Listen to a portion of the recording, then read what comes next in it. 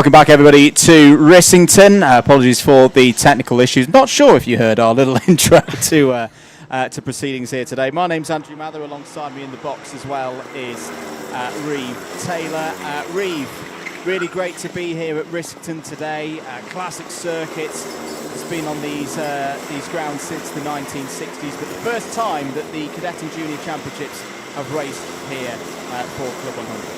Yep, classic circuit, but a new challenge for our drivers. So I think everyone is looking forward to making their mark in our 2025 standings here today. We're in the middle of Cadet C qualifying at the moment for Group A.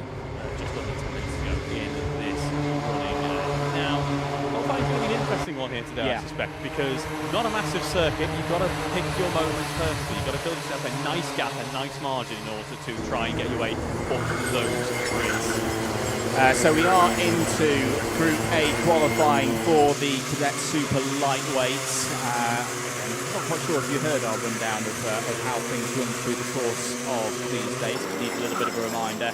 Aim of the game in these qualifying sessions, get the fastest lap as possible, try and qualify straight through into the Pre-A final. For those not quite able to do that, there's of course the Pre-B final and the Pre-C final. You can repechage through those lower grade finals back into the higher races. That's where the big championship points are on offer. All drivers have already had a free practice session, an 11-minute free practice session to get to grips, quite literally, with what is a new circuit for the vast majority of the drivers here. It's not like a Wilton Mill or a Buckmore Park where there's been plenty of previous races in previous seasons, academy days, etc. Everybody's kind of coming into this circuit in the middle of this heat wave a little bit cold, aren't they? Yeah, absolutely. And those that have got a little bit of experience, it won't be in the same machinery, it won't be around the same drivers as well. So it really is a completely new challenge for all of our drivers. But you mentioned the cold there, and I think we're not quite enjoying the full capacity of this heat wave at the moment, are we? The drivers are enjoying dry running for now, but later on into the racing action this afternoon, we might see that change. Yeah, potentially some thunderstorms in the air for after the lunch break, but we won't dwell on that at this moment. We'll talk about a new provisional pole time, 52.415 for Rory Hamilton, reigning champion, of course, in CLUB100 Cadet Super Lightweights. He won that title last year, well, it's been a Hamilton who's won it the last 2-3 years on the bounce. Rory won it in 24 and 23, and his older brother Benji won it in 2022. A little bit of a spin there for one driver. I think that was going into the dog leg, which is one of the fastest parts of the circuit. So it's Hamilton at the moment from David Cadder in the number 8, Jack Thompson 3rd, and then James Vout in 4th. James Vout, who's had a solid season so far, the number 3 seed from last year. A couple of third places first round of the season, and then a win in the pre-final last time out of round 2. Things didn't quite go his way in the final of round 2, which is a little bit further back in the championship stakes.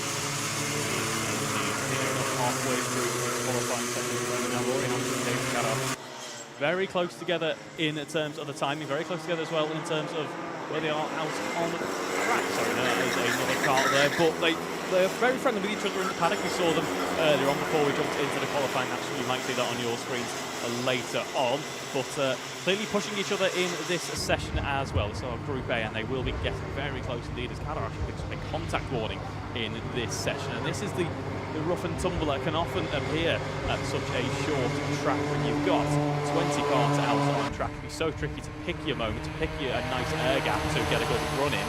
And David's having difficulty trying to pick that at the moment. Samari Dalewal goes up to 3rd place in the number 28 cart. Solid season so far for Dalewal. He's been an ever-present in the A-tier races. And with that time there of, what's that, a 52.762, typically, not always a straight cut, but typically if you're seeing a driver up in the top 6 within their group, they're a pretty good bet to over the course of the law of averages, get through directly into a pre-A final with that kind of pace. particularly if we then see a change in the conditions, because that's when we can see that method of just taking the relative positions within a qualifying group taken into account. What we do know, though, is Rory Hamilton there in the number 1 kart is fastest, 52.632. You will notice he's changed race suit to the eagle-eyed amongst you. Used to race in a bright red suit, now in a blue suit, which I reckon might be his older brothers. I think he's had a bit of a growth spurt. Jumped into one of Benji's older and still, of course, leader and safe suits. It's ever so terrifying when you see these young drivers who you might have commentated on a year or two ago, and you see just how much they grow, just how much they progress in their racing career. Yes, as you do more of this, Reeve, that situation will get worse and worse and worse. I was having a little bit of a listen to Road to the Mon Cup last week and felt very uneasy. Those drivers in LMP3 cars that I've previously commentated on the Cadet.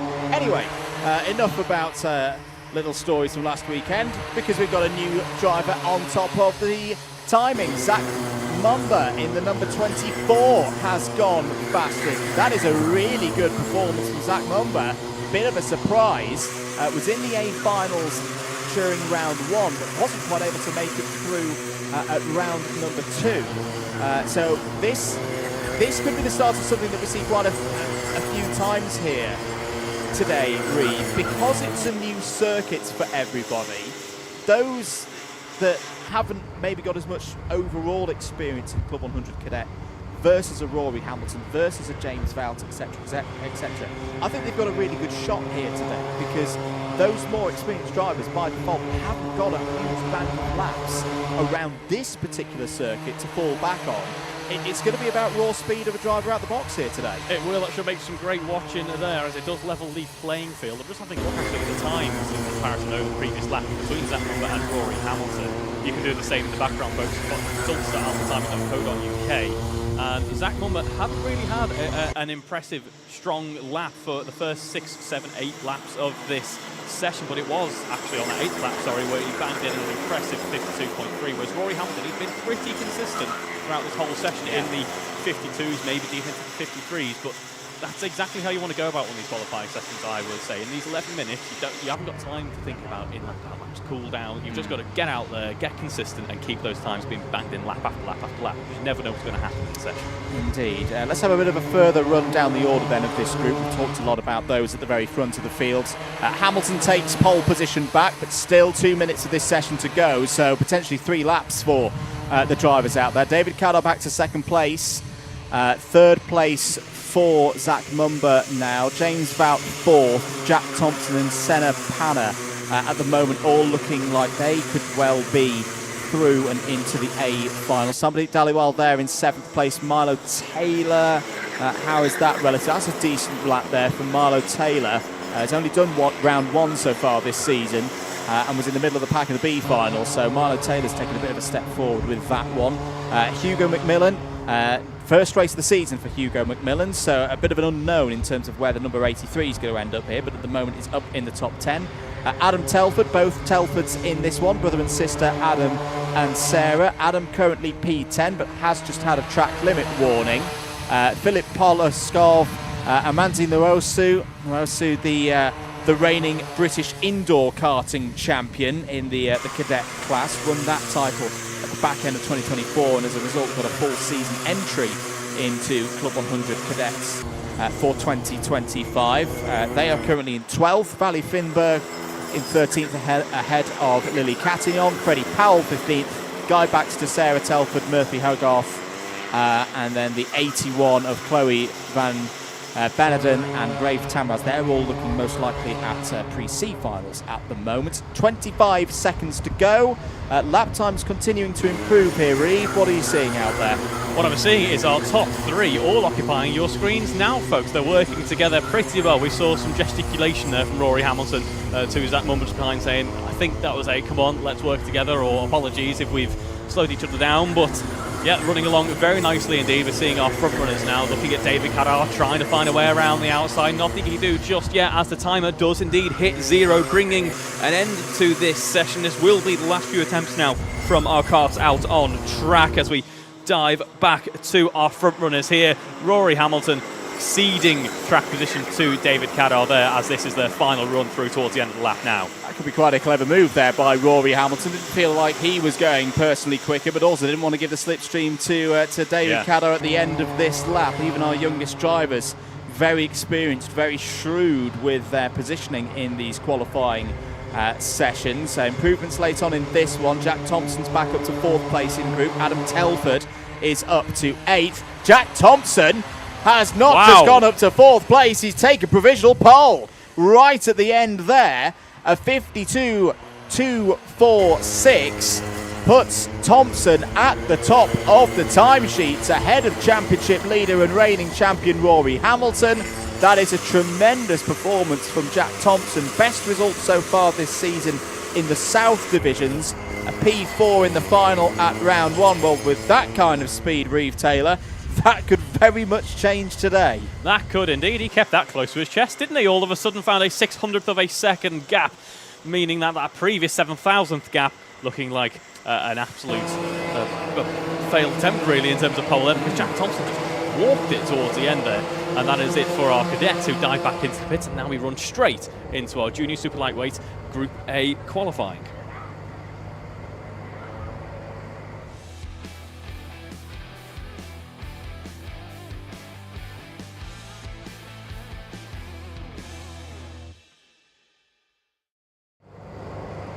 Back with us here at Rissington. I hope you're having an enjoyable Saturday so far. You're watching live coverage from Alpha Live of the CLUB100 Cadet and Junior South Championships, round 3. First time that the juniors have of course run here at Rissington, and this is going to be a boisterous group, I feel, to get us going here for the juniors. Let's run through the names of the drivers that we're going to be talking about across the course of the next 10 minutes or so. Oscar Macavillac in the number 20, Leo Edger the 26, Quinton Vacheur 31, Austin Lawrence Field in 32, Jack Bromham, Sam Spencer, Jules Larkin, Asan Iqbal, Thomas Wardley, Ellis Cox, first appearance of the year for Ellis Cox, back in CLUB100, very successful times in the cadets, of course. That's one of our drivers moving up this year to the juniors. Jasper Clark-Sass, Stefan Chiffan, Imogen Owen, Ben Ridquist, Ethan Critchley, Milo Stewart, Kai Ferner, George Duguid, Ethan Miles, Amos Ayana, Tom King, Jasmine Richardson, Caden Ward, Caden Serville, David Sniesko and Connor Kenny. Those are the runners in this particular junior group. If there's a particular driver that you are looking out for in the juniors today and you're thinking, hang on a minute, why was their name not read out? Don't worry, they'll either be in Group B or Group C. If you want advance notice on which group they are in, head across to results.alphatiming.co.uk/CLUB100. Follow the links through there to today's sessions. All of the entry lists, the grids, the groups, etc., and the results, of course, as the day goes on. They're all over there as that resource for you. Still very early stages of this qualifying session, 8 minutes and 20 seconds to go. Again, these are all super lightweights in action today. If you're watching out for the lightweights, you're 24 hours early. We will be back with them tomorrow here at Rissington for another full day of action. But do stick around, do drop a comment in the YouTube comments. Unfortunately, we can't check the comments today because if you haven't noticed already, we're at the side of an RAF field. We're in the middle of relative nowhere.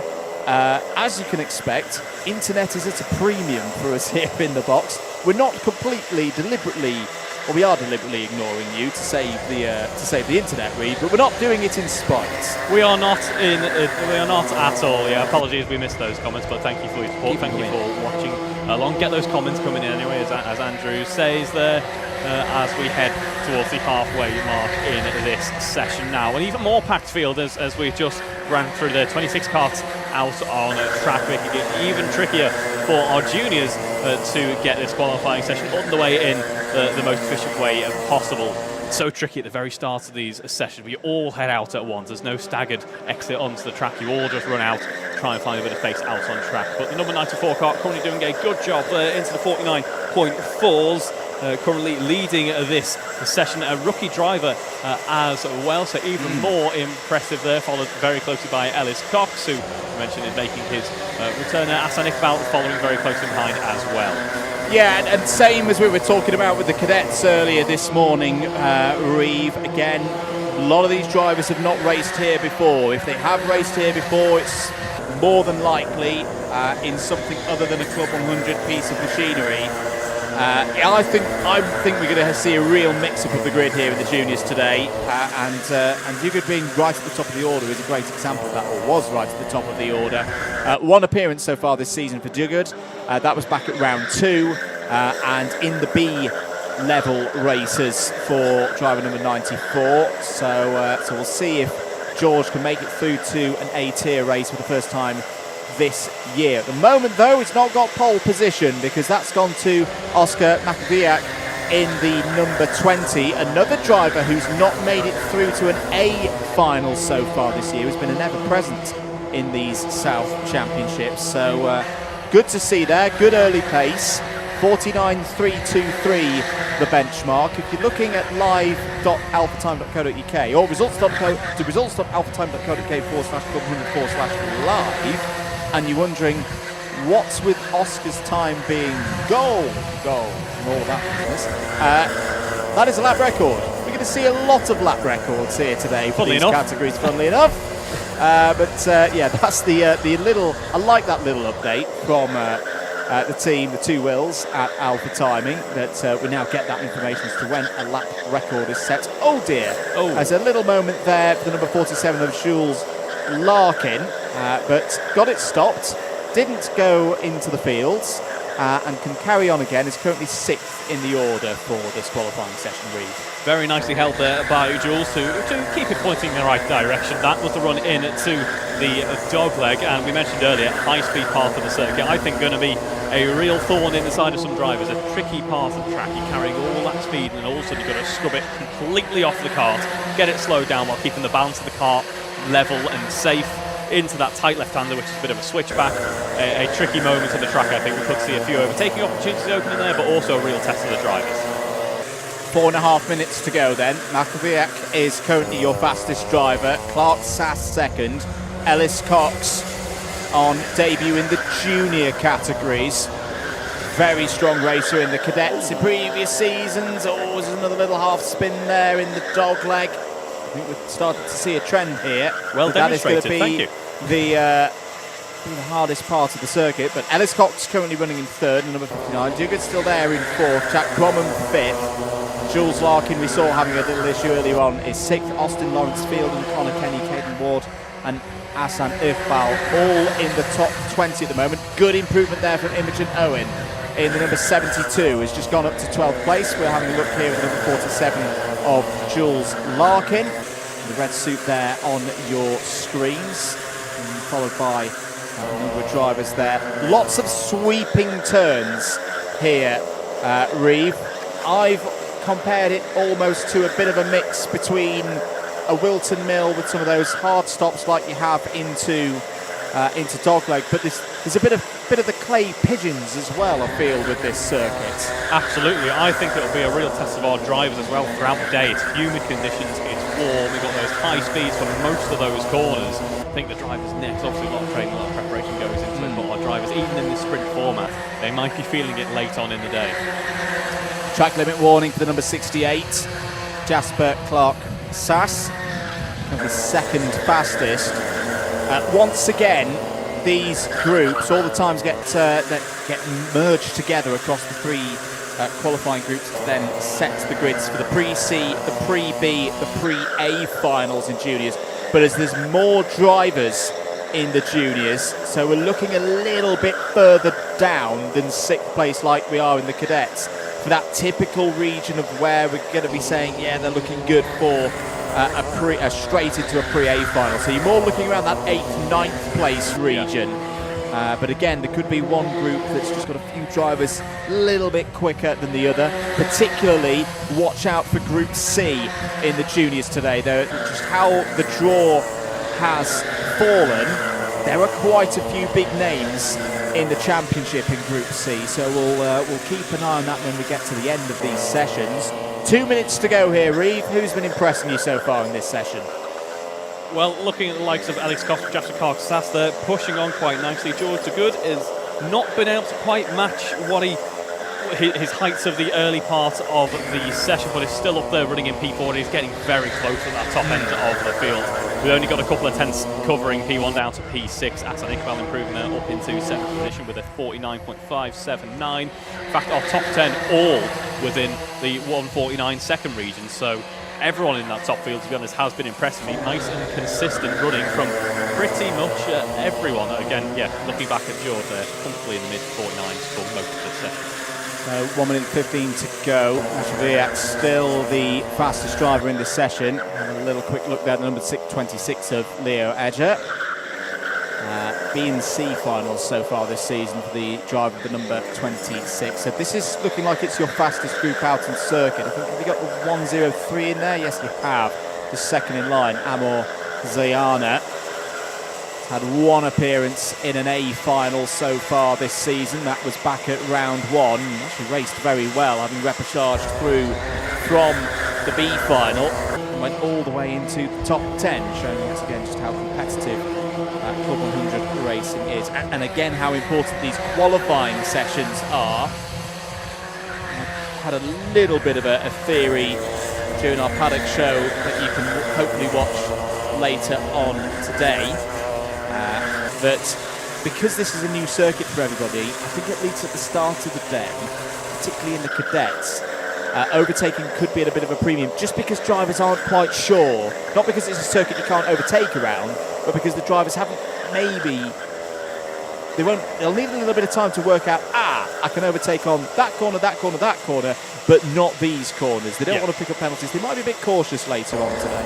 Which is absolutely the right way to go about it, I think. I think that is a remarkable feat from our young drivers there, to be already thinking about how they're going to be learning about a new track, picking up hints and tips here or there. I think that's a good way to go about the racing action today, as the checkered flag is waved for qualifying for the Junior Super Lightweight Group A session. Now we are going to run into our next cadet running in just a moment, but our final few drivers are coming across the line first.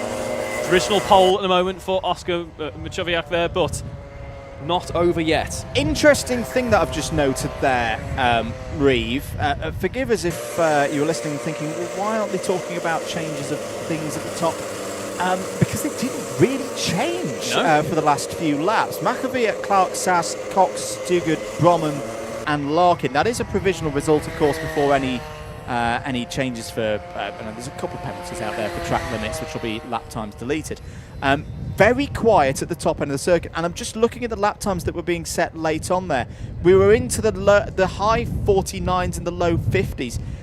Potentially there, a little bit of a degradation in what lap times could be achieved as the session went on, which is quite unusual for CLUB100. It is indeed, so could be a multitude of factors there, but that brings an end to our Junior Super Lightweight Group A qualifying. Up next it will be our cadets for our Group B qualifying in just a moment.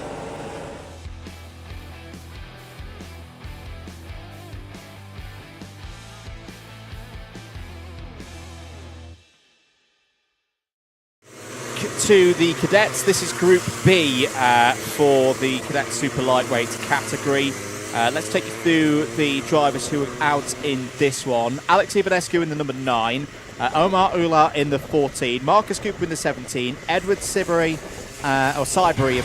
in the number 19, Juan Amandares Bocanegra in the number 23, Sam Fowler in the 31, Harley Drury in the number 32, Freddie Adams Beatham in the 34, Rafe Howe in the 35, Frankie Charles Jones in the 40, Ethan McNally Roberts in the 41, William Moore in the 42, Zahi Ladder in the 48, Teddy Morton in the 56, Finley West in the 64, Lucien Postin in the 70, Oscar Bradley the 74, Xander Cameron in the 77, Barnaby Roll in the number 80, and Alicia Waterhouse in the number 82. I'm just going to scribble down as well what our pole time was in the juniors. That just disappeared. I think it was a 49.363, the juniors. Back to the cadets, though.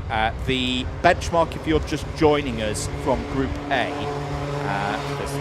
no matter which formula gets used for setting the grids, the simple case of the fastest driver across the three groups will be on pole position for the Pre-A final. So a 52.246 is the target for this second group of cadets.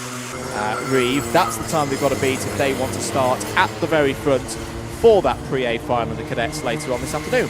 It is indeed. 53 has been posted at the moment, but we're only just starting the session. We should see some more representative times pouring in just a moment. Harley Drury leads by a relatively comfortable 4/10 at the moment, so he's got that fast lap in pretty sharpish in the session, which is absolutely ideal. It's what you need to do. You never know what can happen in these 8 minutes. As we saw that degradation in our junior running just a session ago, we might be seeing, I'm not going to say that the track slowed down, because that would be pretty unheard of this early in the day's running, but we'll see, especially with the weather looking like it is as well, we could see changes in conditions out there on the track. Marcus Cooper improves to take provisional pole for the moment, so there's still plenty of running to go in this session.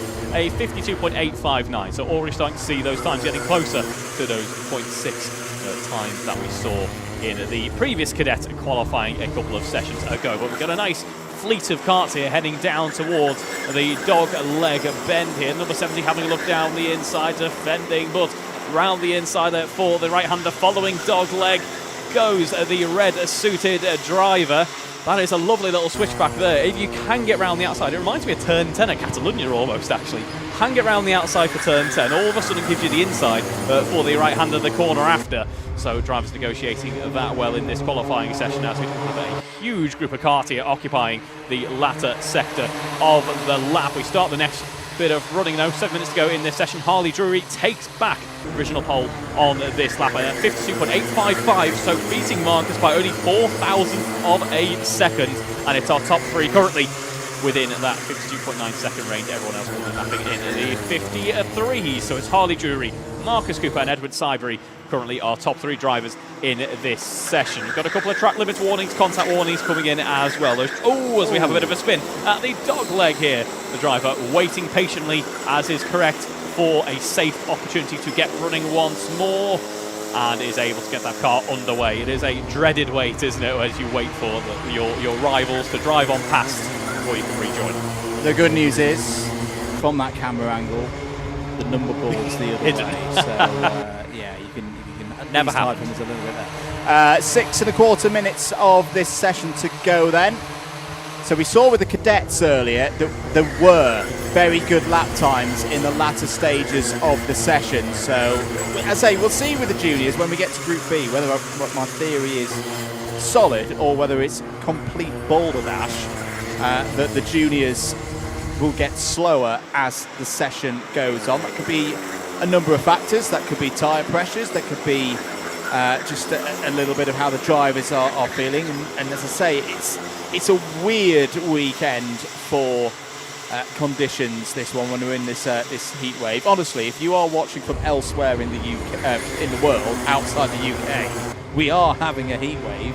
I know it looks cloudy, but this is the English summer after all. It is quite humid and muggy today. That can be really, really energy sapping, can't it, Reeve? Particularly round a circuit like this that has got a lot of high speed, medium speed corners, wearing on the muscles like you pointed out already, and also it's an old school circuit as well, so it's got a few bumps out there. It's quite physical as well. It is indeed one of the crucial elements from today, and I'm sure obviously our young drivers here will have plenty of support from their parents, their family, their friends here in the paddock today, but keeping hydrated is going to be key for these drivers. As we were discussing last night at Casa del Mather, it's just how important it is to keep hydrated, otherwise you'll find yourself floundering later on into the racing this afternoon. Yes, that's a story for another time. Yes. 4 minutes and 40 seconds to go. Harley Drury, currently the fastest driver in this particular group. Story of Harley's season so far. Round 1, solid in the B finals. Round 2, very good indeed. Harley with some strong results in the A finals. So not a complete surprise that Harley Drury is at the top of this order. For Marcus Cooper, just the single appearance in the South Championship so far this year. That was back at round 1, a couple of top 10s. Solid runs in the A finals. Edward Cybery, similar, has been to 1 round so far this year and was in the A finals. Quick look there, we just saw Omar Ullah going through screen in the number 14. It's currently 10th in this group. And again, we're looking around that 6th, 7th place region. That's where we would expect the cut-off to come, as there is a new fastest lap within this group, but not within the entire field. Alex Ivanescu, the number 9, goes to the top of the time sheets. Reeve, yellow flag out there at what looks to be Marshall Post 8. Yeah, not quite sure as to what that is for just yet, but we can carry on elsewhere on the track. Here is your fastest driver then. In fact, here's first and third in this qualifying group so far. Ivanescu in the number 9 in the, was in the foreground, as we run side by side out of the dogleg and towards what's known as Bottom Bend. Nice simple corner names here. Bottom Bend leading into Middle Bend. And then the elbow, they've just navigated their way through that, past and over the start line and through Paddock, because it wouldn't be a British karting racetrack without a corner named Paddock. Yeah, I did spot that before, and it pleased me no end. But just seeing there, Alex Ivanescu, that 52.699, by far and away his clearest lap of the session so far. Yeah. I'm not sure if he's had a bit of traffic elsewhere, but he was quite comfortably in the 53s and 54s on the odd lap here or there. But just got that one banker in and into the 52.6 second region. 53 last time out, but he is looking to defend that pole at the moment. It's actually a relatively big gap for provisional pole overall. We've seen certainly smaller gaps so far in the qualifying sessions this afternoon, but likes of Harley Drury, Marcus Cooper are going to be your favourites for trying to push on and close up that gap. We'll see as Drury comes across the line in just a moment. He does not improve, but nice and consistent for Harley so far in this session. Indeed, 2 minutes to go then. Ivanescu comes over the line. So interestingly, we've just watched that full lap from Ivanescu, and it looked pretty clean out there at a 53.062, and this is what we mean why I think there's going to be an element of the clay pigeon style of racing here today.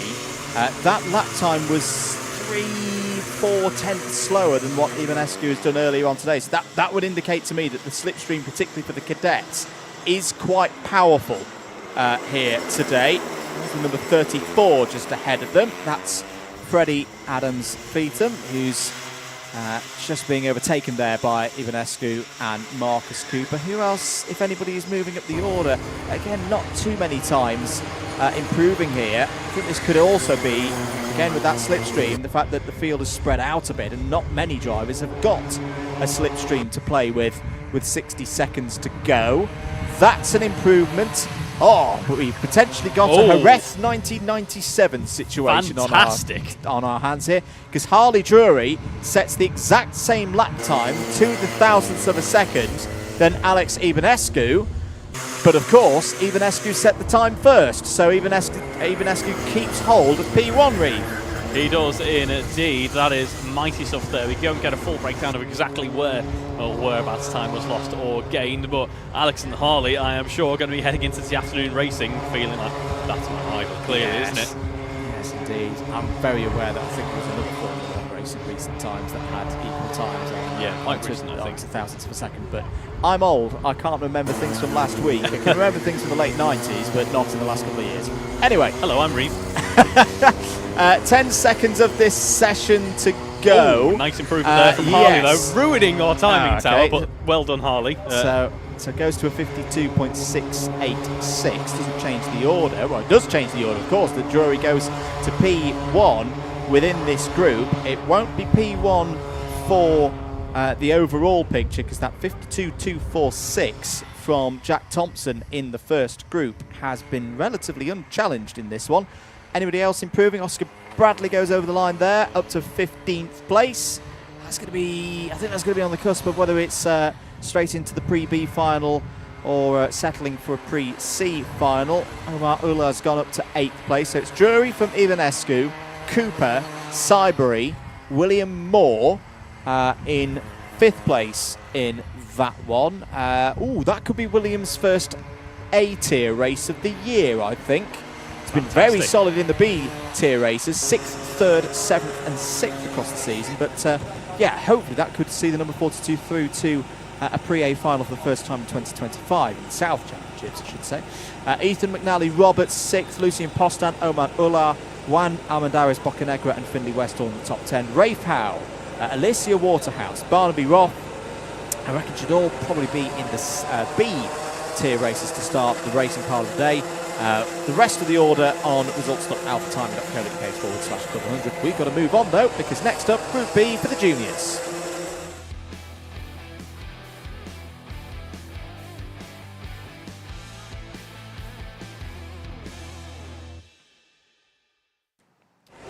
Here we are then, it's our junior super lightweight group on track. We have 25 carts out on track for this session, and I'm going to refer to my printed out sheet, which I'm still not used to having.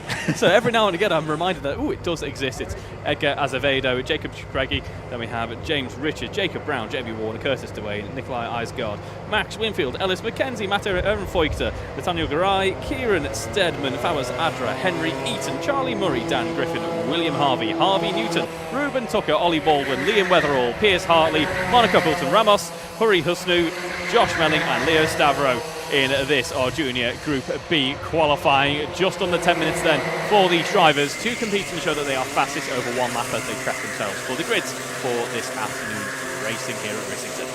So if you're just joining us, the target time for Group B is a 49.323 from Group A. And as we noted right at the end of the session, that didn't come right towards the last minute or so. It came with, I want to say, about 4 minutes remaining in the session. Bit of a question mark over why that was the case and whether that's a trend that's going to continue through this group and Group C. So we'll wait and see on that one. At the moment, it looks like Max Winfield is setting the pace there, even on 50.0. He is indeed. 49's what we saw in Group A. Group B should be getting pretty close to that, jumping into those 49s as well. Only one true lap in the session so far. We should see some more representative times filing through in just a moment. What a big group of carts to negotiate once again for our juniors. Not a massive circuit, 970 metres here at Rissington. So picking your 49.535 for the driver of the number 33. So far an ever-present in the A-tier races, but hasn't quite been able to break up into the top 5 so far this year. Best result back at round 2 in the final, a result of 8th. Jamie Richards goes to the top of the order, and it's a gold time. So that is, this day in history, definitely overall pole position for the driver of cart number 12. That is a big step forward for Jamie Richards. Now I wonder, I've not had a chance to talk to Jamie so far today. Jamie does have a decent amount of experience in owner racing. I wonder, is that our first driver who may have had experience around this circuit in other machinery, going, I know which way Rissington goes, it's a right, a left, a right, and all the rest of it, and then putting that into practice in this session. So far this season, Jamie has been in the A finals, but he's been in that 15th to 20th region.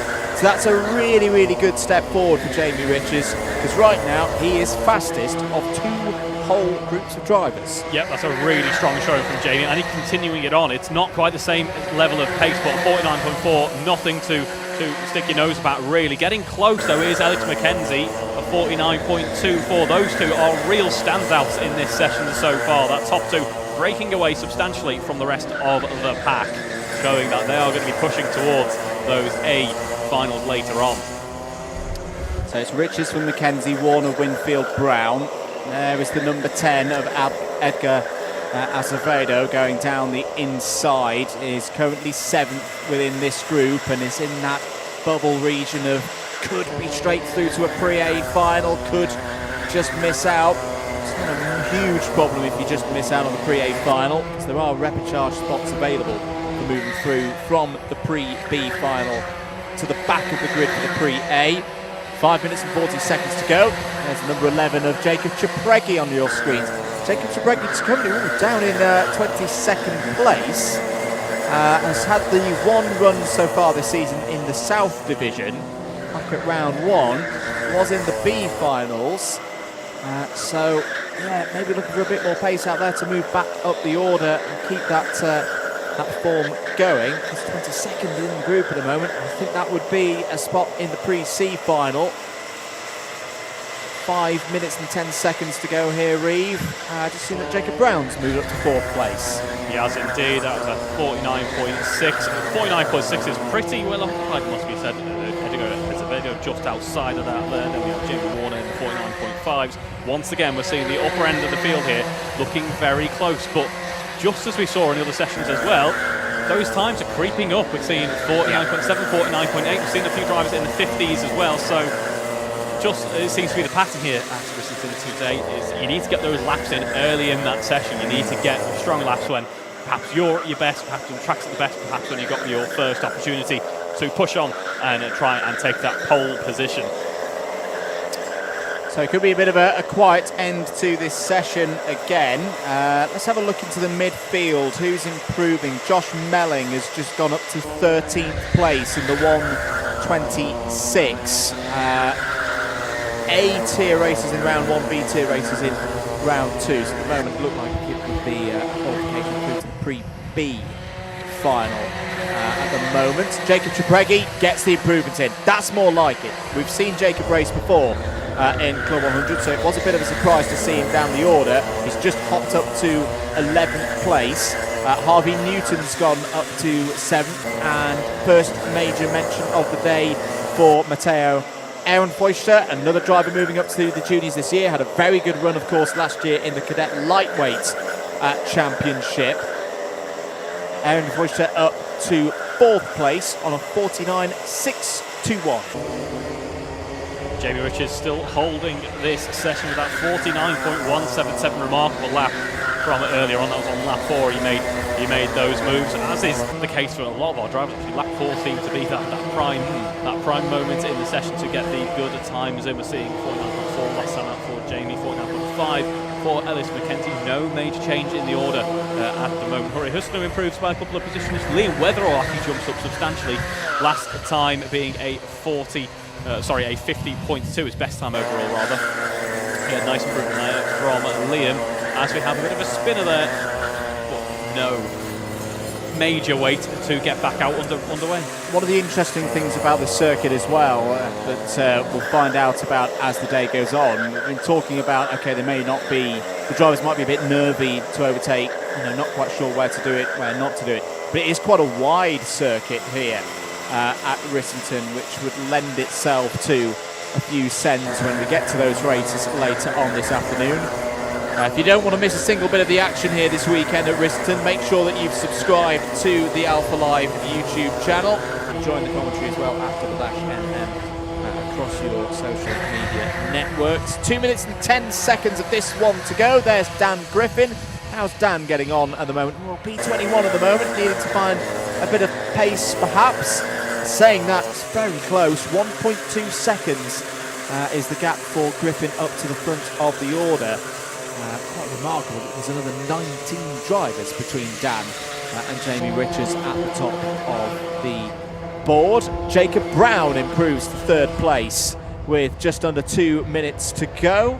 That will further solidify Jacob's spot in the pre-A final, I'd imagine. Pierce Hartley has improved as well in the 1:18 up to 8th. Edgar Acevedo there with the number 10, also now up into 8th place. So we are seeing in the latter stages of this particular group, Reeve, and this is good news for us neutrals in the box, unlike Group A, plenty of green lap times going in as we reach the latter stages. Absolutely, it seems to have picked up around this stage in this session. Edgar, though, fastest rookie in the running so far, P8 in the session, 49.6, as we say.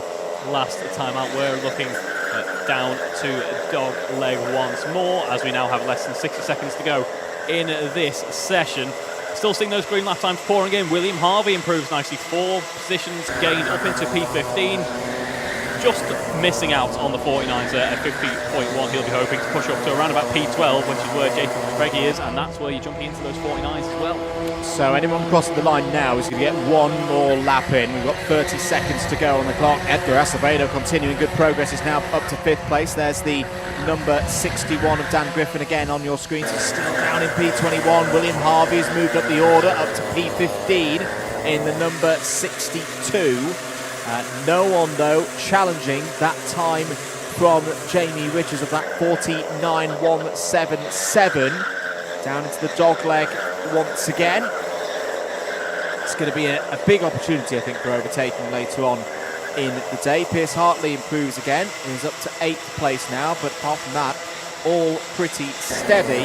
First group of drivers coming over the line now. Aaron Feuchter stays P6, Acevedo stays P5, Kieran Steadman, Charlie Murray, Jacob Chibregui all finish 10th through 12th.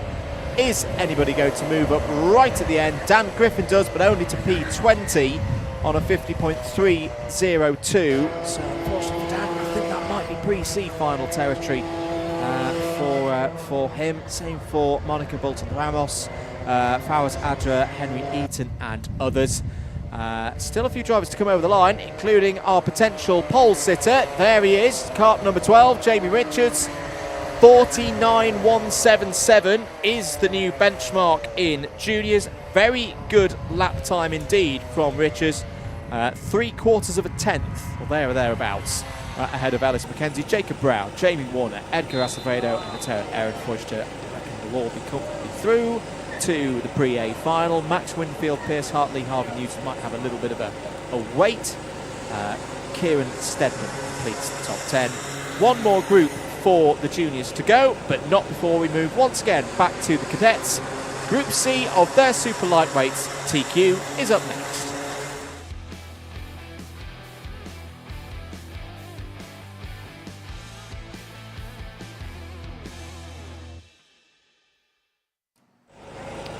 Here we go then, it's our Cadet Super Lightweight Group C qualifiers out on track, and now as we have just under 11 minutes worth of running to go, I think we're waiting for our fleet to head out on track, which is a rarity here in the CLUB100. No, I think they're all out. They are all out. Okay, no, they're of course are already all out. CLUB100 put in some fantastic work on the organisational side to get everyone running very efficiently, often to the detriment of ourselves because things run so quickly we can't keep up. Indeed. So the list of drivers who we have got in Group C: the number 4 of Jacob Underhill, number 15 of Dexter Hazeldine, the number 16 of Ben Capp, the number 25 of Logan Thacker, the number 29 of Zachary Smith, the 30 of Mahi Maru, who was at Jeremy Clarkson's pub with their family yesterday on social media. I hope it was good because I quite fancy going there myself. Yeah, I think we'll be going back there on the way back to Castledale Mather later on. 33 of Harvey Ball, the 39 of Jamie Watson, the number 43 of Mohammed Essa, the number 49 of Mia Gualtieri, the number 50 of Ronnie Deacon, the 52 of Harrison Outram, the number 54 of Lewis Milne, the 55 of Teddy Mullen, the 60 of Jaden Williams, the 62 of Freya Lally, the 66 of Ralph Broderick, the 67 of Jacob McClone, the 78 of George Hillary, and the number 79 of Samad Desi. They are all in this one. If there is a super lightweight driver who you've tuned in for in the last 5 minutes, and I did not read out their name, apologies, you've missed them. They'll have been in Group A or B, but you can watch back all of the action from this weekend at your leisure here on the Alpha Live YouTube channel, and of course all of tomorrow's lightweights action as well. If it's a lightweights driver that you're particularly following, stick with us here. I know, again, it's another busy weekend of motorsport. I seem to be saying that on every single commentary that I've been doing across the course of the summer. But do stick with us and be back tomorrow for the lightweights. Now, the other matter that I'm just going to pose here, Mr. Reeve Taylor, we have had forecasts of some inclement weather coming at about 1 o'clock, and some of those clouds behind are starting to look a little bit threatening. They are looking very ominous indeed. Now, we won't go into full meteorology mode. Not yet. But, yeah, no need for that with our sprint racing today. It doesn't look like it's going to be too heavy, but even still, Well, I don't know. really, so we're getting mixed forecasts, Okay. I think. But either, yeah. I've just seen the picture there, so it will be pretty heavy. Yeah. And that is going to be a real test of our drivers' skills here. A new circuit, of course, here we don't move on to wet tyres. That's mainly for logistical reasons, and also just nice and simple, familiar territory with the Dunlops, and also a new track as well. So it's going to be a real test of our drivers as we look towards the end of our qualifying runs and moving into our first pre-finals as well. It's all going to be keeping the nose pointing in the right direction. It's going to be a race of attrition, I think, for our first couple of races. Hopefully, with warm weather, it should dissipate quite quickly. Hopefully, we might see it disappear from the track before the end of the running today. And it might not. We'll keep an eye on that one. Zach Smith goes to the top of the timesheets with 7 minutes to go, 52.992. So far, what's the season look like for Smith? Another driver always in the A tier races. Best result in the South Championships, a third in the final, the trophy final at round 2. So a good start there for Smith. Ben Cape is currently second. Jacob Underhill, who's been in very good form recently. As we say, we've been talking a lot about the North Championships, but we have about the South Championships, but we also have the North Championships as well. They've been running their first couple of rounds quite recently. Jacob Underhill has been looking very, very strong in those races. Keep an eye out for the Paddock show just after these qualifying sessions. We have a good little chat with Underhill Jr. 6 minutes of this one to go, Reeve, and it's all in the balance, isn't it? It is indeed. Zachary Smith leading a 52.771 quite comfortably as well. 2/10 he has found in this early phase. Now, I'm not quite sure how this session is going to form up. Is it going to be one of those where we're going to see those early laps being really crucial, or could it be just like our previous junior session where we might see those fast times pouring in once more? I can tell you Zachary Smith got that fast lap in on lap 5. What are we currently running towards the end of? Lap 6 at the moment, so it could be a good little phase of this session for Zachary here. Looking at his times, he has begun to dip into those 52s. Nice progression in the running for Zachary Smith. Jacob Underhill improves into second place, getting very close indeed to Zachary Smith, separated by only 200ths of a second. Jacob McClone improving there as well, but Freya Lally jumping up into fourth, a 52.970. I'm also looking on to here is Jacob Underhill and Ben Cape occupying the same part of the track as we head through with the next lap. Yeah, good stuff there from Freya Lally, another driver who has been an ever-present competitor in A-tier races so far in the 2025 South season. Best results, P16, last time out at round number 2. So Freya looking to improve on that today. There is the number 50 on your screens of Ronnie Deacon. New fastest driver within this group. Ben Cape goes to a 52.738. By my reckoning, though, that's still probably about half a second off the ultimate pace for a driver in this session. Freya Lally to the top. Freya Lally goes fastest. 52.581. And is that rain on our cameras? That could be the end of fast time qualifying for this group. Because if rain has started to fall, yep, the old-fashioned trick, we can see it on our commentary box window. And it's what I'm going to term as a medium rain spot. It's not a light misting like we had at GYG for British Champs last week every 20 minutes. But it's not torrential. It's in that middle point at the moment. 3 minutes and 40 seconds of this one to go. But surely no one's going to set faster lap times now if the track is getting a little bit damp. Yeah, there's no green lap times really coming through unless your name is Ronnie Deacon or Jacob McClone.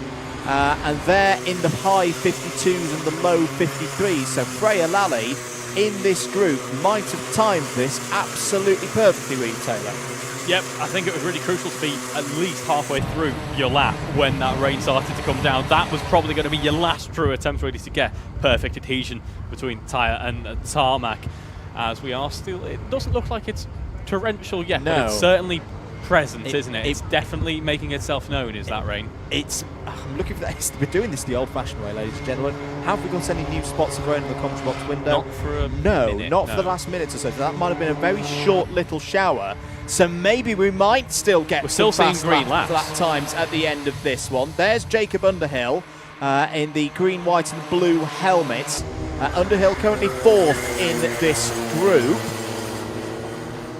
Through the first couple of corners of the lap once again. You are right, Reeve. We are still seeing some green lap times. More in the second half of the order. The likes of Harvey Ball, Mia Gualtieri, George Hillary. George is up to 12th place at the moment. Dexter Hazeldine in 14th as well. Those are all drivers who've improved in the last moments or so. 2 minutes and 10 seconds remaining in this session.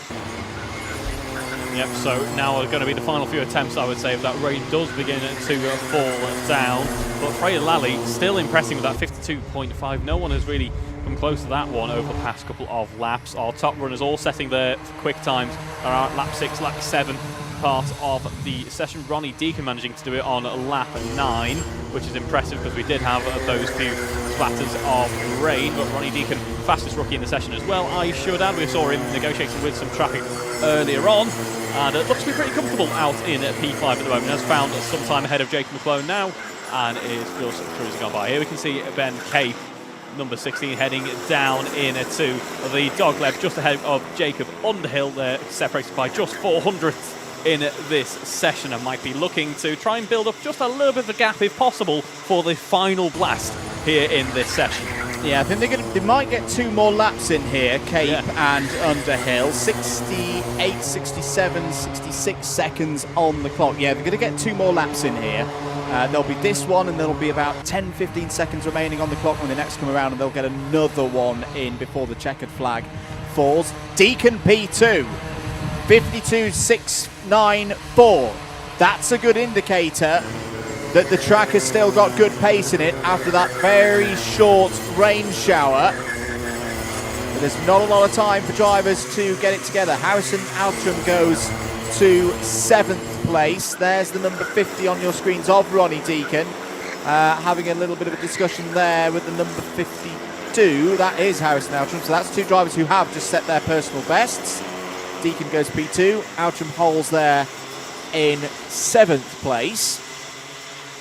This isn't a circuit that gives us sector times, so we haven't got an indicator through the first third and the second third of the track as to how drivers are getting on. But we have just seen Jacob Underhill improve to a 52.754. Zachary Smith goes up to 3rd. This is not done yet for Freya Lally, unless Freya Lally goes and puts a 52.466 in. So Lally goes quicker, is 2/10 clear of everybody else. The checkered flag is now out. Hazeldine comes over the line there, improves to a 53.9, stays P14.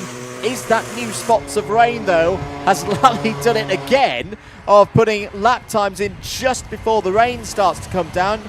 Ralph Broderick over the line there, stays P16. The rest of the order, we've got pretty much most of the second half of the field are over the line now, but we're still waiting on Lally, Deacon, Smith, Cape, Underhill, McClone, Outram to all finish their lap times. Harvey Ball goes up to 8th place. Might not quite make the A races, but should be towards the front of the B races. Zachary Smith goes P2, but it's still Freya Lally at the front in this one. 52.466. Is there any more time out there for Freya Lally? Mahi Maru, I think, is still circulating as well. No, that is it. Freya Lally not on pole position overall within the group, because that 52.246 from Jack Thompson in Group 1, Group A, stands as fastest, but a great effort there. Lally, top of their group. We've got to move on, though, because the last group of TQ is out next. It is, once again, our juniors.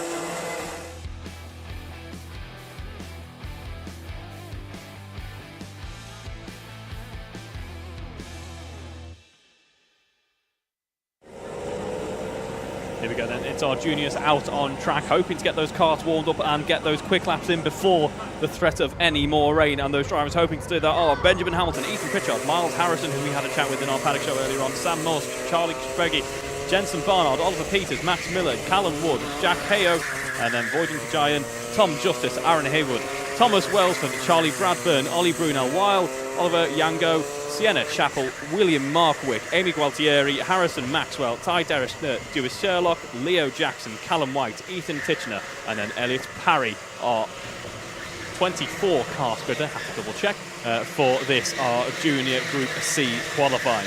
So 49.177 is the time to beat, but big question mark over whether that's even going to be achievable in this session. If you're just joining us, we have had a little flutter of rain in the last 15 minutes or so, and more could be on the way here. That looks yeah, say out towards the hangars and RAF Rissington, it looks okay. It's the other way. It's southwest that the weather is coming in from at the moment. But if it does come, that's when likely, it's at the discretion of the clerk of the course. That's the key words I have to use. But if there is a change in track conditions, a significant change in track conditions, that's when the clerk of the course can elect to use the relative positions method to form the grid for the pre-finals. What we mean by that is it won't just be a case of everybody gets lumped into one big long timing list from fastest to slowest. It will be pole position will go to the fastest of those P1 within their group. Second on the grid will go to the second fastest of those P1 within their group, irrespective of whether another driver, second, third, fourth within their group was quicker than them. That makes sense. And then third place will go to the driver who was slowest of those fastest within a group. For example, a group that was hit by rain and the track got slower by 10 seconds all of a sudden. Yeah, it just adds that element of control into the afternoon's racing when perhaps the rain takes away some of that as we head for our first two laps of this session. Now this session being led by Tom Justice, 49.6 at the moment, just ahead of Oliver Brunel Wilder, who has a 49.7 at 2-1, just ahead of Jensen Barnard as well. They're spread out on track, but they are pretty close in terms of time. Tom Justice, who we did have a quick chat with in our Paddock show as well, leading this session by about 1/10. We have seen smaller gaps, we might see that later on, and I think so far at least, I don't want to commentate as cursings. These drivers are enjoying the perfect conditions out there in terms of the weather, as Amy Gualtieri jumps up in to provisional pole. 10 positions she gains from her previous attempt.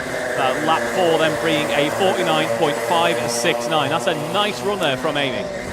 Amy, a driver who's not been in a B final so far this year, never mind an A, so that's a great bit of work from Amy Gualtieri to potentially go a long way forward. This is qualifying, drivers. We're not racing quite yet. That was a bit rough and ready between, I think it was the number 50 of Kajayan and the 45 of Callum Wood was involved in all of that. Benji Hamilton goes P3, 49.612.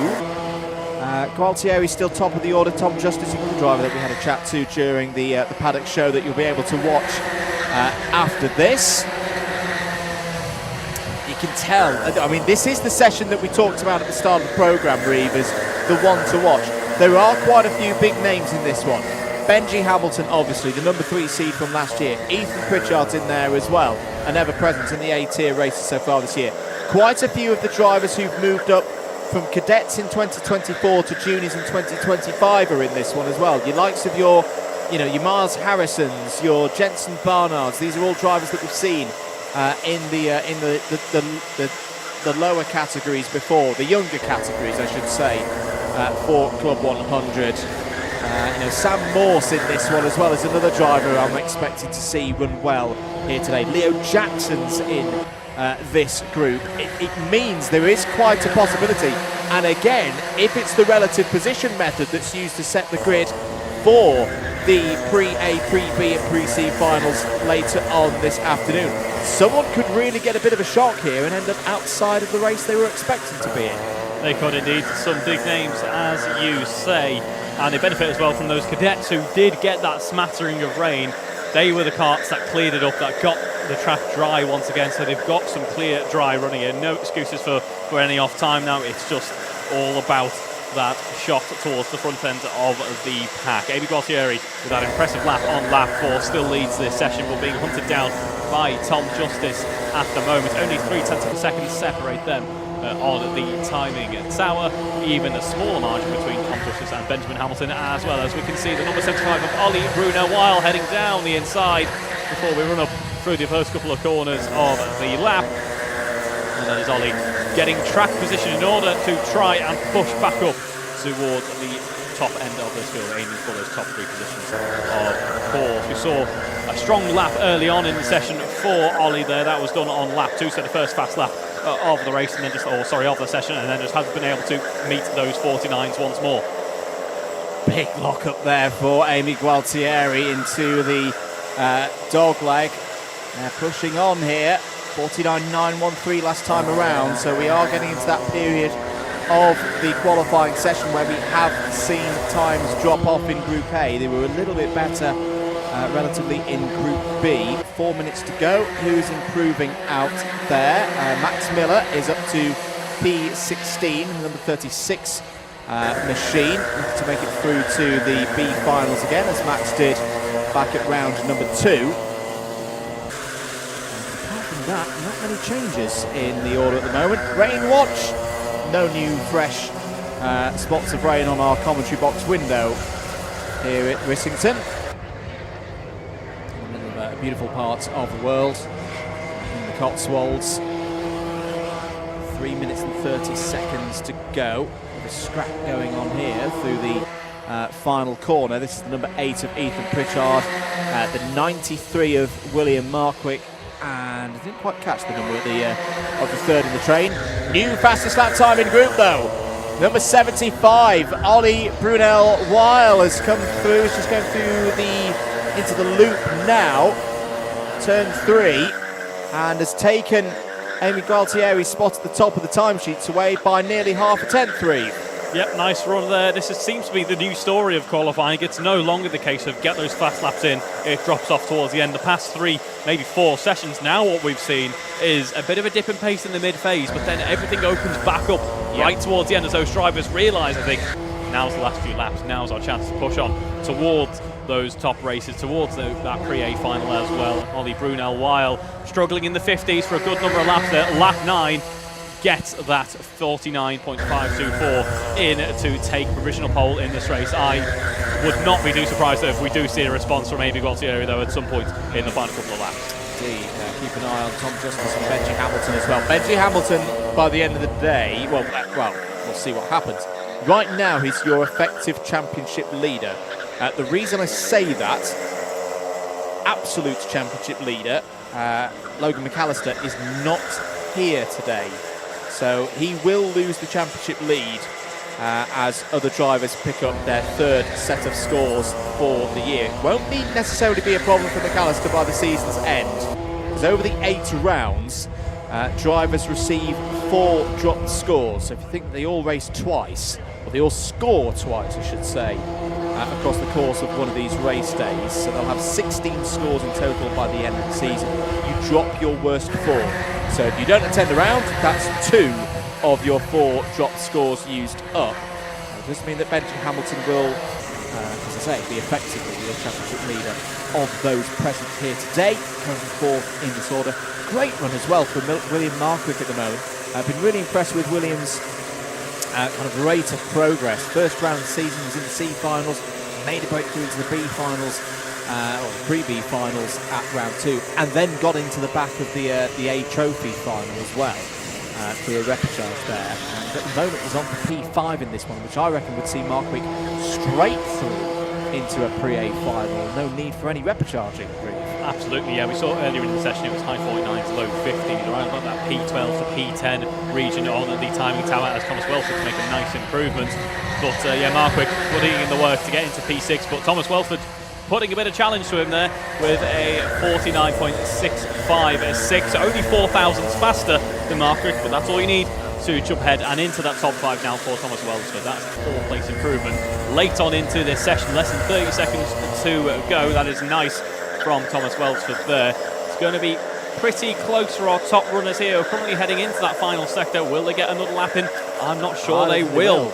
No, I agree with you, Reeve. I think they're going to run out of time here. Brunel Weil has moved the goalpost to a 49.493, but it's still not the fastest time that we've seen so far in the session for the juniors. Ethan Pritchard's got a lap time in there and has also got onto another lap. Wow. So Ethan Pritchard up to P2 and has not taken the checkered flag of 49.561. So could still potentially overhaul Brunel Weil here, who has taken the checkered flag, stays on a 49.493. So it's Brunel Weil, Pritchard, Gualtieri, Justice, Hamilton, your top 5 at the moment. Just waiting for the number 8, which I think is the very last kart in the train. Just coming towards the penultimate corner now. Hamilton over the line now, stays P5. Few more to come over the line. There's Callum White over the line, stays 13th. Dewis Sherlock is yet to come around as well. There is Ty in 10th. Is it a faster lap time? No. Pritchard didn't have a toe that time around, so stays P2. But it will be fastest in group for Ollie Brunel Weil. That completes all 6 timed qualifying groups here, Reeve. It's been a bit of a whirlwind so far to get us going here at Rissington. It has indeed. Very dynamic sessions there. Plenty to talk about from each. A bit of running there, and it makes me more excited for the racing action coming up in just a moment. Well, I say just in a moment, but first we've got a bit of a lunch break here at the track where our viewers are going to have a quick look at our Paddock show. Yeah, don't go anywhere. We've got the Paddock show that we had a little bit of a wander around earlier on this morning. That's going to fill the gap for you guys on your Alpha live stream. So keep it locked here for a little bit of a chat with the drivers, and then in around half an hour's time we'll get going for those pre-finals. Welcome back, everybody, to Rissington. Paddock show time for a little walk and talk as we're filming this ahead of the timed qualifying sessions, which, if you're watching our live stream, you will have just seen. It's a little bit muggy at the moment, a few clouds in the air. Reeve, it may rain, it may not. If it is going to rain today, it's going to come down with a hell of a bang, isn't it? It will indeed, and it will be very interesting to see. It's the first time, of course, that the cadets and juniors have been here at Rissington. It is, yeah. And therefore, they've got their practice in the dry conditions, but who knows what we're going to have when it comes to the actual racing action, so it could be very interesting indeed. Absolutely. We've been having a little look at the circuit earlier on this morning. Very flowing circuit, quite high average speed. Almost reminds me a little bit of a cross between a Wilton Mill and a Clay Pigeon in a way. Yeah, absolutely. That high average speed it took me by surprise, certainly. But there's a few overtaking opportunities that look like they could be presenting themselves quite early on in the day. So hopefully we're going to see some great action this afternoon. Right, let's go talk to some drivers. I would say we're with this part of the show for about 28, 29 minutes. Let's head down the front of the order. I say at the moment, I think we've got a group of the cadets heading on out. Juniors.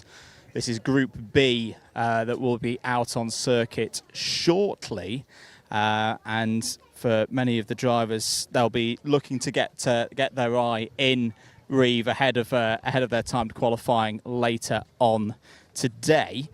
So I say, let's have a chat with some of our drivers. We've got number 42 down with us here. Let's have a little discussion. For the purpose of the live broadcast, tell us your name, where you come from, all of that business. I'm Kieran Stedman, come from Essex.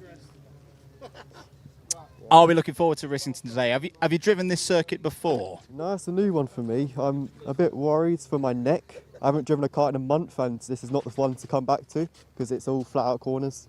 Not very good for the neck. I'm going to be leaning a lot by the end of today. And in the middle of what, at least in the UK, we describe as a heat wave as well, quite high temperatures today. Is that a bit of a challenge? Well, I mean, it's not ideal, that's for sure. You have to drink a lot, that's for sure. not really looking forward to the physicality of today. How have you prepared for coming here today? Have you been watching lots of laps and little bits of footage on YouTube and things like that? I know that's a way some people like to prepare. To be honest, I've done absolutely nothing. Nothing at all. I just turned up and that's it. Well, best of luck. We'll see you out there on circuit. Where's Reeve gone? I think he'll hopefully. Oh, he's there. I'm He's with already number 51, ready with an Fowazadra. unsuspecting driver. That's just how quickly we move. Engines starting to start here in the paddock, but we are joined by Mr. Fowazadra. How are you, Fawaz? Good, do you? Yeah, very well, thank you. Looking forward to our first bit of action here at Rissington. What are your first thoughts on the track from today? Very fast track, and I'm excited to see how it goes. So looking back then to the season what we've had so far, what do you make of your races so far this year? Made to the A final in my first junior race, so hopefully I can do the same again today. Fantastic. Well, looking forward to seeing how you progress throughout the day. Any type of fears, maybe wet weather potentially on the cards for later? You looking forward to that challenge? I'm looking forward to the wet. I enjoy driving in the wet, so hopefully do well. Well, go well out there. Wishing you all the best for today. So, yeah, so everyone's seeming pretty excited, I think, from the new challenge from Rissington. Definitely so. Let's have a chat with Jacob Brown. Jacob, how's the season been going for you so far? I mean, it's been going all right. So, first round wasn't the best, drop round, but I'm trying to do better this round, hopefully. So, looking for top 10 probably in the A final. And for the South divisions, obviously it's been a bit of a gap since round number 2. How have you been keeping yourself race ready? I mean, I've been doing some training outside of karting, and then I've been doing some other championships as well. Just staying fit and getting ready for this one, yeah. What's the aim for today? What kind of result would you be happy with? Probably P10 in A final, I'd say. So, got to have a good round here to get back in the championship, really. And with this circuit being a new one for a lot of drivers, do you think that's a bit of an opportunity for a mixed-up grid today, especially if it rains during TQ? Yeah, I mean, of course. So you've got, obviously, people are strong with different tracks, but because no one's really been here, it'll sort of even out the playing field. So just get used to the track as quick as you can, really. Good stuff. Jacob, thanks for talking to us. We'll hop off the grid because I've just heard Jimbo make the call there, Reeve, that these drivers are about to head out on circuit. We'll just come a little bit to the side as well. Cadets will be heading on in their B group. But yeah, lots of drivers raring to go here at Rissington. Yeah, absolutely. I've only caught a glimpse of the junior karters out there on track so far today. It'll be interesting to see how the cadets go as well. We'll see those in due course, I am sure. But yeah, looking forward to today's challenge. There's our fleet of drivers angsty and ready to jump out on track, I am sure, for our first properly competitive sessions later on today. I know from when I raced, Reeve, I always found this almost a bit of a nervy moment when the grid gets cleared. It's just you and the kart. You're waiting for that whistle from Jimbo and the staff. When you've been racing, whether it be in BUKC or others, what's going through your mind at this stage of proceedings? Well, I'm sure these drivers, probably being a bit more well-behaved, shall we say, than some of our BUKC fleets, just possibly, are more focused on making sure that they get the best results from today's racing. I mean, obviously a few of these drivers will be taking part in the North Division. They're moving perhaps over to the South for the first time, so they want to make a really good performance today and really putting their foot in the championship. So plenty of pleasure, I'm sure. I'm glad you've mentioned that North Championship because that's a beautiful chance to just segue to one of our cadets who has just come off circuit from their practice a few moments ago. Jacob Underhill, who's been running very, very well in the North Championships recently. Jacob, you've just come in from your practice session. What can you tell us? How's the circuit feeling today? Very quick. Very quick. Have you been here before? A lot of the juniors we've just been talking to, it's their first time here. Have you had chance to sample this circuit in other categories before today? I've been here once, but that's like 2 or 3 years ago in a Honda. So I'd say that's quite a different challenge. Let's talk North Championship. You've had some really good results recently in the North Championship. I've not been around the last few rounds, but at least looking at the results, it feels like you've taken a big step forward. What's made the difference? just looking forward and just thinking about qualifying, just head up, head down and stuff like that. And the rest of the summer is going to be a very exciting one for you. I've been in discussions with your dad. Looking forward to a run at Kart Masters for the British Grand Prix, the Kart Grand Prix at PFI later in the year. How big has Club 100 been in your journey getting you ready to race at that level? It's just a major step up for from owners to CLUB100. And yeah, I'm looking forward to Kart Masters. And as we say, with those North Championship runs, you had a good win there in a few weeks ago. So you're feeling confident that you can pull a few surprises when we get to August? Yeah. Good stuff, Jacob. Thanks for talking to us. Really wanted to get that chat in with Jacob today because, as I say, it's a really good story. This is, the intent with the Cadet Championship when it was first formed a few years ago. Give drivers that opportunity to step up, whether it be into the juniors here, but also step across into the owner categories. And it's going to be just good to see how Jacob runs when we get to Kart Masters later in the summer. Absolutely. It's really nice to see as well the work going on overall in that karting pathway, to see that drivers who maybe started off in the indoor world getting pushed on through for the BIKC into CLUB100. There's a real progression now on offer from Motorsport UK, obviously the work that we do with them. So it's great to see all of the setup that goes on behind the scenes and giving drivers those opportunities. Indeed. Let's have a chat with some more of our cadets, because I think we've got a few more of them back from their practice session. I think we've got Harvey here. Harvey, how did your practice session go? I haven't been out for practice yet. I'm about to go out now. Okay, so what are you thinking about before you get into the kart? I just need to keep my revs up to get the best speed through and out the corners. Need to try brake as late as possible and enjoy it. Absolutely. Have you been watching much of the practice so far this morning? Yeah, I have been trying to see where the faster people, like what their lines take, see what I can improve on. And the season so far, how's it been going for you? So at Wilton Mill, I came 4th in B final, but I was on the pace for top 10 in A. I didn't do round 2, but I'm here today for round 3 and seems to be going well so far. So is the target A final today? Yeah. What do you think is going to be the key bit to making it through? I think the key bit to making it through is going to be like having a good lapping quali with as tight as possible. That's basically it. Very good. Harvey, best of luck. Have a good practice out there. We'll head back to Reeve. Harvey made a really good point there. It's just triggered a thought in my mind, Reeve, that did an event out in Europe recently that was a new track for a very high quality field, and it was interesting when everybody was learning the track how overtaking was at a bit of a premium. The drivers weren't quite sure where they could make moves work, and it made timed qualifying really, really important, because if you were down 25th on the grid, it wasn't the kind of situation where you'd pull 15, 16, 17 places back. So I just wonder if we're going to get a similar effect with that today, that because a lot of the drivers don't know the circuit, it's not like a Wilton Mill where everybody knows you send it at Christmas corner.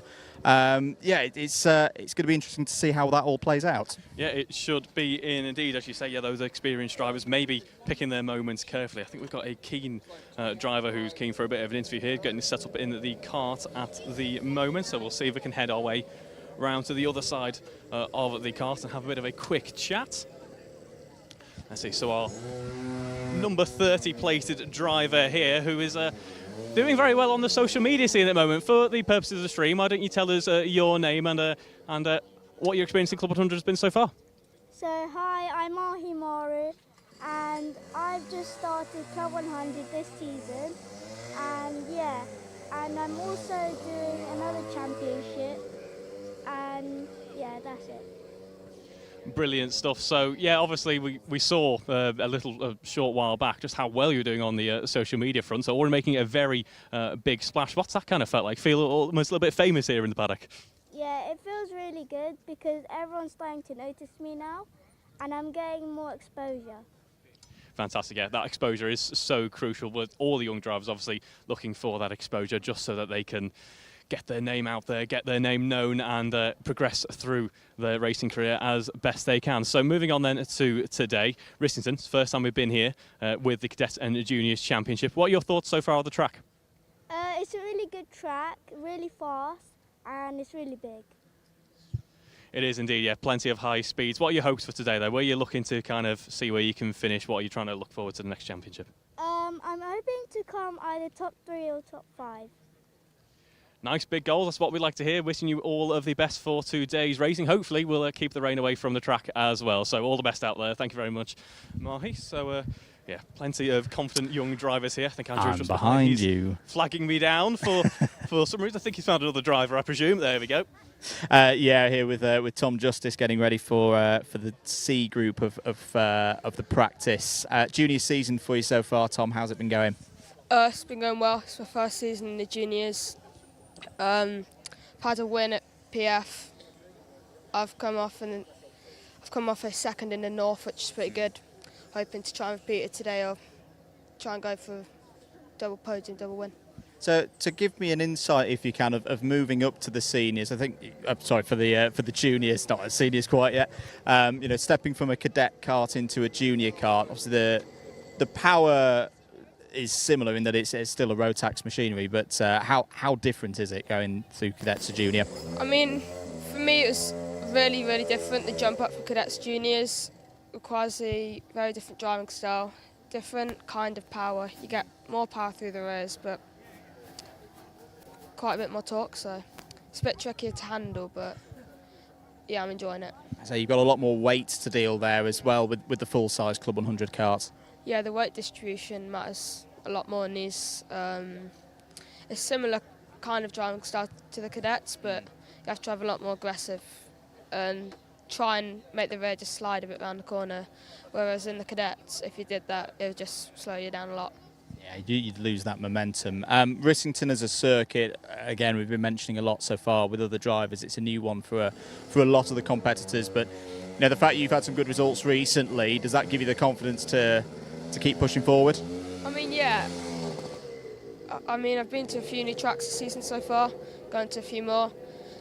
Just really trying to learn about the tracks, use practice, find the limit really, and try and be there, or even try and go push the limit or go over it a few sessions to try and maximise the result I could possibly get.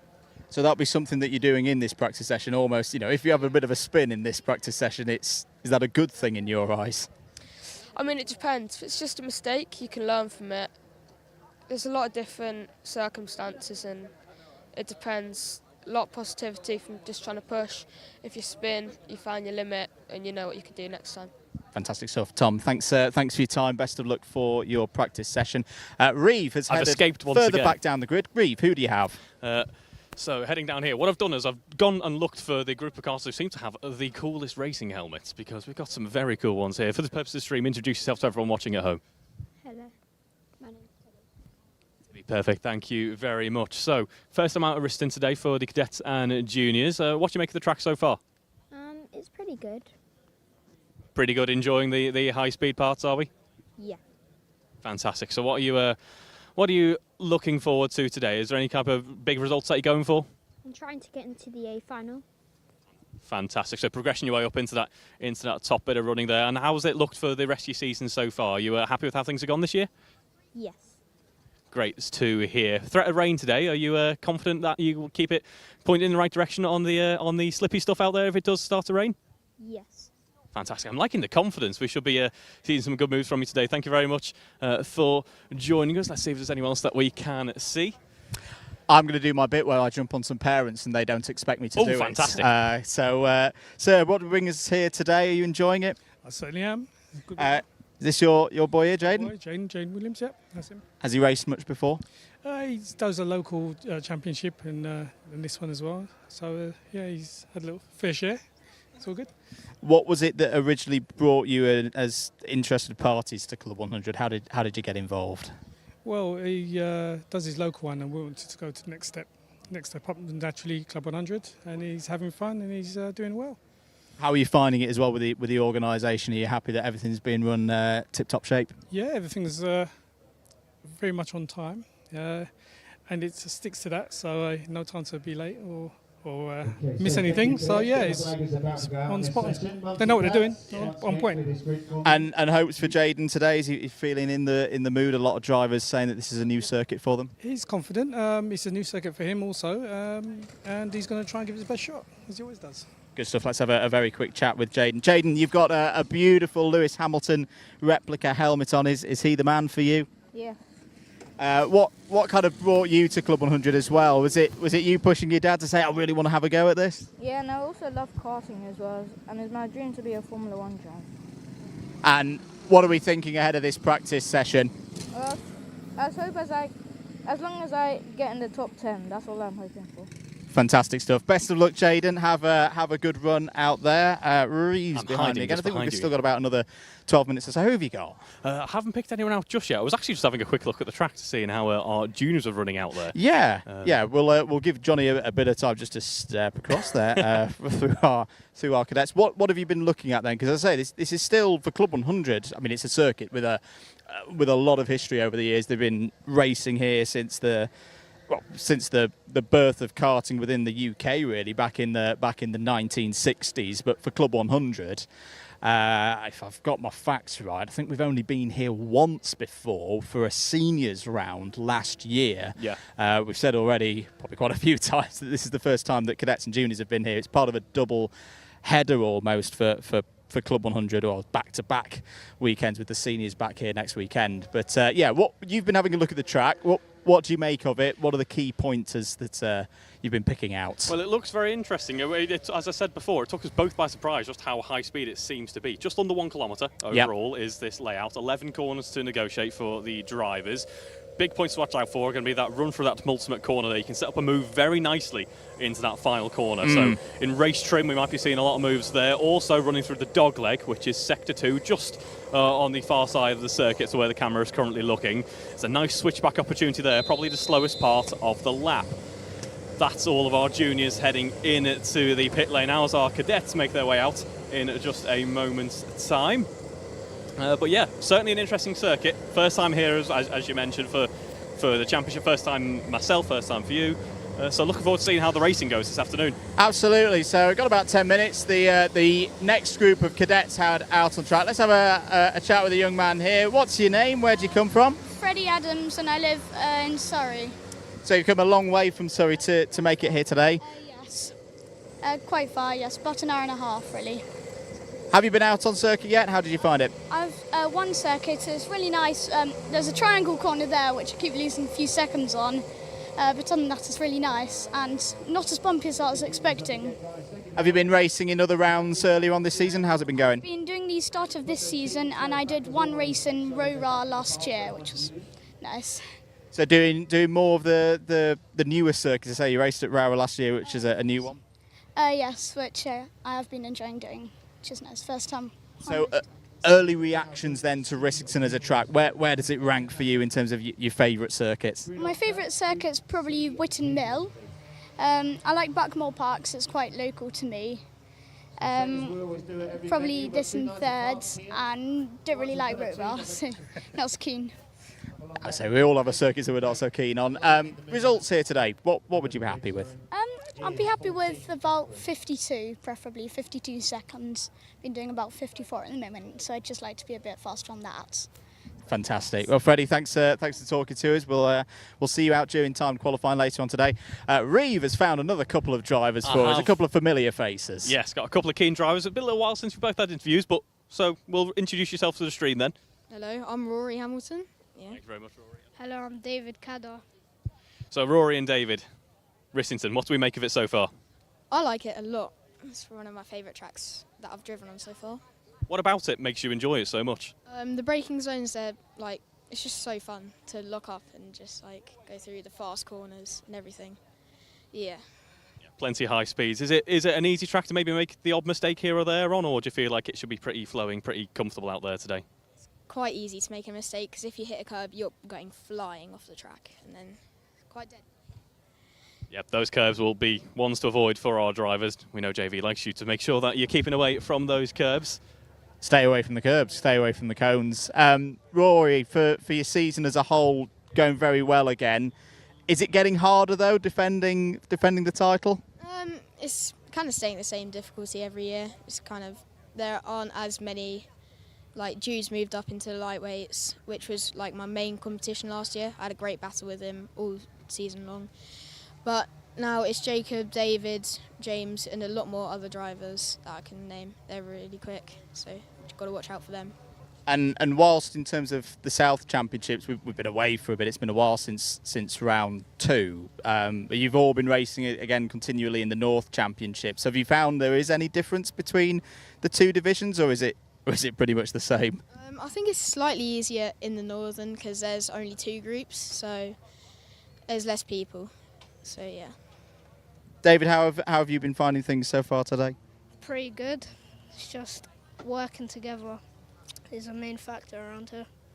Where on the circuit do you think you've got a bit of time to improve? What are you thinking after the practices? Like, oh, that's the area I need to improve a bit on. The dog leg. What about the dog leg? Why is it tricky? Like, you just need to brake a little bit earlier and not slide off wide. Good stuff. Well, we'll be looking out for that later on. Guys, thank you for talking to us. I think we've got about 6 minutes to go, Reeve. Shall we head back onto the grid? Certainly. Have a chat with some of our... we've already talked to some of our last group of juniors. We had a chat with Tom Justice a while back. I'm actually really looking forward. Obviously, the viewers at home, you'll have seen what had happened in Junior Super Lightweight Group C. But I'm quite intrigued as to how this group goes, because you've got Benji Hamilton in there, you've got Miles Harrison in there, Sam Morse, Jason Barnett. We've got some very strong drivers in this group. It is just kind of like how the groups shape out with championship order, the draws as well. And yes, it's still very early in the season, but this could be a really key qualifying group, because by definition, they can't all be on pole position or first from group. Yeah, no, absolutely. As you say, plenty of drivers looking to push on, but also plenty of drivers really liking the track and really thinking that they've got what it takes today. So we could be in for a very interesting qualifying indeed. Yeah, let's head on into the grid and see who we can find. As I say, we've had a chat with Tom Justice already. Let's head a little bit further down the grid. Let's have a chat. Let's have a chat with Oliver Peters. Is he trying to steal your hat? Yes, he is. I gave it to him because I'm going back out on track right now. What are we thinking then? It's a tricky place, this. It is a very tricky track, but really fun due to the very high speed of it. Have you driven it much before? I do own a kart, and I've been here in my own kart before. In my own kart, it is so much faster, but still in this, you get so many more moves done because of how many people there are. So, in terms of the owner experience, how much do you think is transferable from those categories into this? The driving style for owner kart is so much more different, but the speed, it's relative. My bad. The speed is relatively similar, but obviously you've got like a 10 mile an hour difference because these are more limited. The brakes in owner kart, you hold the brake a lot more through the corner rather than, like, say, holding on, letting off, and then turning in. The driving style is very different, but you can convert some of it into this class. Really, really good insight there, Oliver. I'll let you get ready for your practice session. I've lost Reeve again. Hello. Oh, he's back there. I think he might be having a word. Yes, he is, with Miles Harrison. I am indeed. It's like a game of whack-a-mole. I'll just pop up every now and again, but I'm going to have a quick chat with Miles Harrison now as he's getting ready to jump into the kart and go racing. How are you feeling today, Miles? I'm feeling all right. Certainly with the track being a very fast track, especially going into the dogleg, you need to make sure that you have good braking coming out the 2 hairpins. But just in general, I'm feeling all right today, and I'm feeling like I could get a good result out of this day. Fantastic, yeah. We saw this confidence for your North round in GYG as well, obviously here for our South Division now. But looking at how your Club 100 running's gone so far this year, what are your thoughts so far and what you're looking to achieve later on? Well, to be fair, it could have been way better, but I've had some unlucky results where I got taken out, but that's only in the past. So what I'm focusing now is trying to get a double win in wherever track, and just genuinely just get a good result and hopefully have a shot in getting the podium in the championship, maybe even a win. Yep, that's what we like to hear. Sometimes racing can just be an unlucky thing sometimes, but glad to see that you're keeping your head up and looking forward to today's action. Looks like I think we're going to see some rain at some point, qualifying first and then the racing, but feeling confident for that still? Yeah, I would love some rain, to be honest, because I'm very good in the rain. And to be honest, heading into qualifying is just going to be like getting into the slipstream, especially with Benjamin ahead of me, and we're going to try and see if we can work together and just honestly hope for a good result. Fantastic stuff, Miles. You seem very focused. What did you have for breakfast this morning? I don't think, the only thing I had was just some kind of cookie. That's it. Ah, the racing driver's diet. Like to hear it. Best luck out there today, Miles, and yeah, go well. Always good to hear from Miles Harrison. To say Miles, one of the drivers stepping up from cadets in 2024. So yeah, it's going to be interesting. I think it's particularly going to be interesting for those drivers who've stepped up from cadet to junior this season. Maybe this place is a bit more of an even playing field for them, because everybody on the whole is pretty inexperienced around here. They've not necessarily got a disadvantage of, say, half of the field did this category last year. They've got track experience from previous years. You know, nobody's got that here today. Yeah, absolutely. As you say, that it's a new world for the cadets to jump up into the juniors. You know, new karts, a new set of drivers in general to rival. But yeah, this Rissington kart circuit should provide a bit of a more level playing field, and I think it will allow the drivers like Miles Harrison, who might maybe have not have shown their strength quite as hard as they could do in the cadets. It might show them that they, you know, what they can do. Absolutely. So, as you're watching on our Alpha Live broadcast, you'll have seen the story of timed qualifying already here today at Rissington for round 3 of the Club 100 Cadet and Junior Championships. Stick with us here on your YouTube channel, your platform of choice, because it's time to go racing here at Rissington. The C finals and the pre-finals are up first. They are indeed. Thank you very much, Andrew. We head into our racing action for the afternoon. You saw that Paddock show.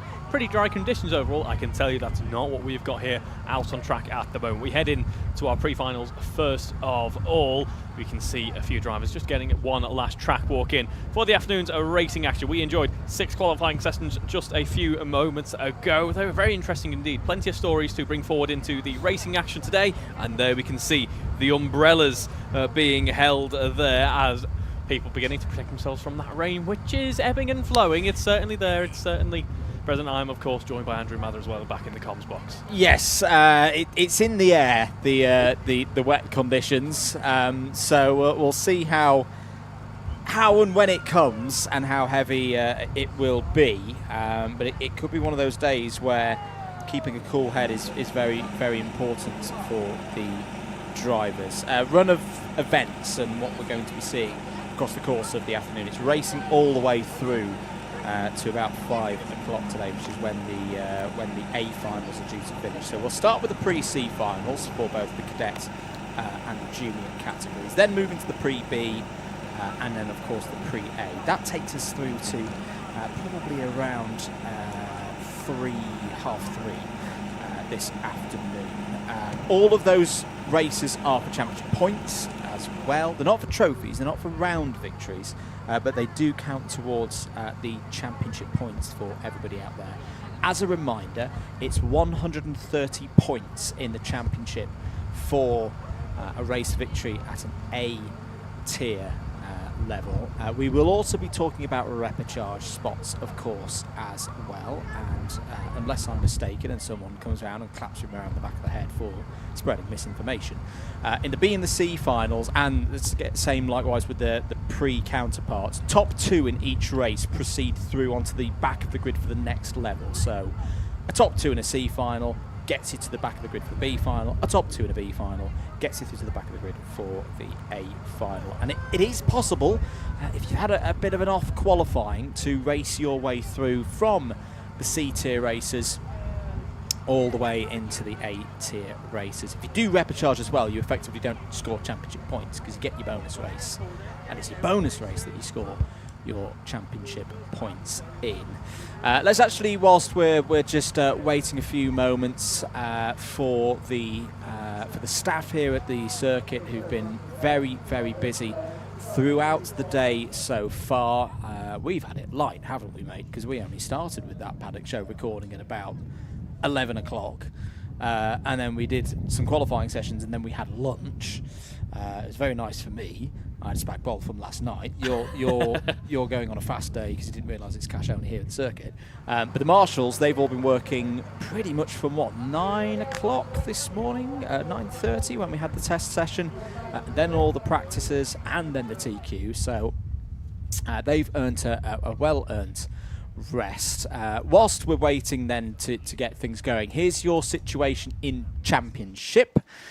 In the Cadet Super Lightweights, Rory Hamilton is your championship leader on 517 points. Jacob Underhill is second on 499. But just to mention, has had some very good results in the North Championship. The North Championship's already had its third round completed. Designed primarily to allow drivers based, funnily enough, in the north of the country, up the north, to get on the grid. But we do see some drivers doing both, almost still like a full national campaign of both south and north. The likes of Hamilton and Underhill have done that so far this season. Hamilton, the first round of the season, won it. Underhill had done all three, won rounds 2 and 3. So we know both of those drivers are in very good form. James Vout is then next up in the championship, third on 494. Actually a tie at the moment with Zachary Smith. James Vout takes that position, though, at the moment in the championship on countback, virtue of a pre-A final win at round 2 in this South Division. David Cadar 5th, 488. Jack Thompson, 485, is 6th. Ben Cape is next up in 7th place on 481. Samadhi Daliwal, Omar Ula and Alex Ivanescu are all in the top 10 in the championship scores at the moment for Cadet Super Lightweight, all between 477 475 points. Unlike we talk about in the senior sprints, there is no split of C1, C2, C3 in the cadets and juniors. It's everybody is in one single class. So we don't need to worry about that kind of thing.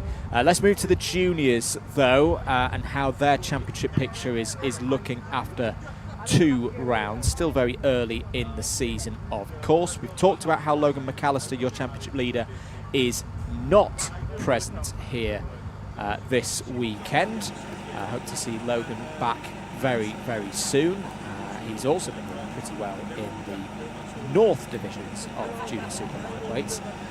So as we've been saying earlier on this morning, Benji Hamilton is effectively your championship leader because he's here for a start. 513 points. Has also had a win in the North Championship earlier on this season at round 1. His best result in the South divisions, though, 3rd last time out at round number 2. Sam Morse is next up, 3rd in the championship scores at the moment, 2nd of those attending here today. Morse is 23 points back from Benjamin Hamilton on 490. Miles Harrison next up on 485. Tom Justice is there as well on 481, ahead of Kieran Stedman, Ellis McKenzie, Matteo Ehrenfeuchter, Jensen Barnard and Ethan Pritchard. So those are the top 10 drivers who have been doing pretty well so far this season. But as we say, still very early stages. This is round 3 of 8 for the season. Each round has 2 scoring points for every single driver.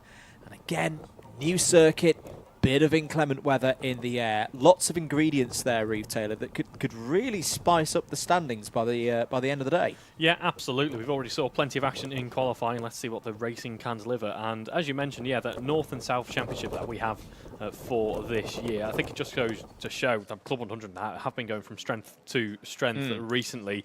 I last got to commentate on the North action, and it's great to see a few of those familiar faces, a few familiar facing drivers from the north into the south as well, because it does offer, obviously, you know, sometimes there are just commitments outside of the world of racing that mean that you can't participate in every round in your division. So say you miss a round up north, you can always drop down and catch a bit of the calendar down south as well. So great to see so many opportunities now on offer from the Club 100 to be taking part into some karting racing. Absolutely. If you are new as well and you're looking at how do I get involved, head across to club100.co.uk. All the details are there. What I will say, though, is once again, the cadet and junior competitions have been very, very popular this year. This weekend is a sellout. In total, 275 drivers we will see across the course of the 2 days, and quite long reserve lists as well. Yes. For these cadet and juniors. So if you are looking at getting on a Club 100 grid in the future, 2025, I'm going to be honest, it's going to be a bit difficult for you to get on the grid now, but it's never too early to start getting ready potentially for 2026 and getting involved through the academy days and all the rest of it. If you want to really get into the groove of things, have a go at some team sport indoor sessions. A lot of collaboration going across team sport at the start of the Motorsport UK karting pathway ladder and here in Club 100. Right, I think that is all of the parish notices done for today. Let's get ready for it then. First racing action of this first weekend for the cadets and juniors at Rissington. It's our Cadet Super Lightweight South Pre-C final first.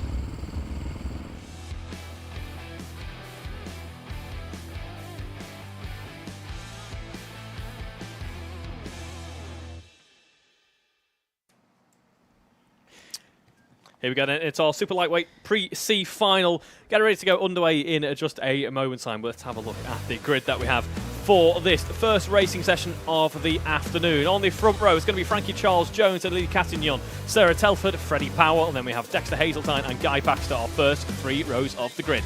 Moving on, it will be Oscar Bradley, Samuel Fowler, Teddy Mullan, Zadie Lada, Xander Cameron and Ralph Broderick, the next 3 rows. Moving on then to row 7. It is Chloe Van Beneden, Murphy Hogarth, Lewis Milne, Mahi Maru, Logan Thacker and Sammy Desi.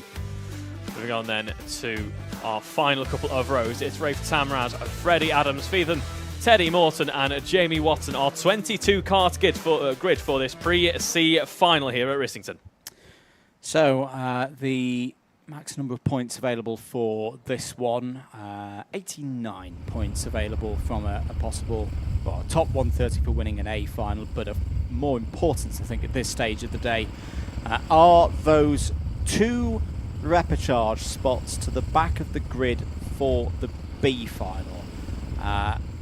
Real unknowns at the moment because we've never seen a cadet race, a Club 100 cadet race around Rissington. Normally we see a real scrap for that second place. If you're in that top 2, you often try and want to work together with the race leader and pull away if you can, leave everybody else scrapping for 3rd, 4th, 5th, 6th, etc, etc. But we've already seen that the slipstream is quite powerful. I think that was the big thing I took from qualifying, Reeve, that like we get at a Clay Pigeon, a Shennington as well, if you lose the toe round here, particularly in the cadets, you're probably going to be losing about 4/10 a lap. Yeah, absolutely. It's a flowing circuit. You stay in that flow with the cars around you in order to be setting yourself up best for those high-speed corners. So here, currently we are forming up now as cars head out of the pit lane and get on track.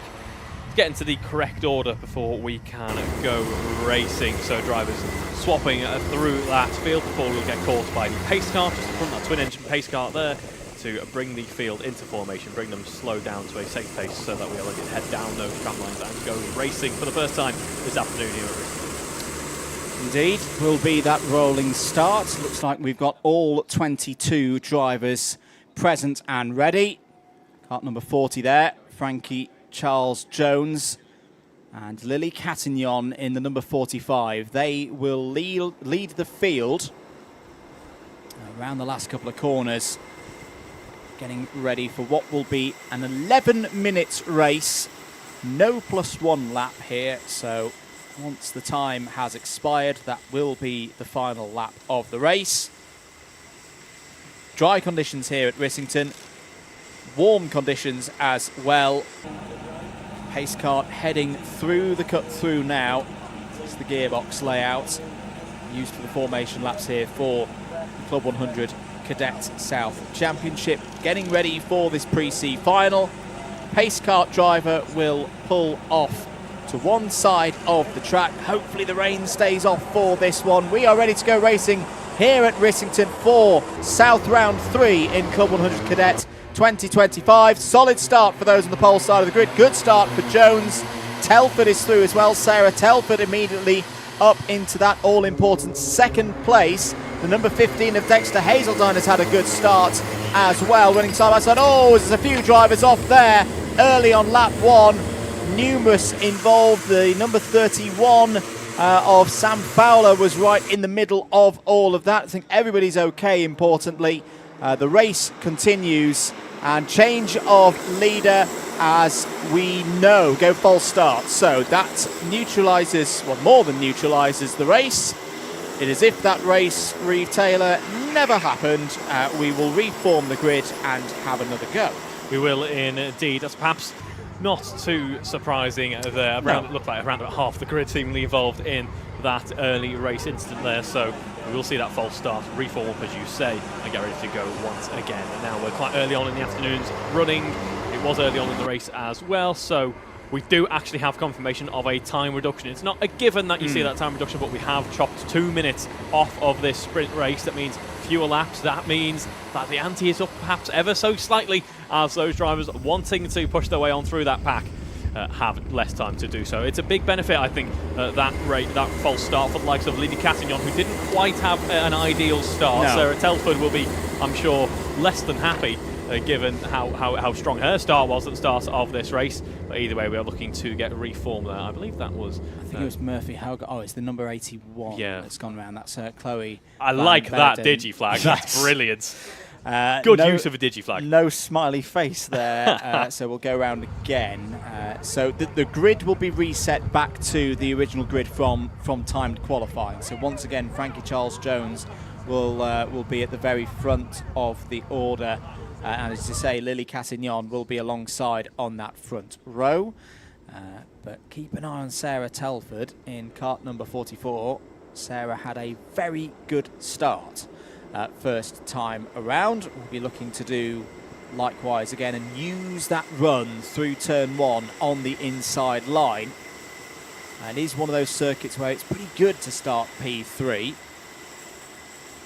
So the full grid of drivers, all 22 running, which is good to see. After that little bump down, I think it was going into the loop, wasn't it? Yes, it was, turn 3 last time around. Hopefully the drivers have learnt a little bit from that initial race start, and we can have a clean run through the first lap this time. Second time of asking. Pace kart will once again move off of circuit. Jones and Cattignon will look to get the best possible start, waiting for that green light to illuminate, and we do look good for another race start here, and a much better start this time from Lily Cattignon, who takes the early race lead through the second bend at the top of the top straight into the loop this time around. Are they all going to get through the loop at the second time of asking? It is looking better. However, I am just going to question here, Reeve, that start from Lily Cattignon, was it too good? There is a tolerance that the officials look on the timing as 3 wide down the inside. I think that was Teddy Mullen going for a move in the number 55. But yeah, there is a tolerance. A jump start penalty has come in, but it's not for Cattignon. It's for the number 39 of Jamie Watson. Teddy Morton has also had a jump start penalty. Now that would indicate that they probably started a little bit further up the gridded order than they should have. And Lewis Milne has had a braking formation penalty as well. This is a flurry of penalties right at the start of this race. Rafe Tamraz has come in yet. I'm just waiting to see though, was the number 45 start okay? Was it within tolerance? I think on the basis that we're now getting all the braking formation penalties coming through, that my fears have been allayed and that it's all okay. But Cattignon definitely on that second start, Reeve, learnt a lot from the first one. Absolutely, yeah. True change in fortunes there for Cattignon. Not too surprised by those braking formation penalties, I must say. We did see a pretty eclectic start to this second race restart, which is, it's always the way, I think, with a race restart. Now, to explain what we mean by braking formation, as the drivers come round to go through the tram lines, we'll show you. The rule in Club 100, there are those tram lines that you have to run all the way to the start line in the tram lines. It's not like, say, British Kart Championships where you've got to stay in the lines until lights out, because that can be independently verified by CCTV cameras on the start line. We don't have those here in Club 100. So to make sure it's all controlled, the drivers have to run all the way to the start line within the tram lines. That is then observed, of course, to see if anyone jumps out of them before they hit the timing line. that's when they're going to get a braking formation penalty.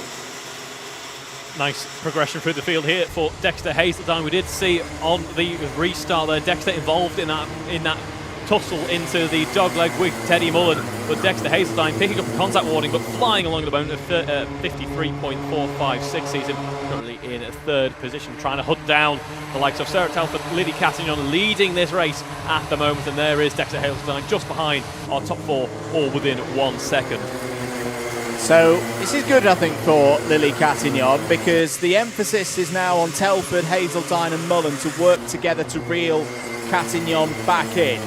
If they don't, if they fight for this second place, which is still very important, of course, to repecharge through onto the back of the grid for the pre-B final, Cattignon might have a chance here to break away. Telford a little bit deep there through the dogleg, has recovered it well, held on to second place. The drivers go round bottom bend and then into middle bend. This is the elbow that we're looking at now. Good span through this field. Dexter Hazeltine's had a contact warning. If you pick up too many of those, you can be subject to place deductions at the end of the race. Sarah Telford, good pace at the front of this group though, Reeve. They've managed to reel the race leader back in. Yeah, absolutely. The pressure is now on for Lily Cattignon, looking at the likes of Oscar Bradley. Currigan P6 at the moment. No major threats from behind, but a little ways off that gap in front. Looking pretty comfortable at the moment. We'll be hoping, though, to break down or break into those kind of 53-second region. Very close challenge there. Oh, Hazeltine's going to fall down the order now. Had a go at second place. Wasn't able to get through past Sarah Telford. That's allowed Teddy Mullen and Freddie Powell back through. A couple of other changes further down the order. Oscar Bradley is through past Frankie Charles-Jones for 6th place. Jamie Watson and Samuel Fowler have both got past Xander Cameron. That's for places 10th and 11th respectively. Zahi Lada is also up the order to 14th past Sammy Desi. And Murphy Hogarth as well is through past Teddy Morton for 20th place. Just over 4 minutes of this race remaining on the clock. Lily Cattignon doing a very good job at the front of the field, 54.151 last time around. Trying to chase down there is Sarah Telford, but I like the look of the number 55 of Teddy Mullen. Has been doing some good overtakes in this race so far, Reeve, and is sat right there in third. The driver who could best take any chances should there be mistakes from the drivers ahead. And if Teddy can't get through to the pre-B final in this race, there will at least be the solace of pole position for the C final later on this afternoon. Absolutely. Watch out, though, for Freddie Powell, who was mounting a charge against Teddy Mullen through the end of the second sector. It briefly looked like that was going to dissipate as Dexter Hazeltine tries to climb their way back up into the upper echelons of this battle, but instead, no, Freddie Powell, unfazed, is going to keep that power on. Actually, no, we're losing some time once more. Dexter Hazeltine has a look down the inside, the left-hander thinking, can I get the cart out in front? No, we have to back away. We stay in formation at the moment, but down the inside potentially is Freddie Powell alongside with Teddy Mullen.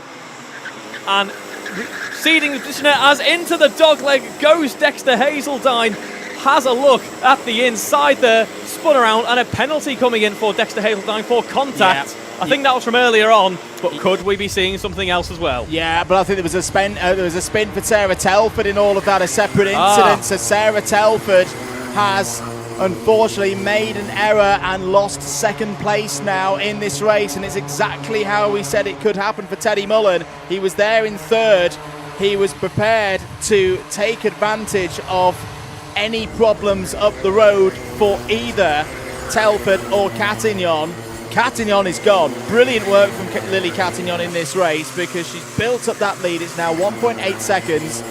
We're now in time trial mode if we're Cattignon. Just get this one through to the end of the race. Leave these two drivers here, Teddy Mullen and Freddie Powell, to fight over second place. There have been penalties for Dexter Hazeltine. I do believe one of them was for multiple pieces of contact. Again, if you use up all your contact warnings, that will eventually turn into a place deduction at the end of the race. The ABC takeout penalty has also come up for Hazeltine. Oh, well, it's Mullen's run wide. Mullen very lucky there to hold on to second place. ran wide just ahead of Freddie Powell. I'm just looking to see if there's any more spots of rain on our commentary box window. No, not at the moment, but we have seen over the far end of the circuit it does look like the rain is closing in, as here is a chance for Powell to go through into second place, and yes indeed, Freddie Powell takes second place away from Teddy Mullen. Mullen gets a track limit warning. That will have been for the run out of the elbow corner last time around. This has been a really exciting start to the racing here at Rissington. A really, really entertaining pre-C final, Reeve. It has indeed. Freddie Powell seizing upon that opportunity there. He just got the impression that actually there was a little bit of an unsettled kart there, especially after that small incursion with the grass. So Freddie Powell now leads this battle ahead of Teddy Mullen with that track limit warning. As it looks like, I think the rain is beginning to pick up back just that little bit more now. So a bit of discomfort in the car might just get a little bit worse in the final 40 seconds of this race. We are on the last lap of this race, and it will be a last lap for Lily Cattignon, which perhaps she wasn't expecting at the start of this race. We had that aborted start there, which saw Lily getting another shot at it, and she did have another shot at it now as we look back down to the battle for P2. Here is Teddy Mullen having a look around the outside potentially, but Freddie Powell can defend. Indeed, so this is a real test for all drivers holding on to those repechage positions, as here comes Mullen down the inside trying to find a way through past Freddie Powell. Powell defends it firm there from Powell. There's a yellow flag out. It's not for Lily Cattignon. Time is up. Lily Cattignon comes out of the final corner. If he's going to win the pre-C final, will proceed onto the back of the grid for the pre-B final. Who's going to get it on the line? It's Powell. Powell takes it from Mullen by a tenth of a second. A huge body of karts comes over the line there for the rest of the top 10. It was Oscar Bradley 4th, Sarah Telford 5th, Sam Fowler 6th, Frankie Charles Jones, your pole sitter, was 7th. Dexter Hazeldine comes over the line 8th, but will fall further down the order due to penalties. 9th for Guy Baxter. Good drive from Jamie Watson, up 12 places in that race to P10. Xander Cameron, Ralph Broderick, Zahi Lada, Sami Desi and Mahi Maru are all in the top 15 on the road. 16th for Lewis Milnes, 17th for Chloe Van Beneden, 18th for Rafe Tamras. Freddie Adams finished in 19th place ahead of Logan Thacker, and then Murphy Hogarth, last of those on the lead lap, 21st. Teddy Broughton 1 lap down, 22nd. Did see the checker flag. All 22 drivers who started the race finished the race.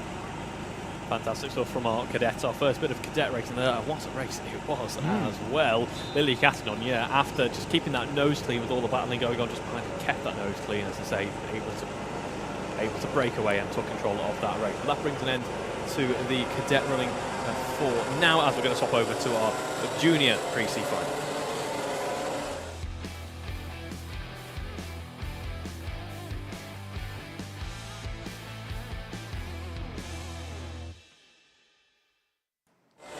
All set to go then for our junior super lightweight pre-C final. Let's take you through the grid for this one. On pole position will be the number 48 of Jack Hayhoe, alongside on the front row Josh Melling. Milo Stewart and Max Miller will form up row number 2. It's then Ruben Tucker and Caden Serville there on row 3.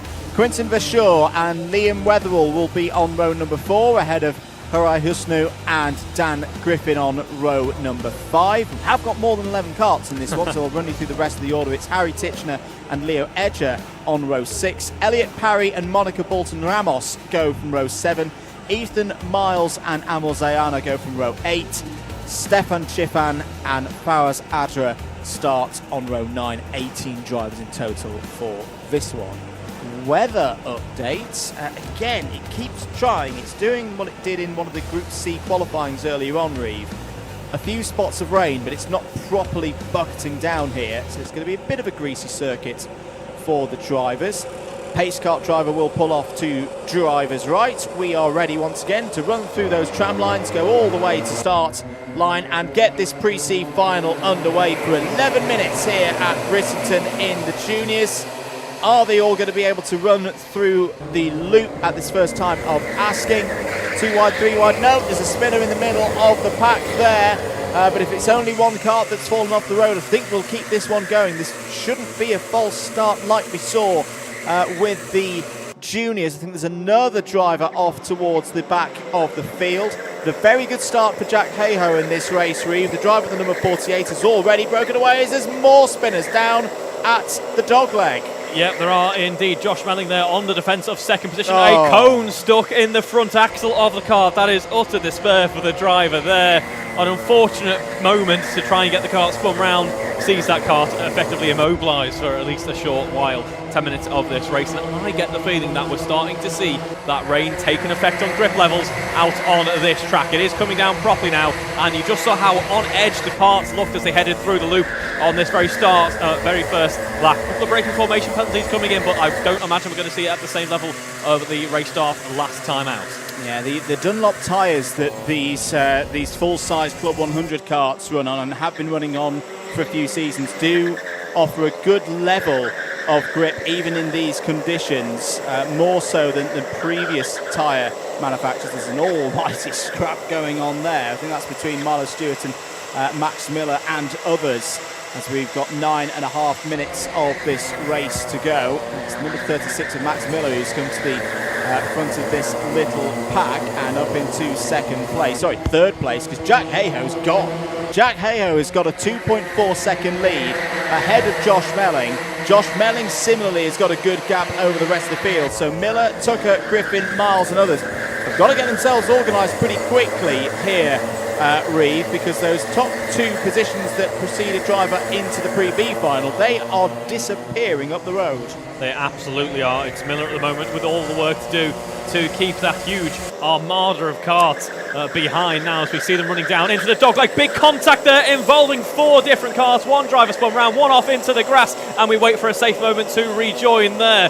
But the dogleg, a bit of a point of contention so far in the first junior race of the afternoon. Well, I wonder if the track conditions played a part in that incident, Reeve, because the rain for the first time today is really starting to come down now based on what we're seeing just out of our commentary box window. A lot more drops of rain on the glass.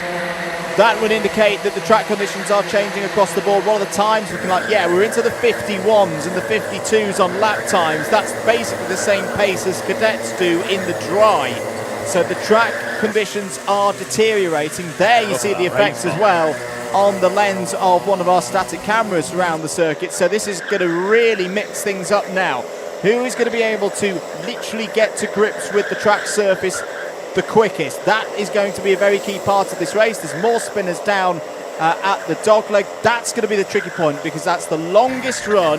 It's the fastest point of the circuit into a big braking zone. That is where these karts are going to be right on the knife edge. Absolutely. These karts already braked on one axle, which means that the balance can be very much upset, especially if you stamp on the brakes in low grip conditions like these, as we go nearly 3 wide at the start of the next lap there. That is the 1-2-6er of Josh Melling. Second place. Yeah, this is the battle for second place as we run through the loop now. It's becoming a 4-car battle for second place now. Josh Melling with the R-plated rookie, the denotation on the R timing screens here, is doing an almighty job at the moment of keeping the likes of Max Miller behind, but the question is for how long. Jack Hayhoe walking away with it at the moment, and Josh Melling, who was looking pretty comfortable a few moments ago, now finds himself under pressure in this battle which covers 2/3 of the podium. Ethan Mars had to go down the inside there, nearly had a half spin through the dogleg. The rain is continuing. Oh, it's really teeming down now. Here at the circuit, you will see mid-corner the driver sliding around a lot more. Now, one of the saving graces, this is a well-rubbered in, well-used circuit. It will offer a good amount of grip to the drivers. Here's the fight for second place as Max Miller's down the inside. The rain is getting harder and harder out there now. Back comes Melling on Miller. This is for that crucial second place in the race. Jack Hayhoe again is 4.5 seconds up in the lead here, but even that bigger gap can't be one to rest on his laurels because of this rain that's teeming down now at the circuit. You can see the slippery surface flags are out, and this could potentially bring a lot more drivers back into play here, Reeve, for this second place. Absolutely, our field still looking pretty close all over throughout the running gear, and as you say, that second battle getting closer still. I'd argue it now covers down all the way down to P8, P9, I mean, just look at the number of karts here. This is now the number 98 rather of Ethan Miles into he the runs lead. wide.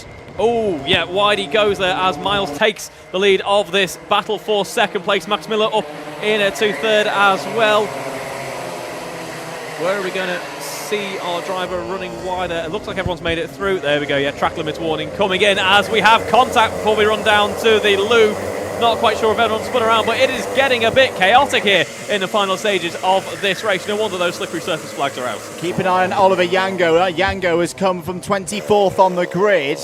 In kart number 83, you can see him there in the orange suit and the white helmet. Oliver Yango's probably got a little bit more experience than the rest of the drivers here. Could be on his way to a quite remarkable run into the Pre-B final. Number 31 having a bit of a slide there. That's Quinton Verschure. I thought I saw Quinton in bother earlier on this lap. 5 minutes to go. Jack Hayhoe's lead is 5.8 seconds, and as long as Jack Hayhoe can just keep it on the road and keep the pace good, he's going to be through. The question is, though, who's going to be taking second place? Max Miller has jumped away from the field on this particular lap. Miles is back down the inside of Melling for third place. 4.5 minutes remaining in a very, very tricky Pre-C final for everybody out there. There is once again Oliver Yango in the number 83, just ahead of Dan Griffin in the bright green helmet. I think the rain has abated ever so slightly. No, it hasn't actually. No.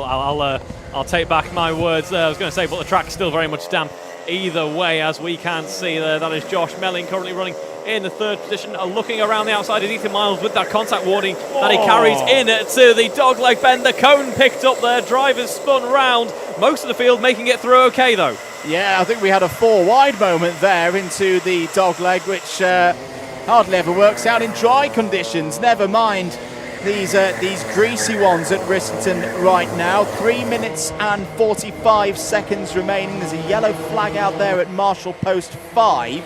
I think Ruben Tucker's still running around out there, but I think a couple of drivers have fallen off the back of the field. I think there's been problems for Nathaniel Garay. Is down in 30th place now. Amor Zayana and Leo Stavru have also fallen off the back of the main pack. I tell you what as well, Max Miller is closing in on the race leader here. Jack Hayhoe's lead is down to 3.8 seconds as Ethan Miles has a little tap on the helmet there to communicate to the drivers that they need to think about this. That's a nice move from Ethan Critchley in the blue suit with the white helmet, kart number 87, round the outside of Dan Griffin for 6th place. Latest news from race control, there's been a few contact warnings in this one, but we have seen that penalty for Callum Wood in the number 45 for FDW, that is forcing driver wide.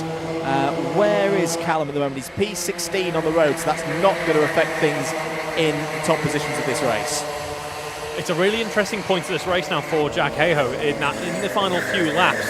He has the time gap at least to afford to just kind of cruise the kart home, but the issue is, in damp conditions, that's not what you want to do. Those tyres are not going to appreciate that drop off in pace. He needs to effectively still gun for it, but that adds risk as well. It's going to have to be a very perfectly balanced race for Jack Hayhoe at this point. Yes, he's still got 2.8 seconds as his lead as Griffin goes wheel to wheel with Yango there. Oh, it's round in the middle of the pack. And that looked to be a spin that was encouraged, shall we say. We'll track who that was spinning round down the order in a few moments. Dan Griffin's not happy at all. Both hands off the steering wheel there, remonstrating with another one of the drivers. So 2 minutes to go. Oh, is it Yango? Oh, Yango's still there in 8th place. Yeah. I think it might have been Caden Seville who's dropped down to 15th, lost 4 places on that last lap. Yeah, there is the number 83 of Oliver Yango. But my oh my, this has been a really tough race for our Pre-C finalists. Remember, most of these drivers, if not all of these drivers, have never experienced race conditions here at Rissington, and they've been thrown straight into, maybe not a baptism of fire, but a baptism of rainstorms out there.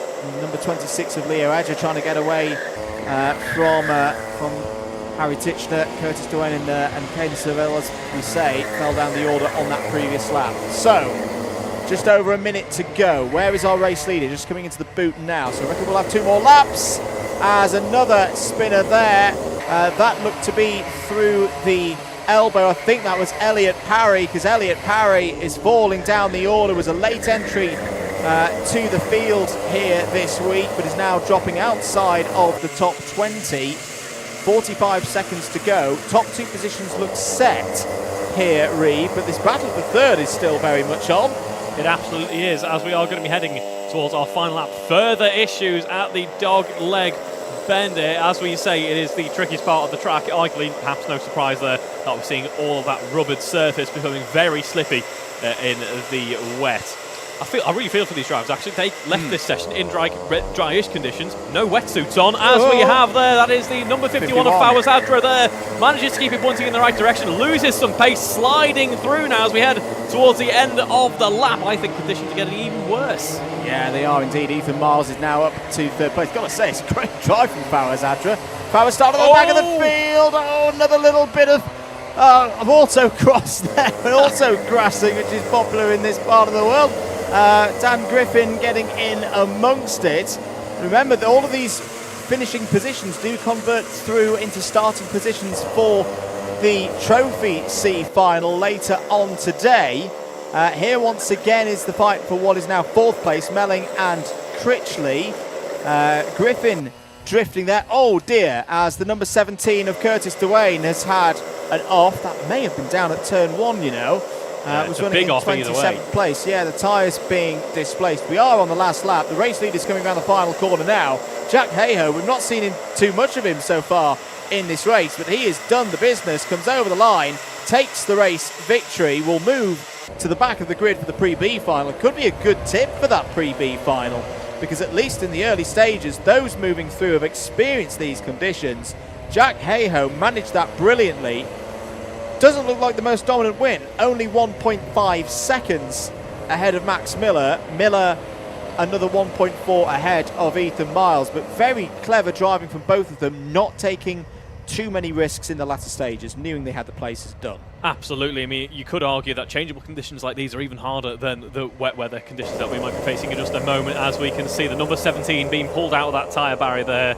Commiserations to the driver there, that's Curtis Dwayne, finding themselves in the tyre barrier. Hopefully pick up pieces and continue on for the remaining race this afternoon. Shout out there to Callum Wood as well, 25th on the grid, up in to Wealth as well. Oliver Yango, 24th, up in to 8th. So despite the conditions, despite the chaos on track, we're still seeing some strong races from our junior Pre-C finalists. Yeah, a real topsy-turvy race. I think there's probably about 7 or 8 drivers who got into double figures of positions gained in that one. That will really, really shake things up for the grid of the C final later on. We'll see more racing, of course, from the juniors later on this afternoon. We'll switch back to the cadets now. The Pre-B final is up next.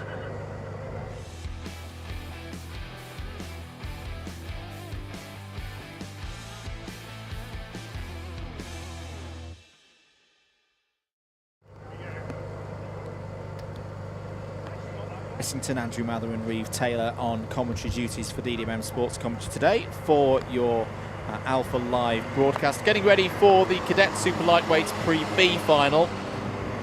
Let's take you through the grid for this one. 22 drivers heading out on a damp Rissington circuit. The field starts with Ethan McNally-Roberts on the front row with William Moore, Harvey Ball and Lucien Postan on row 2. Jaden Williams, we're going to chat to Jaden earlier, and his father is on row 3, joined by Adam Telford. Omar Ular and Juan Armendariz Bocanegra go from row 4. It's Finley West and Marlo Taylor on row 5. Rafe Howe and Hugo McMillan start on row 6. Philip Poloskov and Mia Gualtieri go from row 7. BIKC 2024 champion in the cadet category, Manzi Nwosu, starts on row 8, is joined by Alicia Waterhouse, Mohamed Essa and George Hillary on row 9. Barnaby Rolfe and Valley Finberg were the last of the automatic qualifiers from TQ through to this Pre-B final there on row 10. Then there are 2 rapid charging drivers from the Pre-C final, Lily Cattignon and Freddie Powell. That makes our grid then, and now it's time for our grid to head through that final corner and get ready to go racing. The rain still teeming down as we can see the drivers forming up into those tram lines behind the pace car. We're looking for a nice measured start to this race, our Cadet Pre-B final. Let's see if we get that, as already I think we're seeing some changes in order. But we are going to go racing down into Paddock Bend. We go. Ethan McNally-Roberts leads ahead of William Moore, number 41 versus 42 as we run up towards the loop in just a moment. So far, so good, but let's see as we head through that loop. Is there going to be any challenge down the inside there? We've got a nice train of carts heading through, but the grip disappears through the loop. Where that track has rubbered up on the inside, we have a big spin, and I do wonder, might that be a false start? We will see in just a moment how things are declared and have confirmation there. That is the green and yellow flag marking that is going to be a false start for this Cadet B final. This race effectively never happened. This race start didn't exist. We'll probably have a reduced time as we get ready to go racing once we're formed up once again. And very fortunate for Hugo McMillan there that is a restart and a start that never was, because the 83 jumped out of tram lines very early there. I was about to say, if the 83 doesn't get a false start penalty, I will eat my Le Mans hat. My Le Mans hat is safe for another week. So, yes, the grid will be reset. I think there were about 5 carts off at turn 2, and then a few others off the loop as well. That will all have been down to conditions. So the field will go round again. Yes, indeed, the race time is reduced to 9 minutes. And the front of the field got away okay there. I think it's just the midfield, probably a bit of a stack up into this corner here, into the end of the top straight.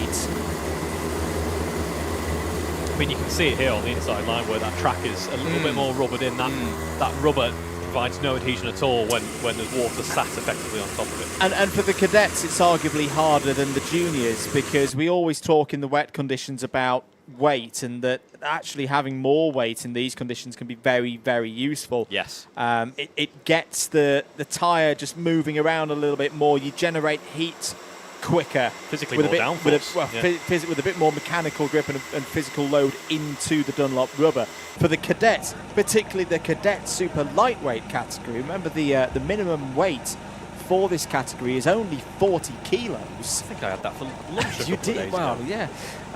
But it's not a lot for the drivers to work with to get heat into these slick tyres. So, looks like we're pretty much good to go again for the pre-B final for the Cadet Super Lightweights. Pace cart pulls off to drivers right.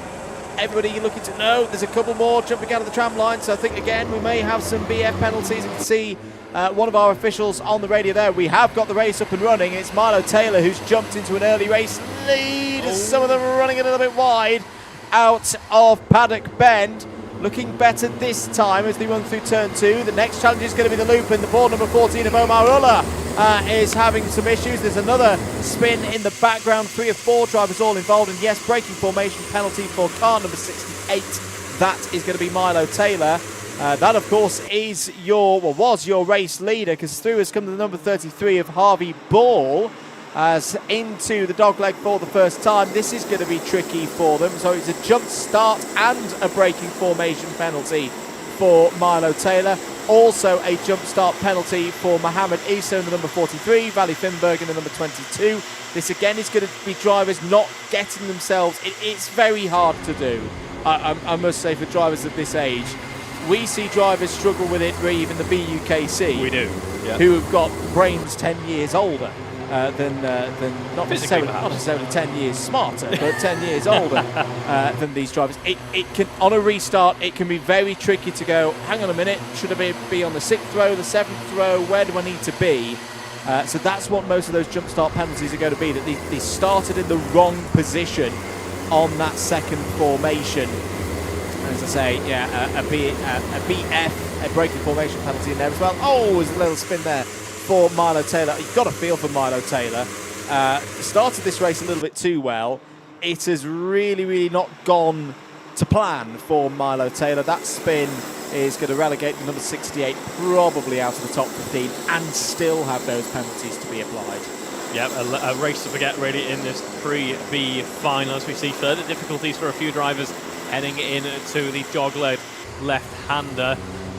Here we go. And one thing that we mentioned, of course, is that a couple of these drivers might have experience in the likes of owned a kart or some previous karting experience, but they might have had the option to put on wet, if the weather certainly rows like it has today. So this is completely uncharted territory for all of our drivers here so far as we look to the battle for the lead of this race. William Moore versus Harvey Ball as we head down through into the loop in just a moment. The loop which has provided so many difficulties for a number of drivers so far today. These two twitch and slide their way through, but do make it pointing in the right direction. I think Harvey Ball losing a bit of time there, but William Moore controlling this race at the moment. Look at lap times, 1 minute 4.4. That is wet weather running, if I can say that.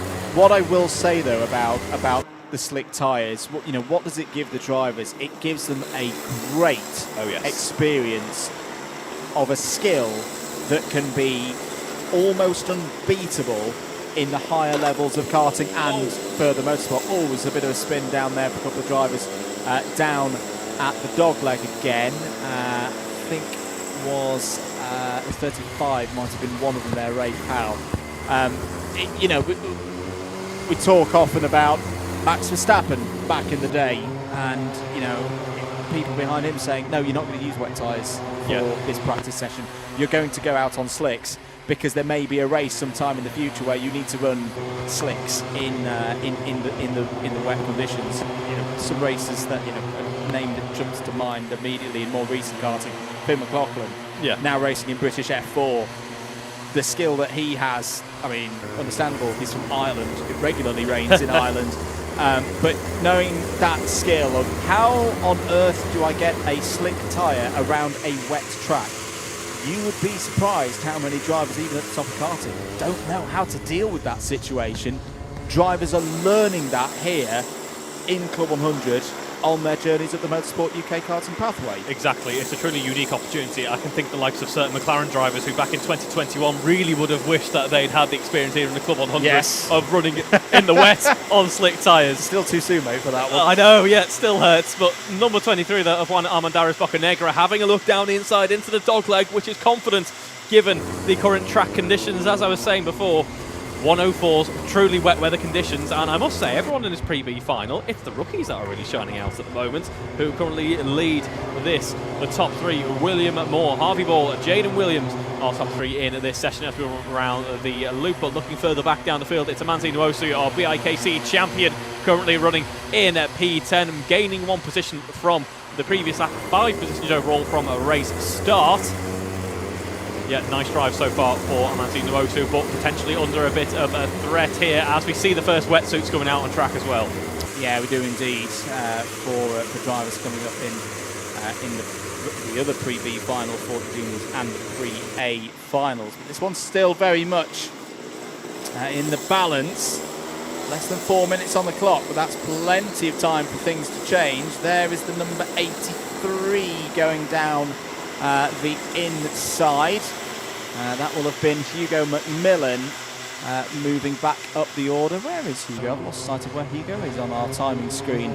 That will have been for 16th place, up past Barnaby Rolfe. This is your fight for third.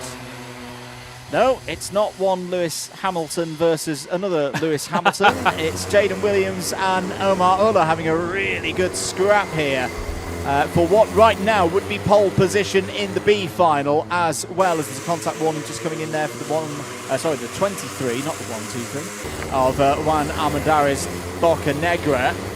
These two about 4.3, 4.2 seconds behind Harvey Ball, and those positions for repechaging through and straight into a Pre-A final. They are being joined by Lucien Poston as well. Lucien, who started 4th in this race, so is on for some good championship points at this stage. 2 minutes and 40 seconds to go. We did talk earlier about whether we would see the Pre-C finalists coming through the order. We have, but unfortunately Lily Catignon's just had an ABC takeout penalty, so that will halve the amount of progress that Lily has made. That'll be plus 6 positions. Ouch. As there is a change for third place. Hamilton on Hamilton. Wait, no, that's wrong. It's Omar Ulla through past Jaden Williams. Yep, that might not get tricky at all, as we're seeing them making a little bit of contact there. Communication between the two drivers as Omar Ulla is on defence now, running through the loop, and this brings Jaden Williams, this brings Lucien Poston into the mix as well. Potentially, no, sorry, it is Jaden Williams here now into the mix of things as we run up through to the mid-phase of the lap, but shaking over the head there. I think a bit of frustration creeping through as this battle for second comes to a bit of a diminuendo at the moment, and we see Jaden Williams now beginning to put that pressure on Omola for third. Just looking at elsewhere down this order, we've got a number of drivers who've gained double-digit gains in positions. Mohamed Issa is up to P7, but I do want to recall, I think Mohamed was one of those drivers who got a start infringement penalty early on in the race. This is for the lead of the race. William Moore and Harvey Ball going toe-to-toe here in this pre-B final. Now they need to keep it clean. They're both going through to the pre-A final. As things stand, they won't score any championship points because their rep are charging through. They'll get another shot at even more championship points later on if they can keep this together.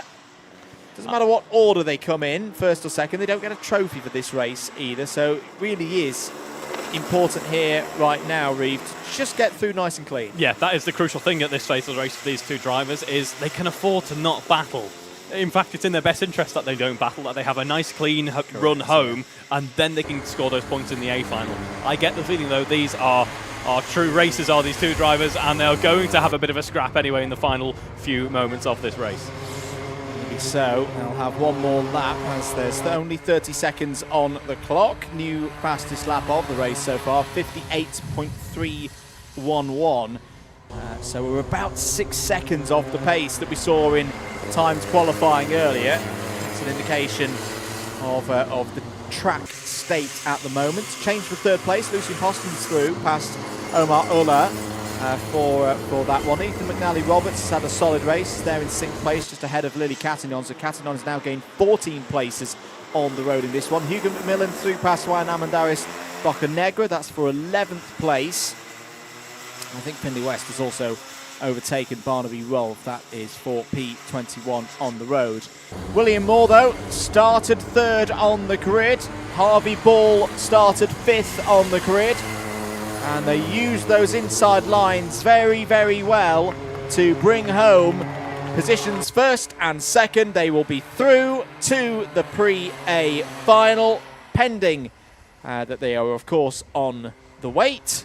And there's no penalties from earlier on the race, but I don't remember the number 42 or the 33 coming up on our little ticker here in the box.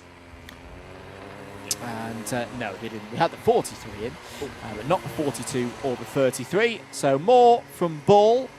No, this isn't the 1966 World Cup. This is Club 100 racing. They'll be through to the pre-A final. Lucian Poston, Omar Ulla, and Jaden Williams will be the first three on the grid for the Trophy B final later on today. Ethan McNally, Roberts, Lily Cattignon, Amanzi Nwosu, Freddie Powell and Mia Gualtieri, there, Reeve, all in the top 10. Yep, plenty of action once again from our Cadet Pre-B final. Up next, though, it will be our juniors in just a moment. Some big moves in that field once again, like to Freddie Powell, Lily Cattignon, of course, carrying that penalty, as we know. Amanzi Nwosu as well, gaining a good few positions there. So, just as if there wasn't enough jeopardy with a new track, we add rain into the mix as well, and it adds even more excitement. But we are good to go for our junior Pre-B final in just a moment.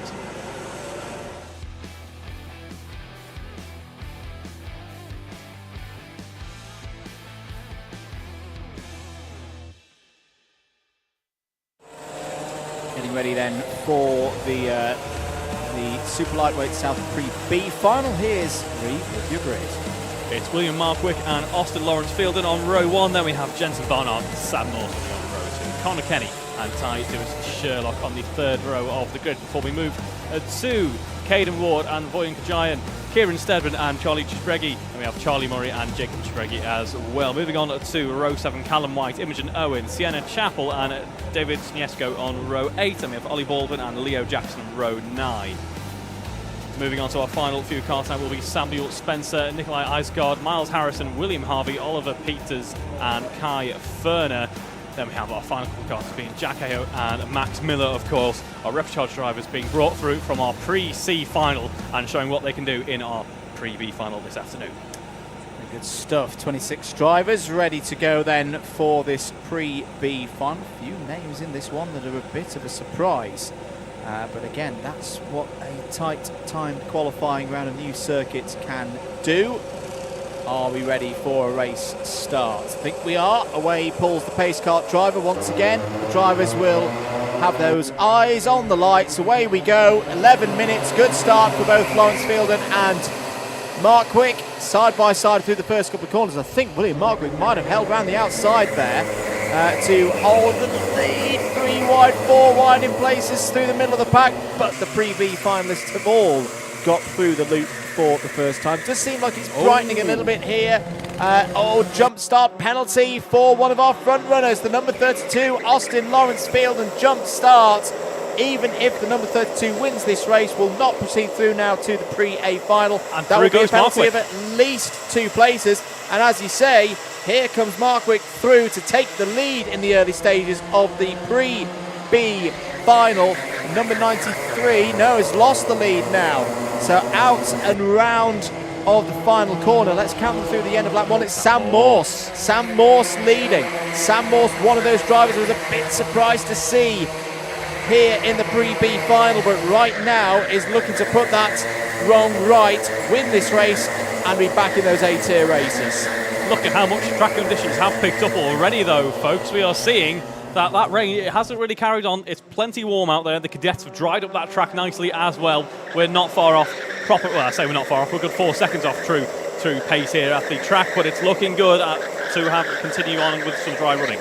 Few spins down there at the commentator's dog leg. Curse. Bits of a domino effect there as one went in and everybody else followed. There's been a contact warning for Jensen Barnard in the number 27. I think at the moment it's running in 4th place. You can see him in the blue, yellow and white helmet. So Morse and Markwick at the moment, they would go through. Giants had a good start, up to 3rd place ahead of Barnard, who fell down the order last time around. William Harvey, I think, was involved in the events down there with the dogleg. Max Miller, Samuel Spencer and Ollie Baldwin are all outside the top 20 now, as the cone is replaced just in time for the field to come through. It's pretty tight here at the front, Reeve. The front pack, the front 2 have not been able to break away, so all to play for those repechage spots.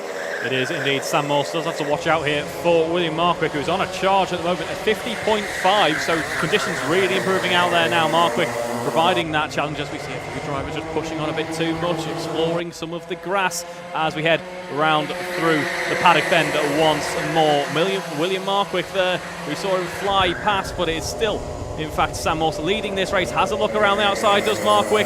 Nothing he can do from here on this part of the lap zone. If he's not too careful, we're going to see the likes of the Giant, Barnard and Lawrence Fielden pushing through as well. Miles Harrison out of the race, and the number 22, I thought I saw the distinctive sky blue and white helmet at the side of the road, and yes I did. So Miles Harrison will score points, of course, for this race, but that is a real setback in his hopes of continuing, well, it will end a run of being in every single A-tier race so far this season. That's a real shame for a driver 4th in the championship standings at the start of today. 7.5 minutes of this race to go then. Morse and Markwick doing the right thing here for me, Reeve, working together, pushing that gap to Giant up. They don't need to fight for the race win in this one. It's all about qualifying through to the Pre-A final, but I think Giant's going to give it a go back here.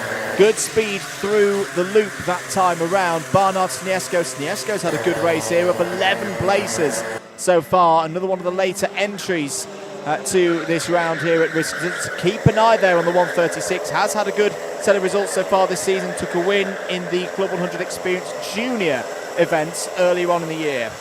Yeah, let's watch out for the likes of Sniesko or Barnard. They could be a real benefit for the likes of Markwick. If they can keep the Giant occupied at this phase of the race, our 2 front runners will be able to push on, build up a bit of a gap, which they so desire in order to push on into that A final. We start our run through the Paddock bend once more, and this train of cars seems to be getting bigger by the lap now as we see them heading through to the loop in just a moment. A little bit wider perhaps. Running through the loop goes Sam Morse. Markwick tight on the inside there, a little bit faster by about a 10th or so every lap over the past couple of laps. Markwick closing up, but here is Giant as well. I think the interesting thing here is how is William Markwick going to play this, because he's going to perhaps feel a little bit nervy that group of 3rd, 4th, 5th, 6th are closing in.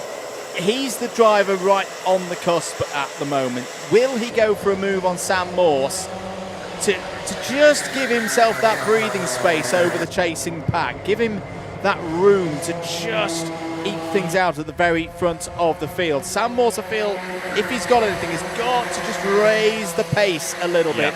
If anything, just to calm Mark Quick's nerves and reduce the chances of William throwing a bit of a move in for the race lead. He certainly has done that on cue pretty much. Sam Morse, for the first time in a couple of laps, actually has a faster lap than Mark Quick out there. It is by very thin margins, only 300th of a second, but every little helps here as Kajayan looking like, as we see there, Markwick heading down into the dogleg, nearly gets a swapper on.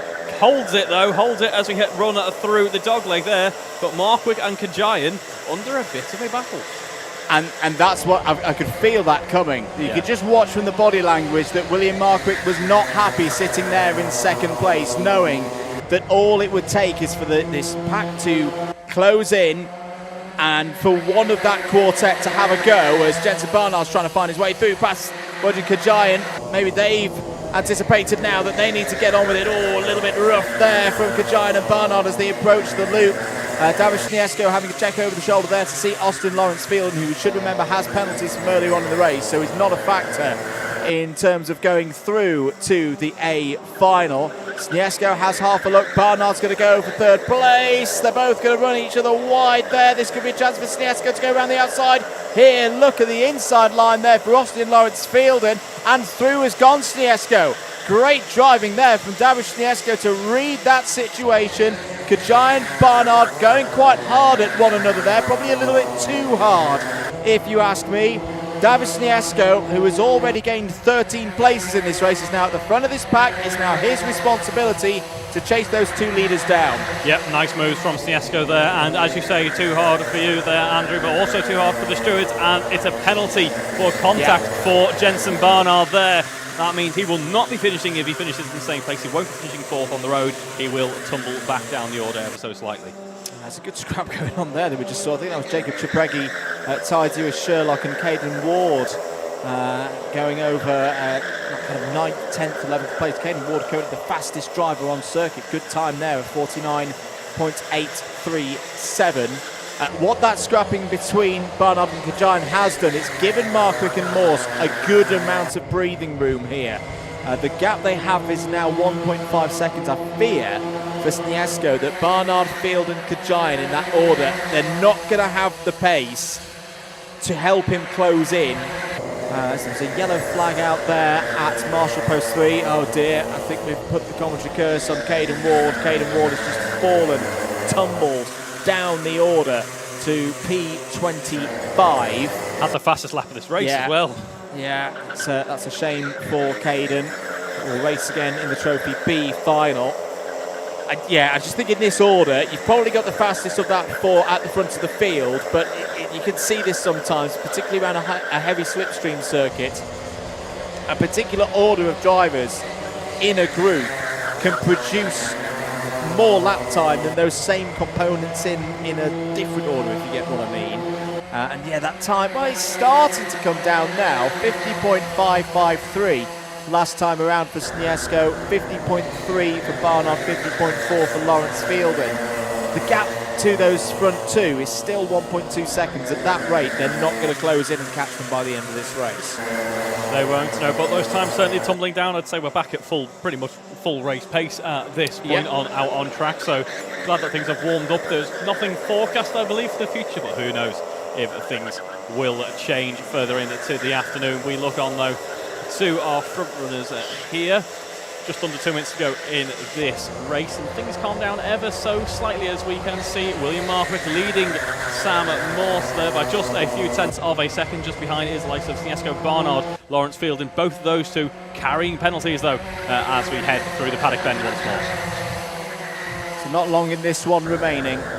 There are your race leaders, William Markwick and Sam Morse. Sam Morse started to feel a little bit nervous now as well, like William Markwick perhaps did earlier on in this race. Doesn't want to be sat there in second place, doesn't want to be the first driver caught by the wolves behind, led by David Schniesko. Barnard defending from Lawrence Fielden there into the dogleg once again.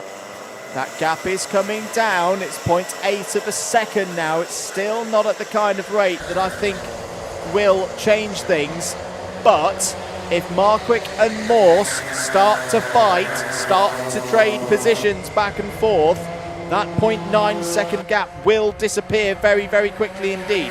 Mars Harrison is still circulating, by the way, in the number 22, but has just picked up a track limit warning. What is the gap this time around? It's 0.9. So it's holding steady right now between Morse and Sniesko. 30 seconds remaining.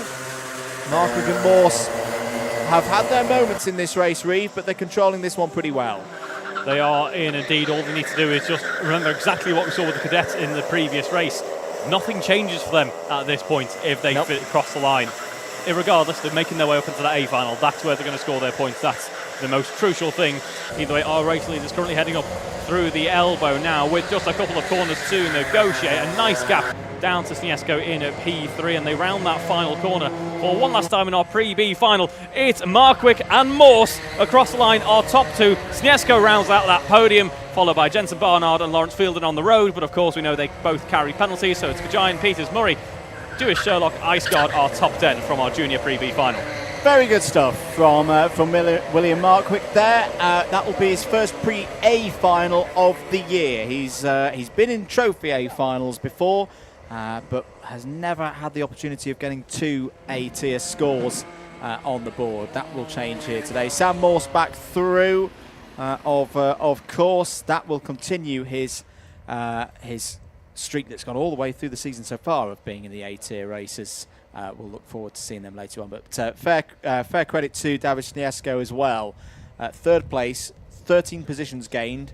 I think that was a clean race as well from Sniesko, so we'll see him on pole position for the Trophy B final later on today. But as the karts in the junior category head on in, that means that the cadets come out to play. The first of the big point score races of the day is up next. It'll be the Cadet Super Lightweight South Pre-A final.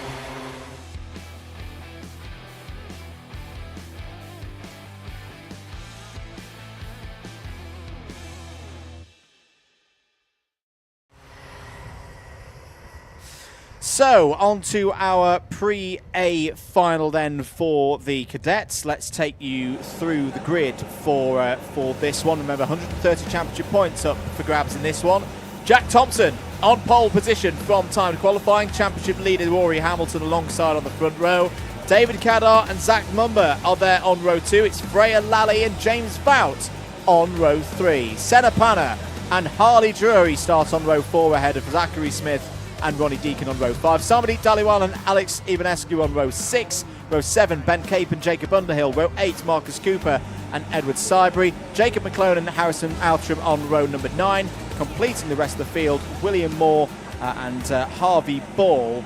And of course, we will have our drivers there, Moore and Ball, through from the pre-B final. Are we ready to go? Looks like we are. Pace car pulls away. 11 minutes is underway. Oh, that looked like a bit of a scrappy start for our Cadet Super Lightweight. And is this immediately a false start? Or well, I've not seen any false start flags on our screen yet. Now we have. Okay, I think that, yes, was almost a collective drivers-led false start in a way. I wonder, did Jack Thompson not quite get away when the green lights went out? I think Rory Hamilton was perhaps worried about a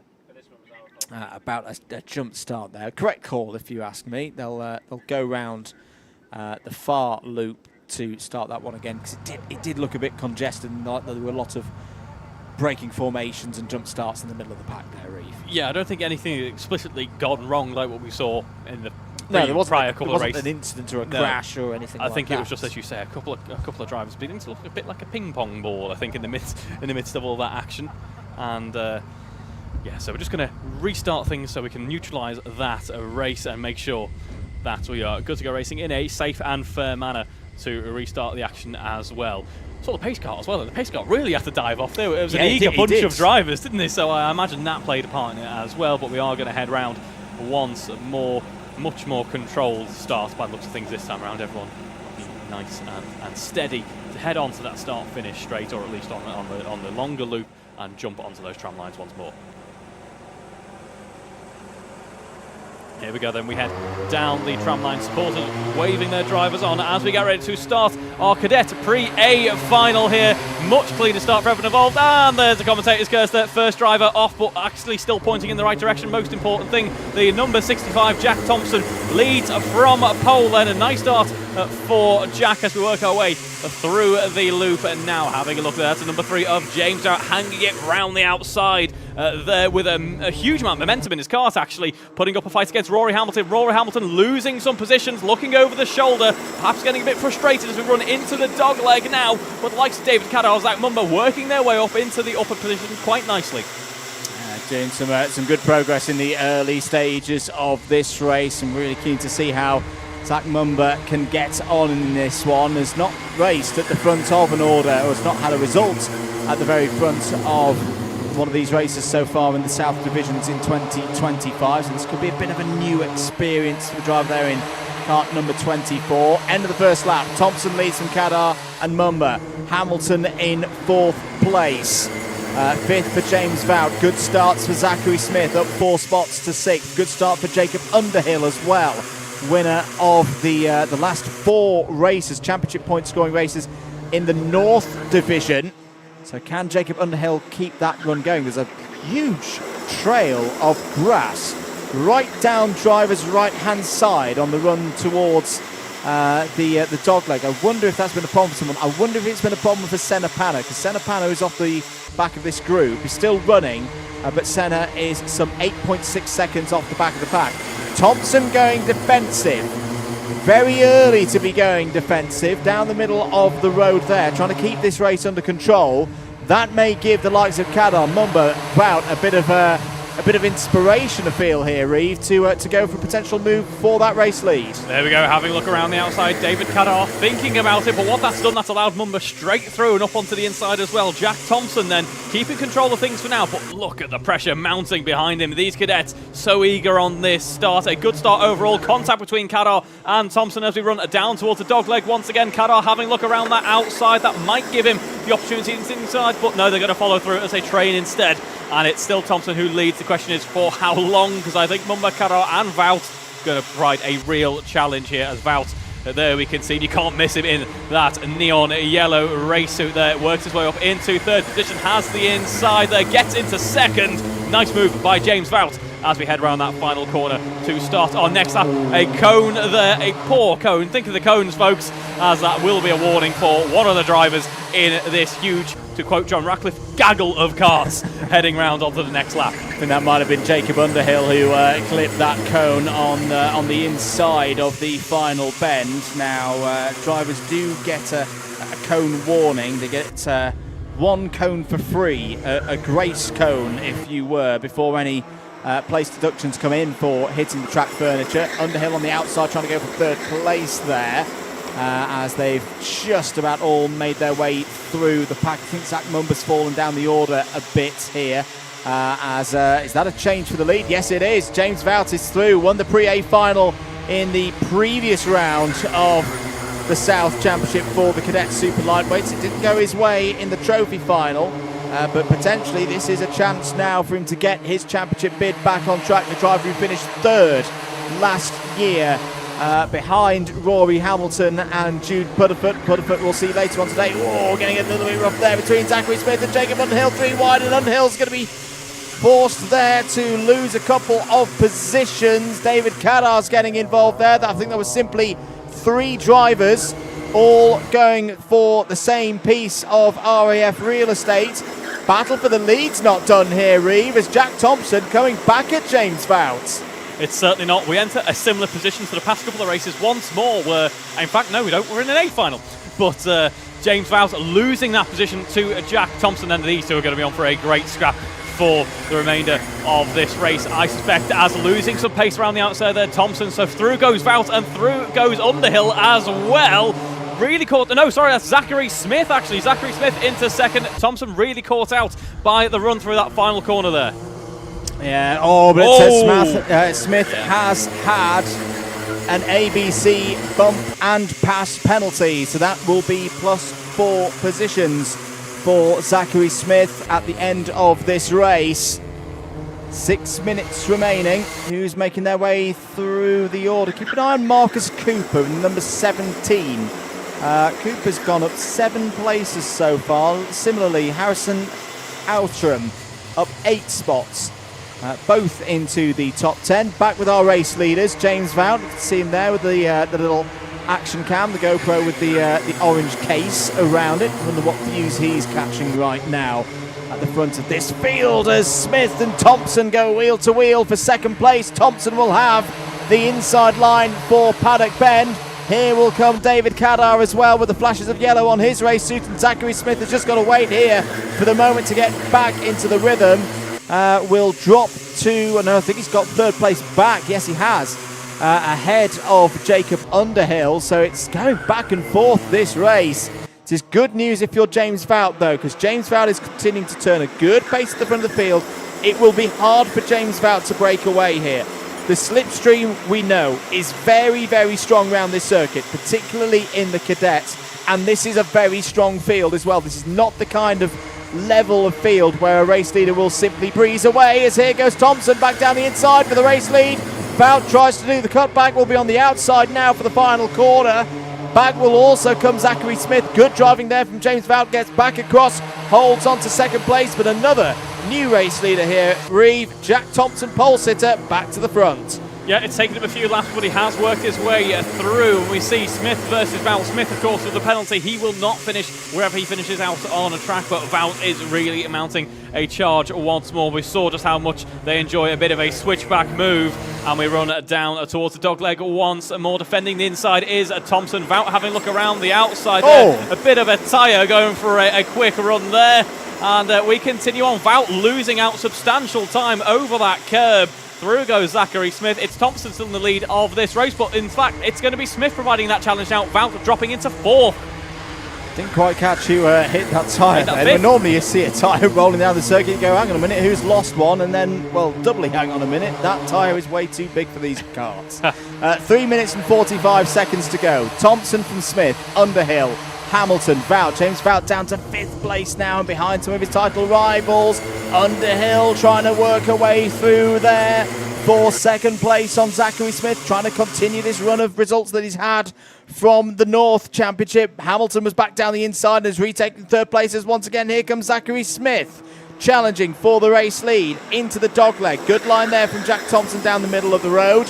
Back is coming Zach Mumba as well in the Lewis Hamilton replica helmet there, the purple and the yellow. Zach Mumba back up to 6th place. This is a good effort, has not given this one up at all. There, confirmed another change for the lead. Zachary Smith now hits the front. He does indeed. Zachary Smith staunchly defending his position there, just moving across, making sure there is a cart's width, but very little further than that as Zachary Smith continues on in the race lead. A reminder that he cannot win this race on paper because, of course, he has that penalty. So as it stands, Thompson still leading this race in effect. As things stand, it all could change, still a few laps to go, but Smith leads us through into the middle sector of the lap. It will be the heavy braking zone of the dogleg just coming up in a moment, and we can see Thompson in that tow, gets closer, heads it round the outside. That gives him the inside for the right-hander here, and just misses out on race lead. That could have compromised him, that run, actually, as here goes Rory Hamilton as well, closing up, has some good momentum and putting that pressure on Thompson now. It does indeed. The drivers may not know that Zachary Smith has a penalty in this one. Rory Hamilton goes back down the inside, takes second place away from Jack Thompson. So whether he knows it or not, is now in a net race lead. 2 minutes to go. They're all having a little discussion there with each other through Paddock corner. Back through goes Thompson. James Vout follows back into 3rd place on the road. Here's the 52 of Harrison Outram. We said keep an eye on drivers in the second half of the top 10. Harrison Outram is the fastest driver on track, a 52.411 a few laps ago, and is now 5th place on the road, having gained 13 spots from where he started in the number 52. What a run this is from Harrison Outram. Zachary Smith, I think, is gone, but again, he has penalties to be applied post-race. They are place penalties, not time penalties, so even if he was to win by 55 seconds, he would not keep it. Rory Hamilton is really not happy at all. I think that was a bit of an applause, and not a positive applause, I would think, towards one of his competitors. 60 seconds remaining in this one. Jack Thompson continuing to hold on to this effective race lead. James Vout, Harrison Outram not far behind.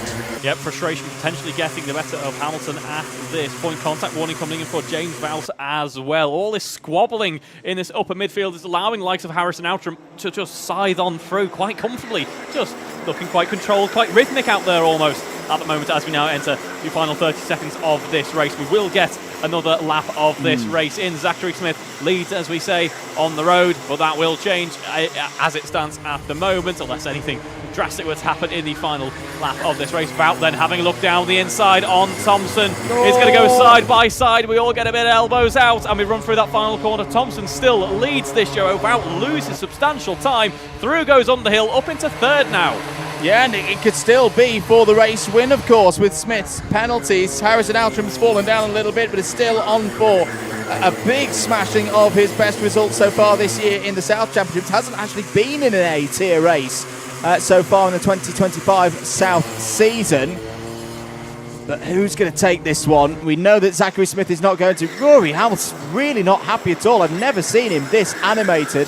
Harrison Outram's now having a go at him there for 5th place on the road. That's going to end all chances of the race win for that group of drivers. There is Dante Dillon. He's not part of this race. He's one of the testers in this one. But for Zachary Smith, we'll take it on the road, but again, has placed penalties. It's going to be tight at the end for who is actually going to win this race. Whoa! Oh, there's all kinds of stuff going on in the last couple of corners. Jack Thompson is going to hold on to a race victory once penalties applied. Jacob Underhill nearly made it 5 in a row across the Cadet Super Lightweight divisions, but will still take a big haul of points.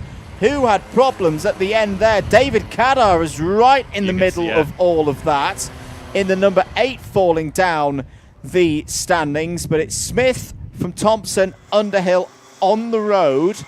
Vout, Outram, great result there for Harrison Outram in a first run in a pre-A final this year. Rory Hamilton, I have never seen Rory that animated in a race before. He clearly wasn't happy at all, but will still take a decent haul of points with 6th on the road.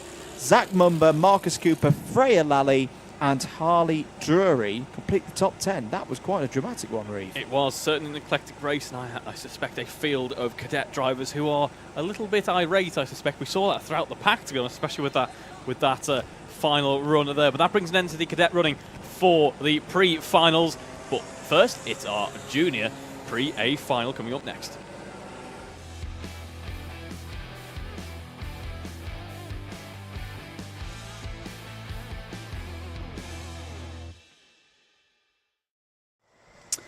So the last of the pre-A finals up next. It'll of course be the junior super lightweight A final. We'll have a big grid for this one, and let's take you through all of the runners in this next race. Jamie Richards starts on pole position. Ellis McKenzie alongside on the front row. Oscar Matariak starts on row 2. Is joined by Jasper Clark-Sass. Ellis Cox, first runner of the year for Ellis Cox in Club 100, starts on row 3s alongside George Dugard for that one. Row 4, we find Ollie Brunel-Weil and Jacob Brown, Jack Brommer and Ethan Pritchard on row 5, Jamie Warner and Amy Gualtieri starts on row 6, Jules Larkin and Asan Iqbal on row 7, Edgar Acevedo and Tom Justice row 8, Matteo Ehrenfeuchter and Benjamin Hamilton start on row 9. It's Winfield and Hartley row 10. Welsford and Newton row 11. Markwick and Morse complete the 24-strong field, having qualified through from the pre-B final. So under starters orders then once again for 11 minutes here at Rissington, pre-A final for the junior super lightweights. Are we green at the first time of asking? Yes, we are. Good start for Jamie Richards. Whoa, one driver running out wide. That's going to be Ethan Pritchard there flying the flag for Wales. But that was a super run for our pole sitter. Jamie Richards leads in the early stages of this race, which once again counts towards the championship. 130 points on offer for everybody out there. But only one of these drivers will be able to take it down through the dogleg for the first time. They're not all going to get round unscathed. I think that may have been Harvey Newton going round at the back of the field, but back at the sharp end of things, it's Richards. Makowiak there in second place. Ellis McKenzie, I think, is held on to third as an almighty scrap going on for fourth place. Ellis Cox there in the blue, red and yellow helmet going wheel to wheel with Jack Bromham. So pretty chaotic start, plenty of action at least at the start of this race. Jamie Richards though starting with that nice gap, that could be crucial as we head further into this race. Couple of contact warnings piling in, you mentioned Jack Bromham there, just having a quick look at the comments from the stream. We reminder we can't see it all too much because of signal limitations here. Had a quick browse, it's mainly just drivers having a chat to each other. Oh, good. So as we see yellows being waved heading in to the dog leg. And under 10 minutes of this race to go. These sprint races really do tick on by quite quickly, especially when they're as action-packed as what we saw in the previous running. But here is Jamie Richards. This is the battle for this race lead on the start of this lap. It looked pretty comfortable. It's looking left comfortable now as we head around that final corner. We're going to be near enough 3 wide into the Paddock bend. Down the inside there, it's Makowiak having a look into the loop in just a moment. Still being led though by Jamie Richards. Oscar actually goes a little bit wide into the loop. That opens up the corner for Ellis McKenzie to try and swoop on by. So we'll see how those two enjoy their battle. They're probably thinking, come on, let's work together. Let's try and get Jamie out of the way if possible. But a bit of contact coming there as we run down towards the dogleg once again. I just wonder a bit of perhaps inexperience of running right at the front of a Club 100 field. You've got 3 drivers there who haven't really sampled the very heady heights of first, second, third so far this season. I mean, they're doing tremendously to be up the order, and this is what I'm liking about Rissington, particularly with these pre-A finals. It has mixed the field up. It has given opportunities to drivers perhaps not as experienced at other circuits round the country. Whoa, massive save there from, I think that was Jasper Clark-Sass going grass tracking a bit in 5th place, but managed to hold onto it in that fight with Ollie Brunel-Weil. Jamie Richards now leading by half a second. That is the number 75 there, Brunel-Weil coming through the order. Ellis Cox falling down the order. Ellis Cox we saw win many a race in the cadets. It's actually a fairly late registration to the championship. I think maybe wasn't fully expected to be racing in Club 100 Junior this year, so that's why we've not seen him before. He's on the reserve list for a lot of the competitions in 2025. But given that he's not had much race pace and race practice, Reeve, with these other drivers, yes, it's round 3 for this championship, but if we think of the whole season, it's actually the 6th cadet and junior event that we've had so far this year. The fact that Ellis Cox has immediately got himself up in the top 10 of an A-tier race of the juniors, that's impressive in my book. Yep, that is certainly a good sign of things to come, I think, as we have a change for the race. A lead here back in to the dogleg, running now into that final sector. These 3 breaking away from the rest of the pack in pretty good stead there, as we can now see Jack Bromham leading this race ahead of Jamie Richards. Ellis McKenzie still in the mix there, carrying that fastest lap of the race so far as we run on to that next lap. Now we're going to see just what the gap is currently looking like for our top 3 down into that first corner. We saw there Ellis McKenzie having a look into the inside, into the paddock bend. Nothing to do from that far back though. It's going to be later on into the lap if he can get that move done, but pretty much sat on his rear bumper bar there, isn't he, is Ellis McKenzie running through the loop. It's these drivers looking to get their best results of the season so far. Jack Bromham had a bit of a slow start to the season at round 1. We have seen him be able to get very good results in races before as McKenzie goes for the move on Richards. Richards holds the door open and will hold on to second place. But is this going to throw these 2 back into the clutches of Makowiak there in 4th? Brunel-Weil not too far behind as well. They're still side by side as they run through bottom bend, through middle bend, and now onto the elbow. This is a really good scrap between Jamie Richards and Ellis McKenzie, but it's surely losing them a lot of time here. They're now 1.8 seconds behind Bromham. McKenzie trying to find a way through on the inside there after turn 1. That didn't work. Makowiak has caught them in the number 20, and there's others on the charge as well. Makowiak looks down the inside of McKenzie for 3rd place, running through top bend. Did he get it done? No, not on this occasion. Keep an eye there on Bruno Wild in number 75 as they're rubbing pod to pod through the dog leg. This is all getting a bit scrappy out there in the pre-A final for the juniors. This is great news if you're Jack Bromham. Bromham's gone up the road. He's going to surely have a 3-second lead, I'd imagine, at the end of this lap. Jamie Richards having to fight really hard at the moment to hold on to this second place.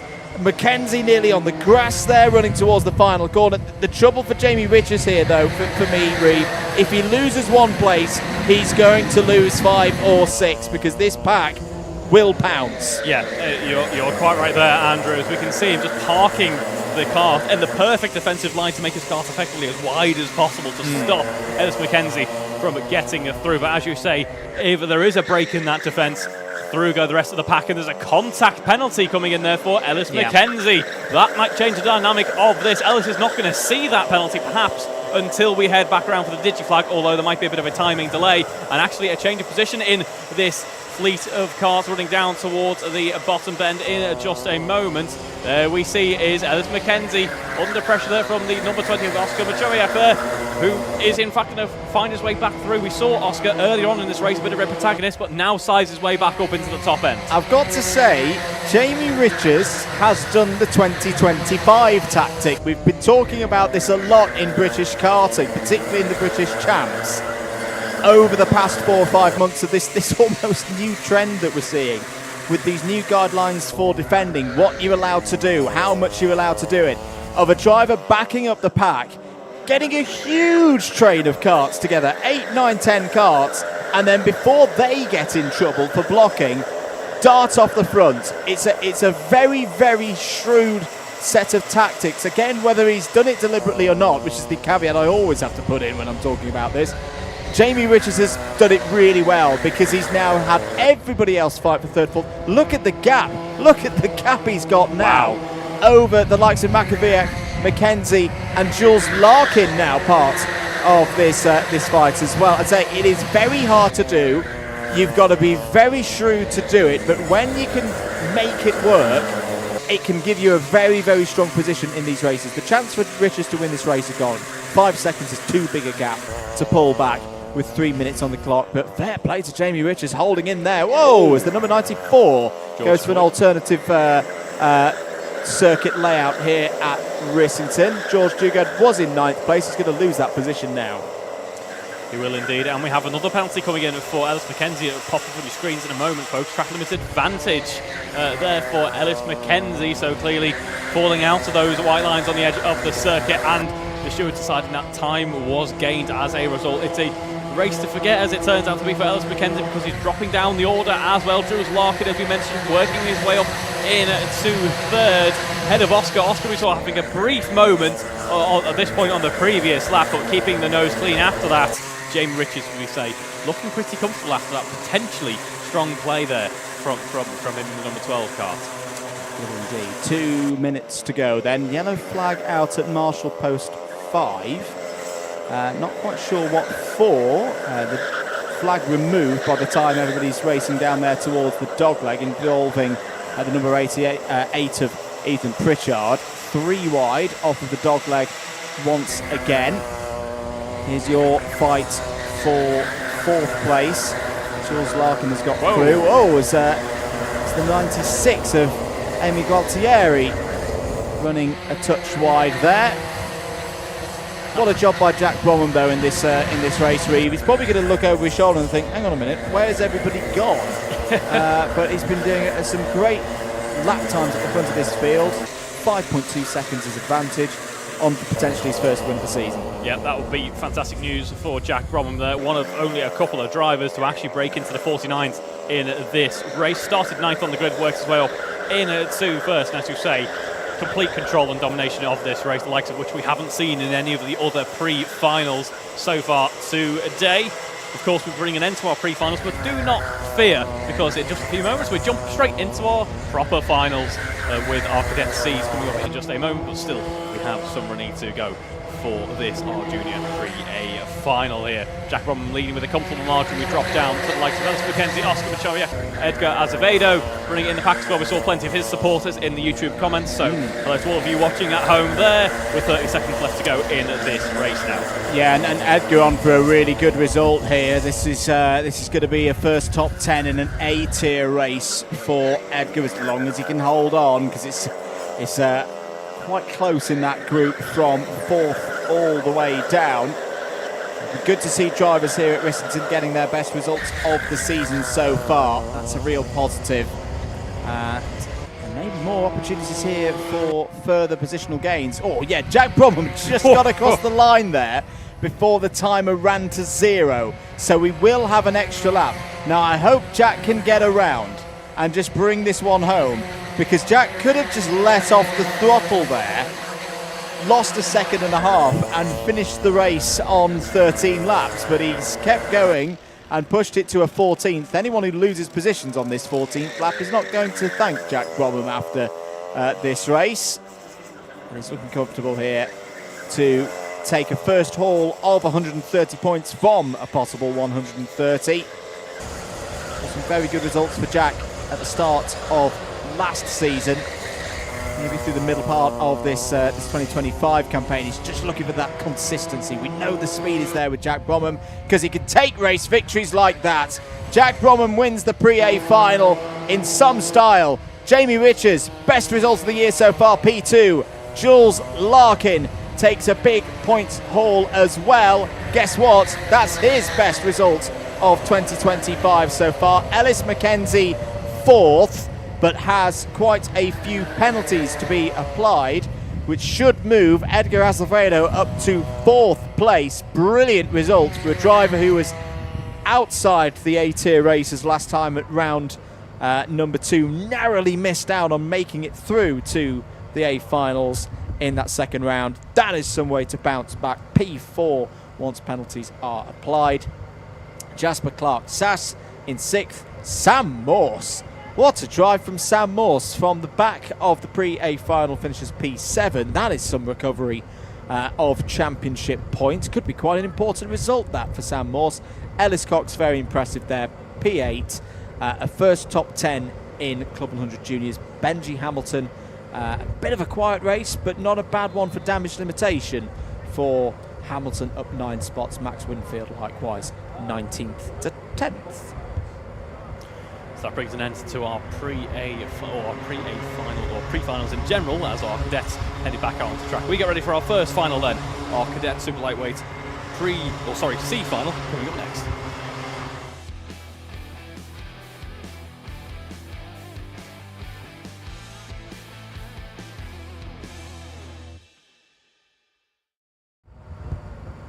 So the pre-finals are complete. We move now to the trophy finals, and once again there's repechage spots in this C final. Teddy Mullen and Oscar Bradley hold those repechage spots to the B final at the moment. They start on the front row. Sarah Telford and Sam Fowler start on row 2. Frankie Charles Jones and Guy Baxter go from row 3. Be Xander Cameron and Ralph Broderick on row 4, ahead of Jamie Watson and Zahi Lada. Chloe Van Beneden and Freddie Adams-Feetham start there on row 6. Dexter Hazeldine and Mahi Maru go from row 7. It's Lewis Mill and Logan Thacker on row 8. Rafe Tamra starts P17 ahead of Murphy Hogarth and Teddy Morton. So what are we going to see in this C final? Much better conditions for the drivers. The sun is out once again here at Rissington. Those rain showers of earlier have passed. Got to say, everybody who drove in those damp conditions did very, very well indeed. And rewarded with some good grip here for what for many of these drivers will be the last race of the day. For 2 of them, they will go through to the B final. Who are those 2 drivers going to be? 11 minutes on the clock once again for Mullen, Bradley, Telford, Fowler and others. We are racing in the C final. Good even start for Mullen and Bradley on the front row. They will run first and second into the loop for the first time. No, they won't. Sarah Telford has got another good start there, Reeve. Sarah Telford up to P2. Sarah Telford we saw having a great run in the pre-finals and now looking poised to fight for this race lead, but through goes Teddy Mullen into the dogleg, back into the lead of this race. Oscar Bradley just behind in third, bit of contact as we run through the dogleg. A few drivers off there. Need to make sure we get safe rejoins back on to the circuit and everyone working their way down through to the bottom bend now. Here's your breakaway of 3. Now, it'll be interesting to see how these 3 play the next lap or so. Oh, Teddy Mullen running a bit wide there, out of the elbow. That could give Sarah Telford a chance here to go for an overtake. Probably the tactical optimum would be for this 3 to work together. Break away, just make it them 3, and for Frankie Charles Jones, Guy Baxter and others, they won't get a look in. And then race for the top 2 spots later on when you get to, say, a minute and a half to go. However, it's another question as to whether that will occur, particularly if Frankie Jones, Guy Baxter, Jamie Watson run some good pace and start to pull that top 3 back, Reeve. Yeah, absolutely. It's still all to play for in these races. 11 minutes is by no means the longest race in the world, but we've still got 10 laps here at Rissington, so still plenty of opportunities to get those overtakes, to work your way up back through the pack. It's Teddy Mullen currently leading. Sarah Telford off. As we see there, run through that final corner. Oscar Bradley running in at third, a bit a ways back, running into that final corner. But there we see Sarah Telford putting that pressure on Teddy Mullen as we run up towards the loop in just a moment. We're seeing another trio in the form of Frankie Charles Jones, Jamie Watson, Guy Baxter just behind as well. But it's our top trio here that run up through the top bend and get ready to head down to the dogleg once more. No track limit warnings yet for Teddy Mullen, but I just will note that Teddy needs to be careful running wide, because it's not just a question of going beyond the track limits and potentially gaining a lasting advantage. There is also the question in Club 100 of running wide outside of the track limits can potentially damage the kart. So you can see track limit warnings given for that as well. That's a better line. That's more like it. That's what we want to see from Teddy Mullen for the rest of this race. Sarah Telford, though, keeps getting a good run out of that final corner. Sarah's doing exactly the right thing for me, though, at this point of the race. Doesn't need to go for an overtake at this point on Teddy Mullen. Is comfortable there. There's a yellow flag out at the marshal post just coming through top bend. I saw one marshal running round now. Yes, that's why. So Samuel Fowler's had a problem and has come to a stop on driver's right-hand side. Elliot Alt within there, just making sure that he's okay. Maybe a technical problem for Samuel Fowler, the reason why Sam's just come to a stop at that point. Didn't look in there any discomfort, which is good. 7.5 minutes of this race to go. What has happened though on that last lap though is Jamie Watson's closed in on this top 3. Now Oscar Bradley, that may be some good news, because if he's got a bit of pace behind him now, Oscar's not quite been able to hold the pace at the top 2 the last few laps, Reeve, but with a bit of a helping push perhaps from Jamie Watson or a slipstream, this could bring both Bradley and Watson back to play for those repecharge spots. It could indeed. We saw on the run through the loop there, Watson nearly making it through. Liking Teddy Mullen there, as we do get the green flag wave in the middle sector. Every time we enter that yellow flag part of the lap, a bit of pace control from the top end of the field, trying to make sure that no one's gaining an advantage. Smart play there by Teddy Mullen. Clearly some experience at the front end of that pack there. But yeah, as we see Jamie Watson looking like he was going to find a way past Oscar Bradley, but having to back away from it just before now. Murphy Hogarth picking up an overtake with the yellows penalty. That is one that stewards are not particularly fond of dishing out. Yeah, as I say, that was most likely around and out of top bend and going past Samuel Fowler, who's sadly 2 laps down in this one. 6 minutes remaining on the clock. Seeing on our screen, I think that's a timing error on our screens that is going to change for the lead. Here, there is the number 40 running through in the field, and of course being Frankie Charles Jones. That's in the fight for 5th place, ahead of Guy Baxter and Dexter Hazeltine. Dexter currently the fastest driver on the circuit, 53.882, the fastest lap so far in this race. Yep, nice run there, although we haven't had truly representative lap times for a little while in this race with the middle yellow, with the middle sector being under yellow flag, so hopefully we'll get that issue rectified towards the end and we might see some pure racing laps towards the very end. Teddy Mullen, though, outside of that yellow flag marker, controlling things quite nicely as they cross the line there, leading by 1 second. Telford's now closest to Oscar Bradley. Change for 6th place. Hazeltine through past Guy Baxter at that stage. And, oh, bit of a spin. Oh, dear. For Guy Baxter. Very easily done.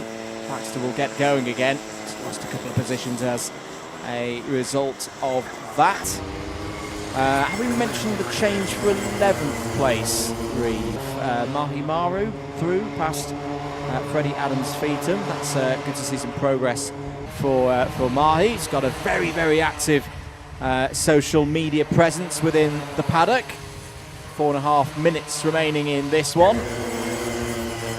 But it's still Teddy Mullen and Sarah Telford holding on to 1st and 2nd places. There's another good scrap between Jones and Hazeltine. Let's say a little bit further up the road, Hazeltine will go through and into 5th place. We need to have a look at the battle here, which I think is also, as this got some slower drivers in the mix here with our front runners. Sarah Telford was at the front of all of that. I'm not quite sure what was happening there. May have been Teddy Morton. I think we're going a lap down. Yeah, Jamie Watson not too happy at all with Oscar Bradley. So I don't think there's been a change in position. There hasn't been a change in position there. So it's still Mullen from Telford, Bradley, Watson. But 2nd, 3rd and 4th, I think, just caught Teddy Morton at a bit of a tricky time for all involved there. 3.5 minutes to go. Teddy Mullen looking very good. 2.8 seconds clear, Reeve. Should be good on the way to a C final victory. Yep, 2.8 seconds, looking pretty comfortable as you say. This is some of the largest margins that we've enjoyed in the racing so far, which is saying something because it's still not a huge amount of time. It's 2.8 seconds at all. So impressive stuff from our drivers so far. All this action has been in this fight for P2. We're looking here at the dogleg where we saw a bit of elbows out action, shall we say, running through on the previous lap. But here we go. It's Sarah Telford on the defence against Oscar Bradley now running through those final couple of corners on the lap. Sarah Telford does still have control of this trio here, just behind number 39 of Jamie Watson as we run through into that first corner now. A bit more momentum, I'd say, to our following cart there. Just goes to show what slipstream effect can do for you here at Rissington as we head through the loop towards top end once more. Sarah Telford still leads before we drop down into the dogleg. Heavy braking zone once more. Over the shoulder looks Sarah Telford, but no major threat for now because Jamie Watson is instead occupying Oscar Bradley's mind as we run down into the dogleg once again.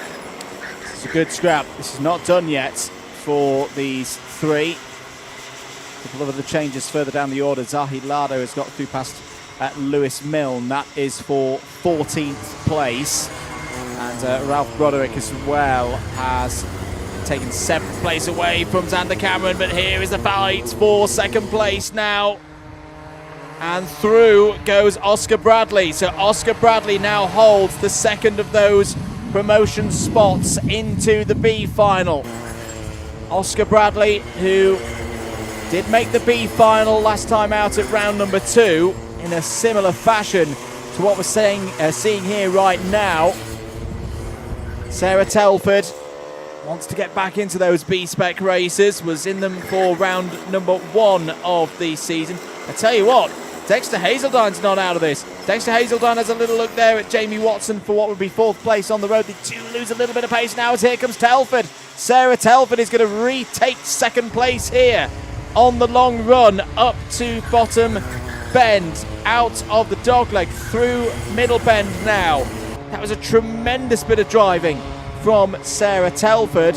There are going to be 2 more laps of this one, I think. Leader is gone. 3 seconds up the road is Teddy Mullen. She's got to bring this one home, you think now. Sarah Telford looking to break through, and this is good for Sarah Telford because 3rd, 4th and 5th are now starting to scrap over who is going to lead the charge. It's losing them time. Bradley's got back into 3rd place. Is that the key bit of the race to decide who is going through? Hazeldine's trying to get once again up the order. Jamie Watson still in the middle of it all. Hazeldine trying to hold that inside line for 4th place on Watson. Watson holds nicely around the outside. I think that was the key moment, Reeve. Sarah Telford, with some very calm driving, has got a good gap now over Bradley, Watson, Hazeldine. 1 lap to go. There is your race leader, Teddy Mullen. What a brilliant job Teddy's done in this race. Yeah, he has indeed, as he starts the final lap of this race. But as you say, Sarah Telford there picking their moment perfectly. Obviously had a challenge a lap or so ago, ended up being able to get back past and allow what it allowed her to do was Oscar was too busy being occupied by the likes of Jamie Watson, Dexter Hazeldine, and they're now embroiled in their fight for P3 overall. Still a crucial position in this race. It's the top point scoring position in this C final, but this race is still being led by Teddy Mullen, who has led pretty uncontested for a number of laps in this race now. No major challenges from the drivers behind as they head round through the bottom bend and up through the final couple of corners in just a moment. We're looking ever so slightly further behind, and here is the number 55 of Teddy Mullen now round that final corner in just a second, and hotly contested, but in the end it's Teddy Mullen who takes pole position, who takes the race win as well. Sarah Telford not too far behind at all. P2 hard fought. Jamie Watson gets the 3rd place in the end on that final lap. It's Jamie Watson 3rd, Dexter Hazeldine 4th, Oscar Bradley in 5th. That's your top 5, followed by Frankie Charles Jones, Ralph Broderick, Xander Cameron, Guy Baxter and Chloe Van Beneden. They're rounding out our top 10. Very good stuff for Mullen and Telford. They go through to the B final. Teddy Mullen is our first trophy recipient of the day as well. You do get a little trophy for winning in the C final. Mahi Maru was 11th. Murphy Hogarth there in 12th. Freddie Adams Feetham 13th. Zahi Lada 14th. Lewis Milne, Logan Thacker just swapped positions at the end there. Thacker ahead of Milne for 15th place. Rafe Tamra 17th, Teddy Morton and Sam Fowler complete the running order there for the 19 drivers in the C final. More from Mullen and Telford later for the other drivers. They've done brilliantly here today. That's the end of their 3rd round of the season. We move on though to the juniors. Their C final is next.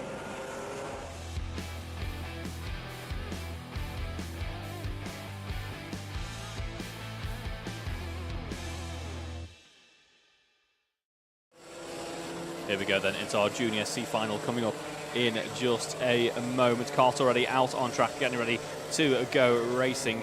Our grid then is in the process of being formed up, but we can have a look at it anyway here. It looks like it will be Ethan Miles, Josh Melling, Dan Griffin. Then we have Henry Eaton heading out to start our grid for a moment. We'll wait to see as it comes up in just a moment. We're just commenting here in the comment box. It's getting quite toasty here at Rissington, isn't it? The rain has completely disappeared, but here is our starting grid. As I say, it's Ethan Miles, Josh Melling, Dan Griffin, Henry Eaton, Ethan Critchley and Oliver Yango. Moving on to row 4, then it's Liam Weatherall, Fowers Adra, Leo Edger and Caden Seville. Then we have Ben Ridquist and Harry Titchener.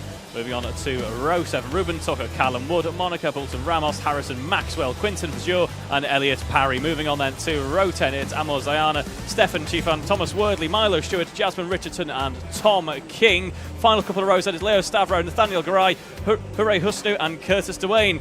Our 28 kart grid are just about making it through in time. The pace kart drops away from the field. They head down the tram lines and we get underway for our first Junior C final. Into that first corner we go.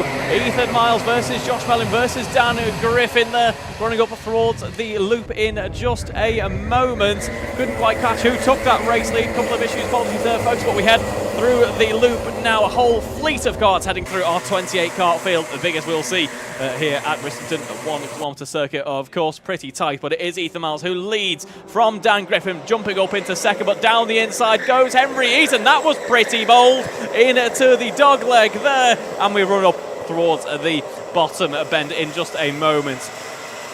Dan Griffin comes through, had a good turn of speed in the latter part of that straight, so Dan Griffin takes the lead in this Junior Super Lightweight C final.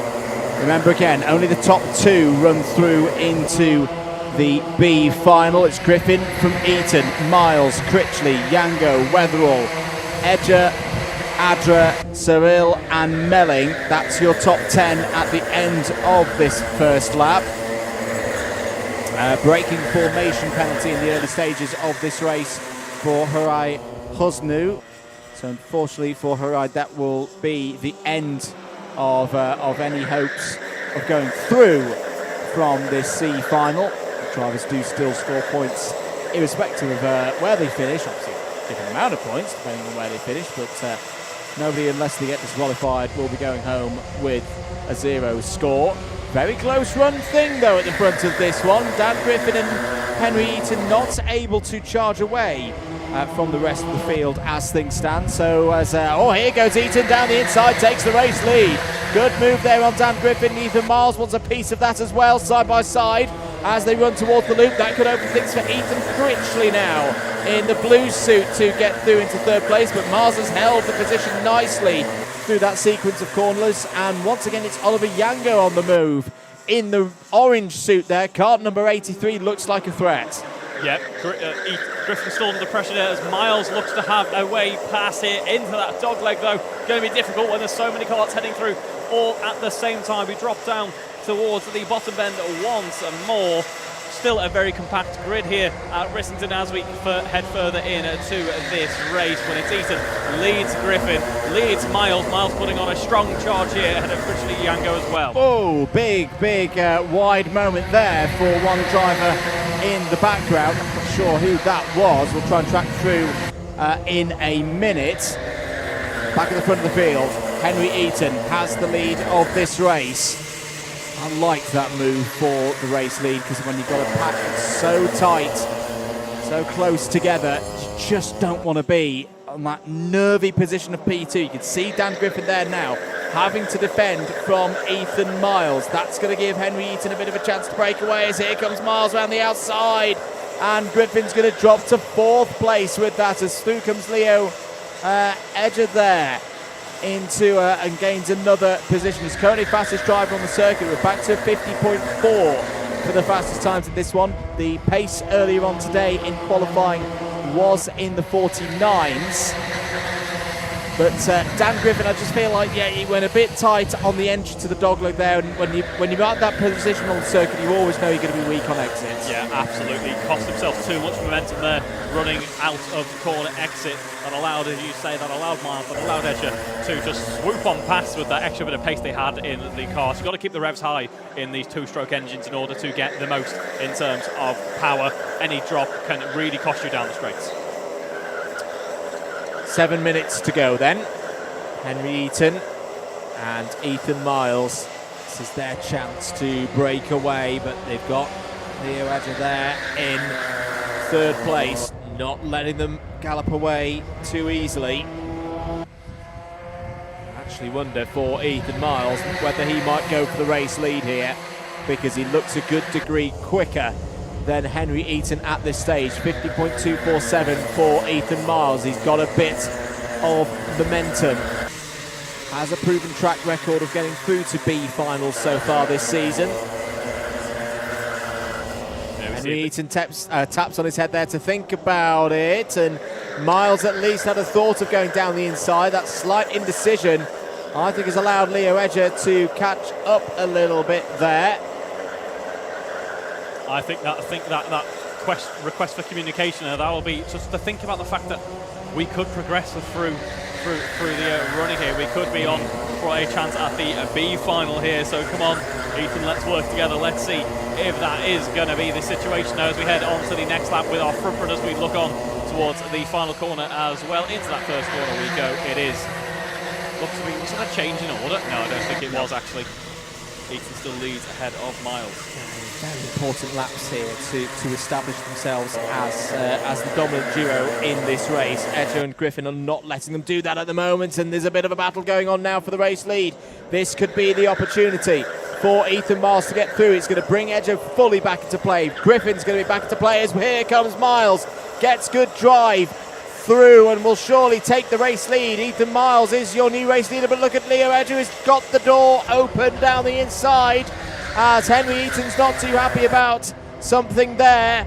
So for Henry Eaton, started this lap in the lead, drops to third. Miles and Edger, now your two drivers who would, as things stand, go through to the B final. Yep, change in order there, but looking further back a bit, Fawaz Adra, fastest kart out on track at the moment at 50.1, getting closer to those 49s, which we've escaped from for a little while this afternoon. Yeah, as we say, Ethan Miles leading this race, certainly under pressure though, as we see Leo Edger closing up, picks up a contact warning as he is doing that, so he needs to try and avoid any further warnings there, because that will turn straight into a penalty. That will mean a drop in race results after all is said and done. But Henry Eaton running in third as well, and into the final couple of corners in just a moment. Not far behind as well, Dan Griffin had a decent start to this race, of course, worked his way to the top end of the running, then dropped back a couple of places, but is looking on form at the moment, getting faster lap after lap. A 50.5 is best overall, but Oliver Yango as well, also improving at this phase as well.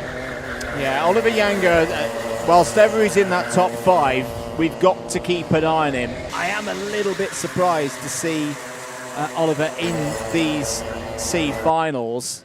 Another driver who's continuing to develop on, of course, but we've seen Oliver and Ben Yango as well have some very good results in Club 100 in competitions past. That's a little go from Leo Edger to try and get past Ethan Miles. A little bit clumsy, if you ask me, through the dog leg, but change things. So they still run in the repechage spots. But the best part of 3.5 minutes remaining in this race. This could still all change. Oliver Yango has got to get through past Dan Griffin here almost immediately if he's going to get through. And he's looking down the inside for 4th place. Griffin holds to the inside for the next turn. This is also good for Fawaz Adra there. You mentioned him earlier, Reeve.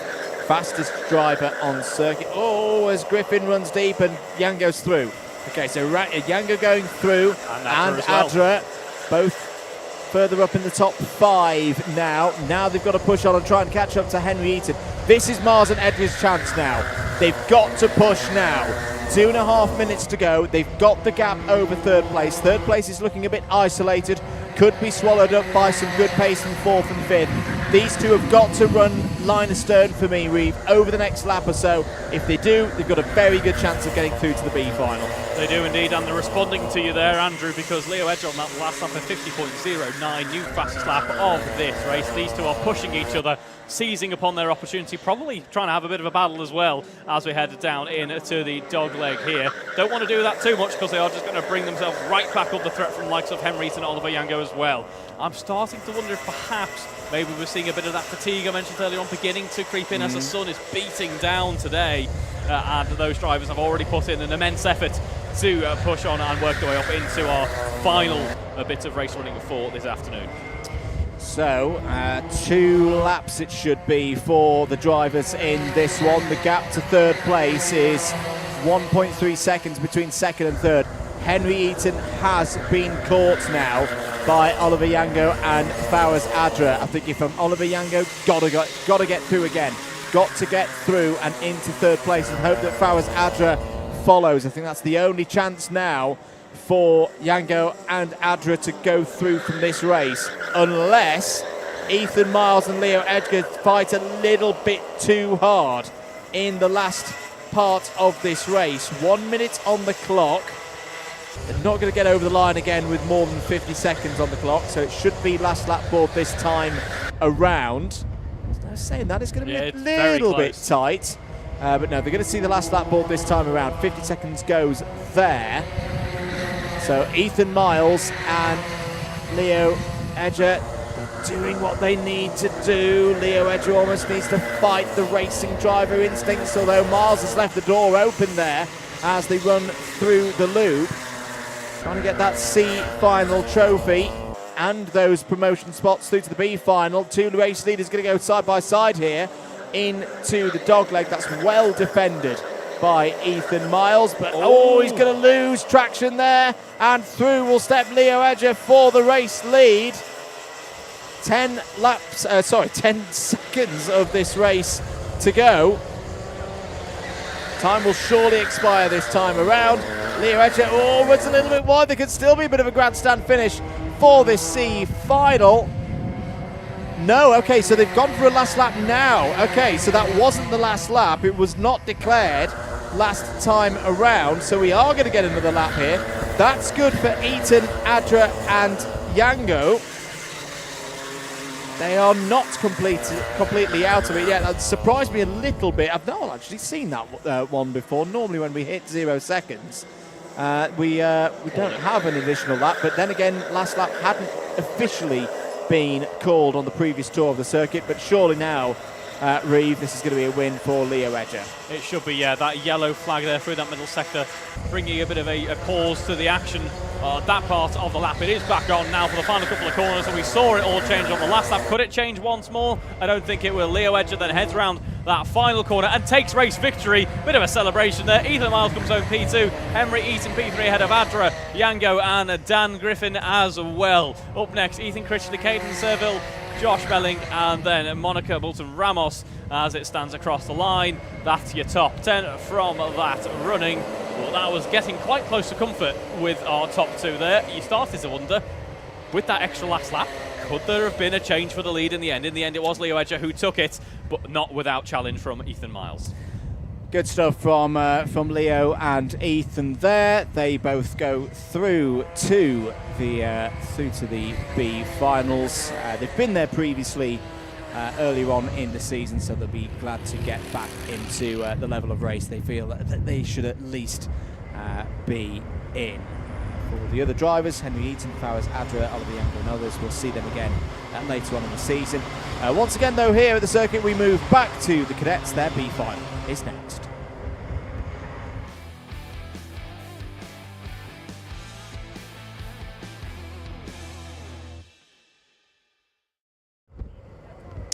B final time for the Cadet Super Lightweight category here for round 3 of the Club 100 Cadet Junior Championships for the South Divisions. Once again, 2 positions available for going through to the A final. Holding them on the grid, it's Lucien Postan and Omar Ulla on the front row. Ethan McNally Robertson and Amanzi Nwosu go from row 2. Freddie Powell and Mia Gualtieri start on row number 3. Hugo McMillan and Alicia Whitehouse next on row 4, ahead of Jaden Williams and George Hillary. Lily Cassignon and Mohamed Issa go from row number 6. Row 7, it's Philip Poloskov and Valley Finberg. Boccanegra and West on row 8. Rolf and Telford on row 9. Adam Telford, that is. Ray Power and Marla Taylor on row 10. And then Teddy Mullen and Sarah Telford from the C final make up the last row of the 22 runners in this one. Looks like we are going to be heading around behind that pace cart once more. To be expected, I think, at this point as well. We saw a couple of eclectic cadet starts, didn't we, earlier on in our running this afternoon, and I don't think the grid fully formed up just yet, so we've got to make sure that everyone's formed up, everyone is ready to go down those tram lines and get underway. It might be that I think we've got a cart out of position. I think Finley West in the number 64. There he is. It wasn't part of the field now. That may be that Finley had a little problem. Pitts might have had a quick cart change. Either way, wasn't fair to start the race at that point. So Finley West, who's been 3rd in both the C finals so far this season, will rejoin the grid. And we head it down towards the bottom bend once more there. We can see the outer loop there, which we don't use under racing conditions, but we do get formed up on. And it will still be 11 minutes. That wasn't classed as a false start. Just an extra formation lap. Looks like we are good to go then, with our field of 22 drivers here in the B final for the cadets.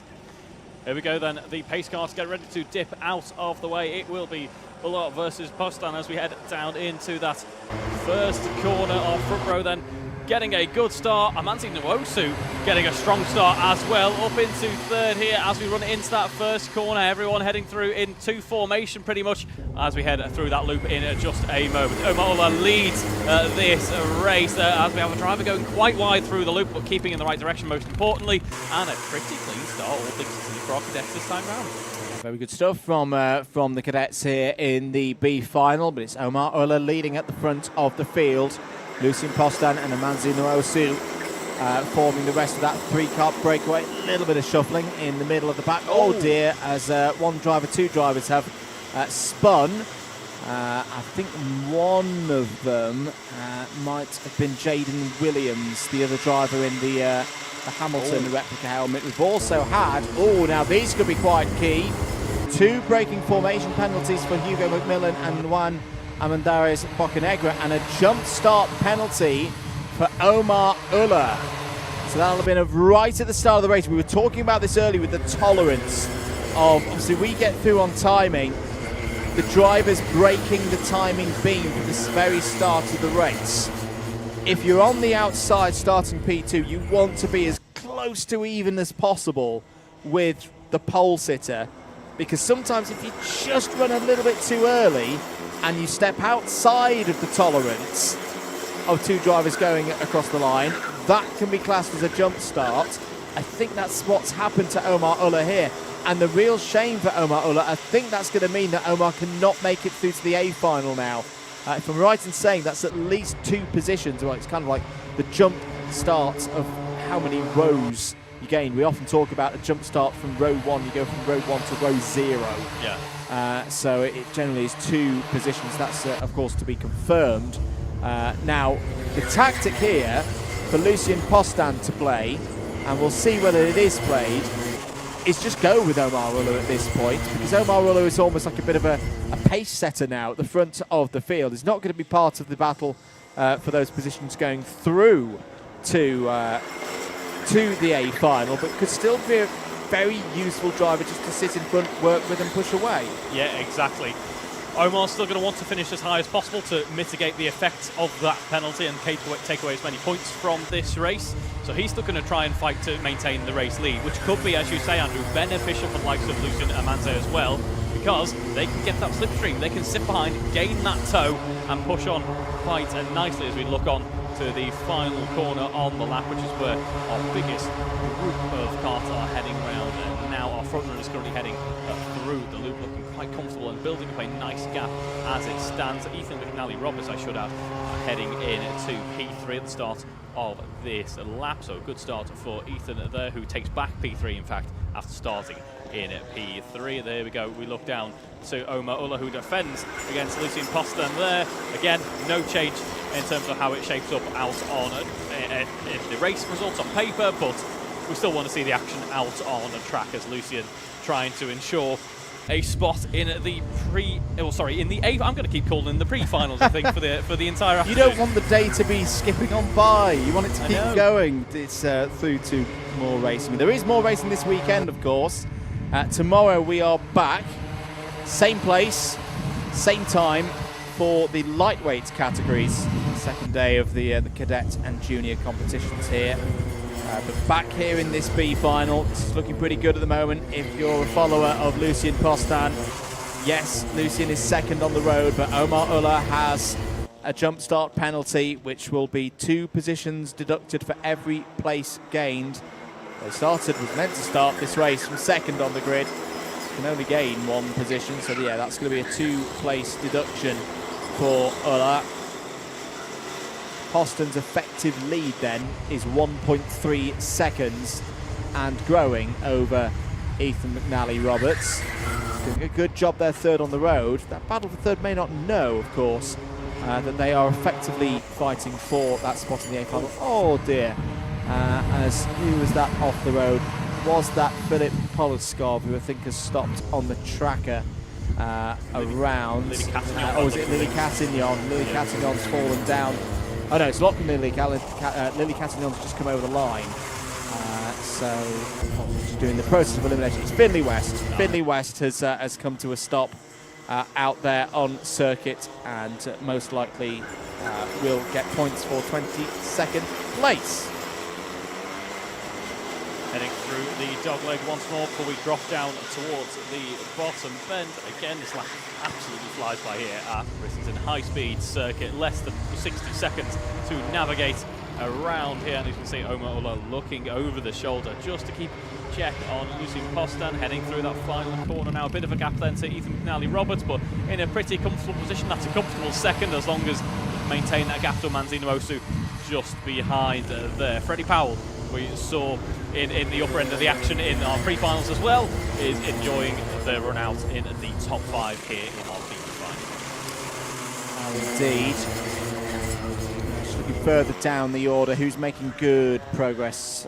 Sarah Telford is up 9 places. We remember Sarah from the C final. So she's up to 13th spot now. Teddy Mullen as well, her other driver who, or compatriot who went through from the C final. Teddy is up to 15th. And Mohammed Issa as well, just noting there's big social media following for Mohammed. P12 at the moment in this race. So 4 minutes and 40 seconds to go. Ullah and Postan being pegged back a little bit now, Reeve. We talked about that gap being 1.3 seconds to McNally-Roberts, Rosu and Powell. They've got it down to 0.8 of a second. That is it's probably about a tenth a lap or so, which with a lot of time still remaining on the clock, we could be having a bit of another close finish to the end of this race for these, well, not one of these places through to the A final, but potentially both of them. Yeah, we could. I think what we're seeing here are 3 drivers who are being very astute about how they go about this race, deciding that they're not going to go full elbows out, they're not going to potentially compromise each other's race.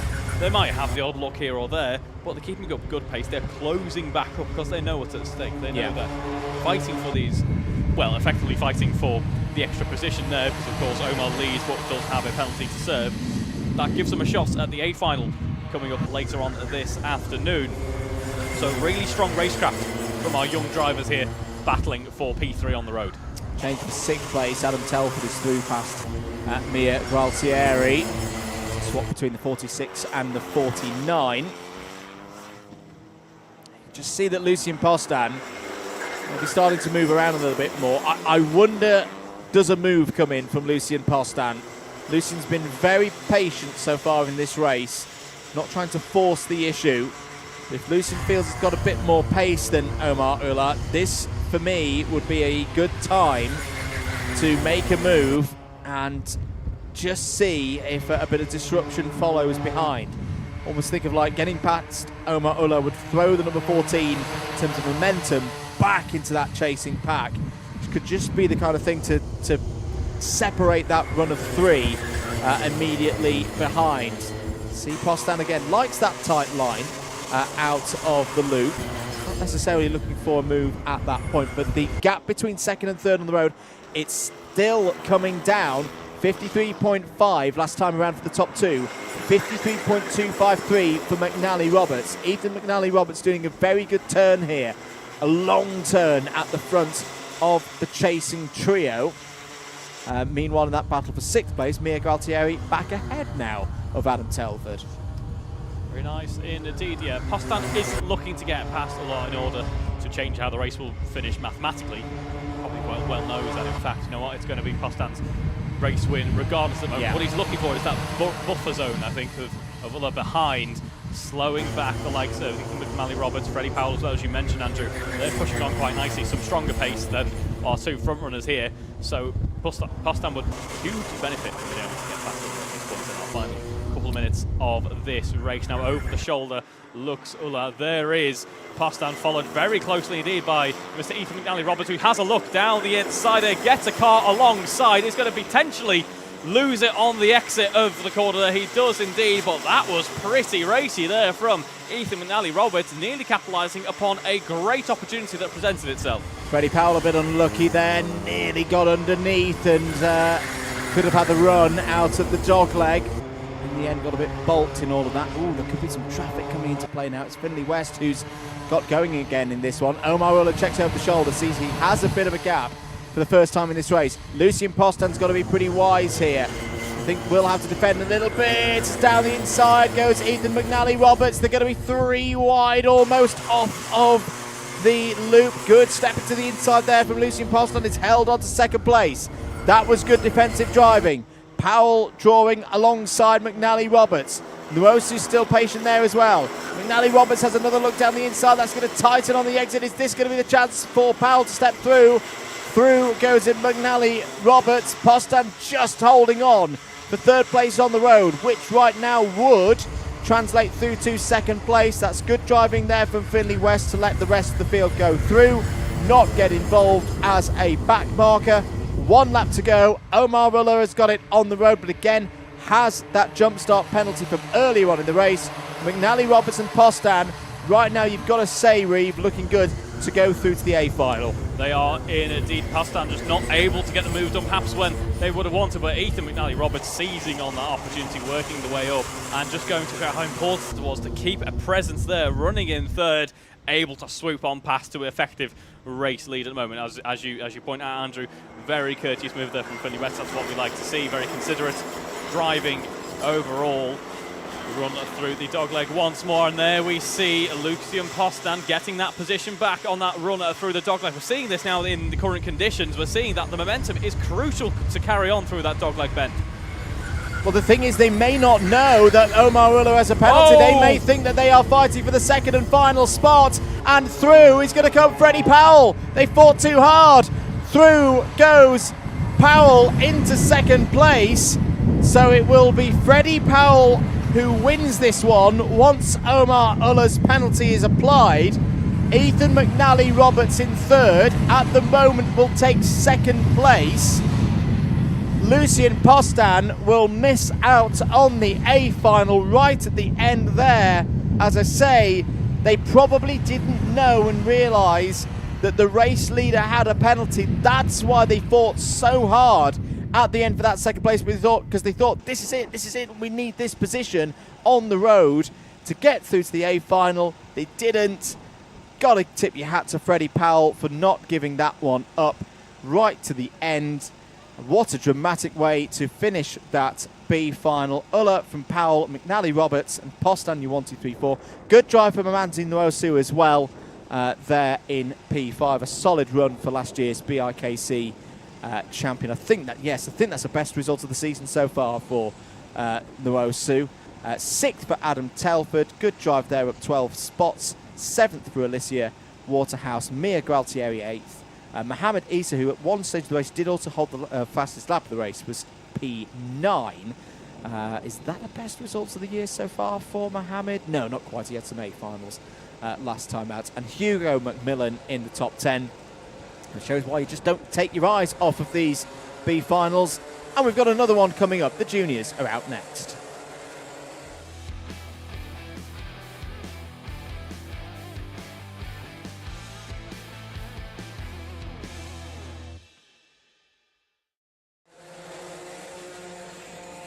Here we go then, it's our juniors now for their B final. We've already seen them making their way out on track.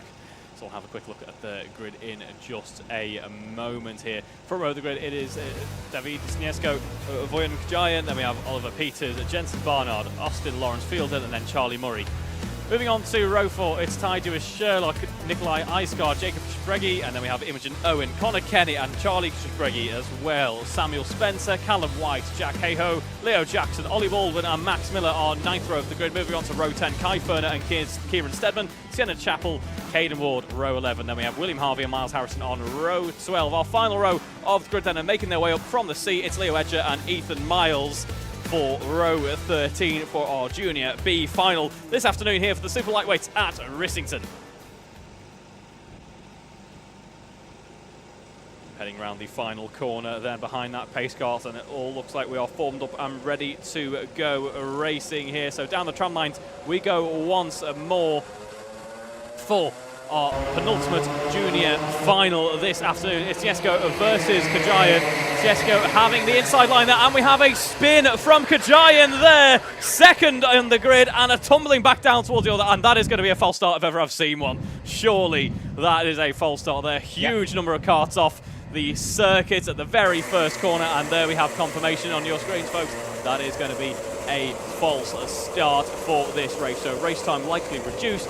It's effectively that never happened, and that is a huge sigh of relief, I'm sure, for Boyd and Kajayan there, who had a very tricky time running into turn 1. But at the same time, I think that'll be a little bit frustrating for drivers who managed to get through that, particularly Miles Harrison, who I think had gained about half the field in that moment. But as I say, we'll go round again. They've got to catch up to the pace cart first. More than likely that the race time will be reduced to 9 minutes from 11. And everybody will be able to retake their starting positions. This won't be a race start this time around. Confirmation as well, yeah, 9 minutes for this race, so our junior B final will be slightly reduced in terms of its distance, in terms of number of laps able to complete, and that is mainly just to make sure that we keep the whole day in general flowing steadily, to make sure that everyone has a fair chance, everyone gets their racing done efficiently and put the way in the right time. So often at circuits, I'm not quite sure the situation with Rissington, but you can have curfews that mean that it must be done by a certain time, so that can be really wide throughout events. If we do have a hot start like this, we can often reduce the race time to make sure that the day isn't too negatively affected by any situations out on track. But still 9 minutes, still plenty of time to get at least around about 10 laps in here at Rissington. So should be plenty of action for our Junior B final, as if we already haven't had enough of that. We look on to the site that we are on, one of the large hangars there. I'm sure some lovely aircraft are being held in there that we're not privy to, but if you're a plane enthusiast, it's pretty cool to be in. Cool part of the world for that kind of stuff. Right, what are we going to see now then in this B final for the super lightweights in the juniors? Looks like we are good for a race start. Away we go then, 9 minutes ticking on the clock, and it's a good start for Darius Niesko, who will lead through the first couple of corners. Much better start this time around, far cleaner. No major incidents by the time we've got through the loop. Round top bend once again, and that long run now down towards the dogleg, the big braking zone. It is David Sniesko leading this race, but for how much longer? Because here comes Boyd and Kajayan. They get together. Somehow neither of them spin, but that was a big bit of contact between Sniesko and Kajayan. Would not be surprised to see a contact warning as a result of that. No lasting advantage was taken there, but Boyd and Kajayan, a bit lucky there, Reeve, to still be in this race. Absolutely. I mean, others as well, like Peter Barnard, also involved in a bit of a scrap as we headed in to the dogleg there. Tyler and Sherlock making up 3 places on this first lap. Samuel Spencer making up 6. Miles Harrison, just like in the first race start that never happened, that happened, makes up 10 places on lap 1. So he's pretty confident on the race start here at Rissington today, and looking pretty pleased with himself. I'm sure that he's up into 14th. Yeah, Miles Harrison has got to have a big race here if he's going to make it through to the A final. If he doesn't, it's going to be that thought for the long-term story of the season that you just hope by the end of the autumn that a day like today ends up as your drop score. But you don't really want to be using drop scores that heavily in the first half of the season. It puts more pressure on you as the calendar rolls through the months. At the front of the order, though, it's Sniesko and Murray, 1 and 2. Will they try and work together? They've got about 6/10 over Boyd and Kajayan at the moment. Ty Dewis-Sherlock's had a decent first couple of laps of this race. Reeve is up to P4. That's a gain of 3. Likewise for Nico Eidsgaard. It's also up to 5th place. Samuel Spencer, we need to keep an eye on there in 7th place. A bit further back, Dewis-Sherlock defending for 4th place. Oliver Peters, we had a chat to earlier, does have some experience around this circuit in owner karting machinery. He's just got up to 6th place, past Spencer and Stedman. Charlie Murray pushing on nicely. You start to wonder if perhaps Cadet feeling a little bit scrappy at the moment. We saw a couple of race starts there. I mean, I can imagine he was pretty rattled by that first race start there. That's not going to keep your nerves particularly calm. And now running in 3rd and just hoping to get the head down and push on. I am sure giving ahead of Ty Lewis Sherlock under pressure from Ty at the moment. Charlie Murray bringing that charge to David Sniesko there at the moment as we run through the loop. See the rest of our pack of karts running through as well. There we see the number 56 plated cart running in to the dog leg bend. Pretty much a no-go zone for our Cadet Pre-B finalists earlier this afternoon. Now it looks a pretty comfortable place to go racing. Looks pretty satisfactory, I'd say, to nail that run through as well. Of course, if you don't nail that run, you're going to lose a lot of momentum onto the exit there. So into the second half of time in this race, Sniesko and Murray doing a great job at the front of the field. They are edging their gap back to 3rd place. They're getting it up very nicely. Nearly a second clear of Cadet. Nico Eisgaard. The trouble for Cadet at the moment is it's just isolated in that number 50. We always say 2 engines better than 1.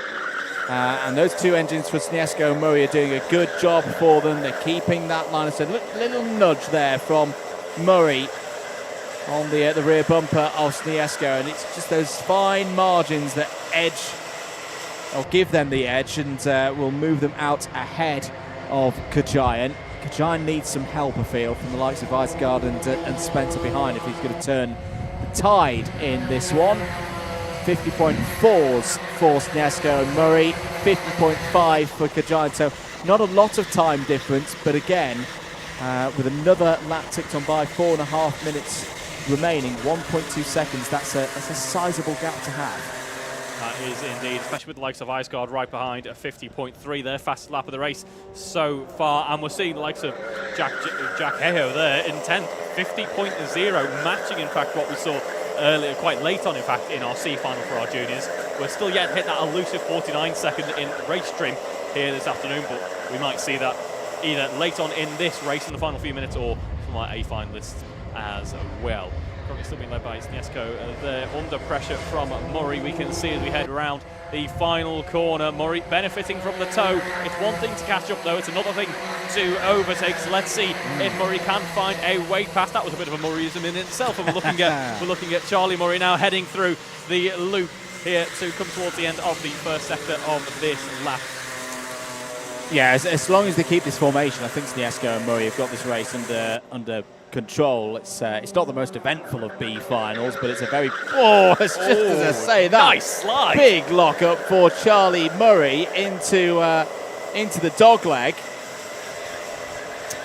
It hadn't been eventful up to this point, apart from the false start, but that was never part of this race. Yeah, it never happened. So it never happened. So yeah, I think Charlie Murray needs to keep focus here.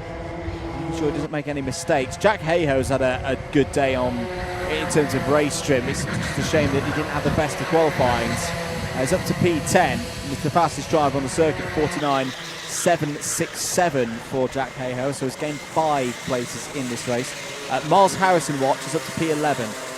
So it's a good effort from Miles, up 13 spots. But right now it's not going to be enough to see Miles Harrison 3rd in the Cadet Lightweight Championship last year. It's not going to see Miles through to the A final. These two are really, really pushing on here. Whoa. As well, it's all broken down for 3rd place. I think that's Void and Cadet right in the middle of the pack, gesticulating and not too happy about things at all. So it's all changed. Somehow Samuel Spencer has got through from 6th place at the start of this lap to 3rd. Now again, this is good for Sniesko and Murray. I hope in a way they both just check over the shoulders and go, oh, we've got a nice gap here. We don't need to be sending it and braking too hard into the dogleg every time, because I think this group of about 6 or 7 drivers, they've realised they're not going to catch Sniesko and Murray on sheer pace alone here today. So they're fighting it out. No, Murray's going to go down the inside for the race lead. Sniesko's going to try and fight back here and through. goes Charlie Murray into the lead of the race. I have felt, Reeve, that he's been wanting to do that. It's why he's been pushing so hard into the dogleg for the last few laps. That was a good move for me.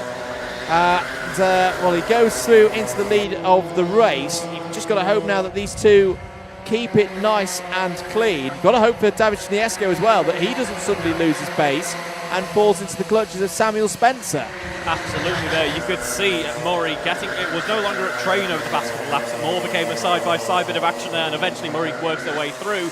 But as you say, Spencer closing up quite nicely. I suspect Kajayan was a bit of a cork in the bottle for our upper midfield battling drivers there, and now that he has effectively released them, we're seeing the likes of Spencer working their way through down the inside, the number 48 of Jack Hayhoe there, fastest lap holder, of course, our first driver into the 49s in this race, a 49.7, so that's a nice lap there from Jack Hayhoe. But they were side by side, actually touching the side pods there as they ran into the dog leg bend, and there we see Kajayan losing further positions, but it's Spencer up into third at the moment, and we follow back with our race leaders.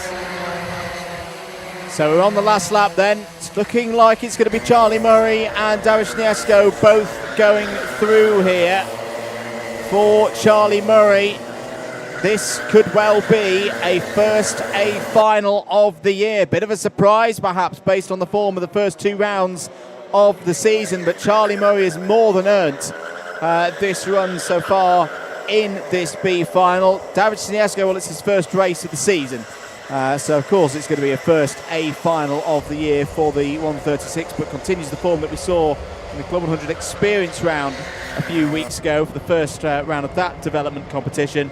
But Charlie Murray out of the final corner for kart number 56, always a good number, takes the win in the B final. David Schniesco will be the second driver promoted from the B tier to the A tier races. Samuel Spencer, a brave run to third, up 10 spots in that race. Oliver Peters and Ty Dewis Sherlock complete the top 5. Kieran Stedman P6. Jack Hayhoe has overtaken a lot of drivers out there today, comes home P7. Austin, Lawrence Fielden, Boyden Kajayan and Jensen Barnard complete the top 10. Your biggest mover in that race was Kieran Stedman with 14 spots, but we should also give a mention to Miles Harrison's 13 position gain there, up to 11th. Nico Eidsgaard, Caden Ward, Connor Kenny, Charlie Chapragi all in the top 15.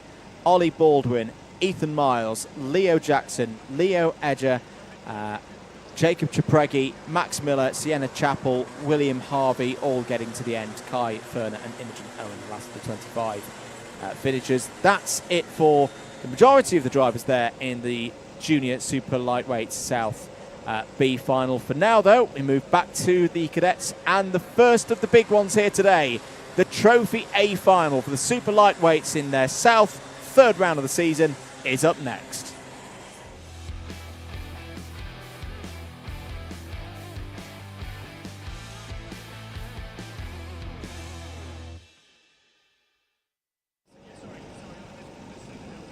So it's the third round final, A final for the Cadet Super Lightweights in their Club 100 South division for 2025. Really looking forward to this one. The pre-A final was very dramatic indeed and gave us this grid for the Trophy A final. Thompson and Underhill on the front row, Vought and Hamilton row 2, Smith and Mumba on row 3, row 4 it's Cooper and Lally, Drury and Deacon row 5.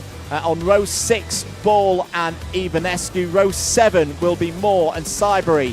Daliwal and Kadar on row 8. Cape and McClone on row number 9. And then finishing it off, Panna, Utram, Powell and Postan qualifying through from the B final. And we will roll out again for another formation lap. It will be 11 minutes for the drivers in this one. What are you expecting from this set of drivers? Well, if it's anything to go by off what we've seen so far, it's been a fairly, especially with the cadets, some of the race starts have been a little bit eclectic. That's not to say that our junior race start in the previous race wasn't also a bit chaotic, but we're hoping for a nice clean start at least, and then some good racing, some big names here. We saw James Vout, a big mover in the previous race. Can't forget about Rory Hamilton as well. Rory Hamilton, I'm sure, hoping to pick up pieces from his previous time out, because that was a bit of a frustrating run for him, wasn't it? Yeah, it was. It was still decent points in the championship. Remember, it's another set of 130 championship points for this one. We are missing Jack Thompson from the very front of the field, so we're going to go around again for another formation lap here. But yes, it's same championship points as in the pre-A final, so 130 for the round win, for the race win. 128 for second place, 127 for third, and then a point less for each position down through the order. But as we say, the different thing with one of these races, Reeve, it's a round win on the line and also a big old trophy on the line as well, which you don't get if you win a pre-A final. Of course, yeah, that all-important massive trophy you'll be hoping to fill your cabinets with at home as we looking to get formed up. Actually saw a little bit of contact there on the formation lap, which is not too common. No, it's our side drivers just trying to keep as close as possible. I still don't think we've got Jack Thompson at the front of this field. If you're wondering why we're going around again, Jacob Underhill's definitely there, and then on the pole side, it is James Vout at the very front of the field. It should be the number 65 with Jack Thompson, who's currently not scoring on timing and scoring. He's just popped up on the timing, but I think still needs to work his way up through the pack. Yes. So that's why we're just pausing at the moment to allow all 22 drivers to get into their correct positions on the grid. Keep the comments coming in on your YouTube feed. Thank you so much for getting involved in the chat here today. So apologies we're not able to track every single one of the messages. Bandwidth and internet is at a premium here. Giving it a go. We're giving it a go to see. Hopefully the systems don't fall over here in our comms box. Dial-up noise going off, I think, at this point. We don't want to make our timing fall over. Right, I think, are we good for a race start this time around? Yes, we have Jack Thompson at the front of the field. We might go for one more, I think, because that's quite a fast run through start-finish. So fingers crossed we'll just have one more formation lap. We'll know we're good to go when the pace car slows right down as they come out of bottom bend through middle bend. If you've enjoyed the broadcast, if it's your first time here, do make sure that you've subscribed to the Alpha Live YouTube channel. Enjoy the commentary as well. Commentary on Instagram and at RT Media. Is it RT Media UK? It is indeed, RT yes. Media UK and at +MM as well for the collective team effort covering all of these live broadcasts for Club 100 2025. We look good to go then for the Trophy A final for the first time this weekend. It's the Cadet Super Lightweights set to entertain us here at Rissington. 22 drivers who've qualified through to this trophy race. Who is going to be our big winner here today in the Cadets? They're into the tram lines, waiting for those lights to go out. Away we go for 11 minutes here at Rissington. Good, steady start, and it's going to be Jack Thompson leading into the loop for the first time. James Vout is up to second place. There's a bit of jostling in the middle of the pack, but apart from one driver slipping down the order, we are looking pretty good. Good start as well, I think, for Zachary Smith. Jacob Underhill has fallen down to fourth place. Where is Hamilton in all of this? Oh, bit of a touch there. Zach Mumba getting involved, tried to go for a move for third place, didn't quite work. That's going to allow a breakaway of 4 to form at the front of the field, and a change for the lead, Reeve. Through goes James Vout. Perhaps not too surprising there, James Vout. We saw some immense pace earlier on, but has a challenge there in the form of Jacob Underhill and Jack Thompson as well. Jack Thompson now takes the lead of this race as we head on to the next lap. It is going to be Jacob Underhill in second. Zachary Smith putting that pressure onto James Vout now as we run into that first corner. And this breakaway quartet that we saw now all of a sudden right course back up into this train, which occupies the upper two-thirds of the grid. Jack Thompson looking to become the third driver in Club 100 Cadet Super Lightweights to win a Trophy A final across either the South or North divisions. The two who've already achieved that, well, one of them's directly behind Jacob Underhill, who took 2 of the 3 round victories so far this season in the North Championships. Actually pointed James Vout through there, just made me thinking bigger picture, not wanting to fight too hard at this early stage. So Underhill drops to 4th place but won't panic. Jack Thompson looking to keep it tight again. James Vout has not won a Trophy A final so far this year. It's Rory Hamilton, the other driver, who's won, and there he is in the number 1 car, the blue suit with the white helmet, in about 8th place at the moment. Oh, as James Vout suddenly bounds himself out on the dirt there. Reeve loses the lead and loses a lot more as well. He does indeed. It was slightly scruffy on entry into the corner there. It forced him out wide off into the grass, and if he hadn't lost enough momentum there already, that grass solidified the fact that he's tumbling down that order. So from challenging for the lead to tumbling back down to around about 7th position. That's less than ideal, but there we see Thompson still leading this race. That is going to be Zachary Smith then up into 2nd, under pressure though from those drivers behind. In at 4th, potentially 5th, that is Underhill dropping back as well. Drury Mumba also on the scene here. Through those sweeping bends towards the elbow. Defensive move there from Jack Thompson. This is going to keep it very tight in the top 10. This is a risky strategy from Jack Thompson. It's often one we see on the old school circuits of British karting. Trying to control things, trying to control the space, but the trouble here at Rissington, it is so wide. If Thompson was to make one mistake, we've seen a lot of up and under moves so far today, particularly out of the dogleg, and that's going to be next for Jack Thompson to navigate. Look at Harley Drury up into 3rd place out of nowhere in the number 32. He's going to try and sweep around the outside and take 2nd place. That's going to open the door once again for James Vout. Vout back up to P2. Here comes Underhill as well on the inside for 3rd place. Zach Mumba's got the drive through into 4th. Now the chasing pack have got to get themselves organised for a bit. Jack Thompson, well, had broken away from the rest of the field, but in a moment he's being pulled back now, and this is a good formation for the chase pack. Vout and Underhill, 2 experienced drivers in this competition, will know the tactical play, will know they've got to work together for at least this lap to pull the race leader back. They didn't need a lap, they've already pulled Jack Thompson back. This is turning into a properly good race, Reeve Taylor. It is indeed. Vout, just when he thought it was all over, clawing his way back up and putting that pressure on Thompson. Now Thompson defending from the inside there, might just open himself up to be a bit vulnerable through the exit of the dogleg here, and losing momentum to Underhill. Underhill closes right up, but there's a cart directly in the way, has that upper momentum but can't get past for now. It's Underhill up into 2nd and potentially looking at getting 1st here. They all look over the shoulder in tandem as James Vout takes a wider entry there, and Jacob Underhill flying through the penultimate corner, takes the race lead. Thompson dropping back into 4th then as we start the next lap of this race. It's Underhill ahead there of Mumba, ahead of Vout, and it's Thompson in 4th. What a move from Jacob Underhill. He throwed the dummy to Jack Thompson, got him defending on the outside, ran it round the outside, and had to wait though for the next corner, but he held that crucial line.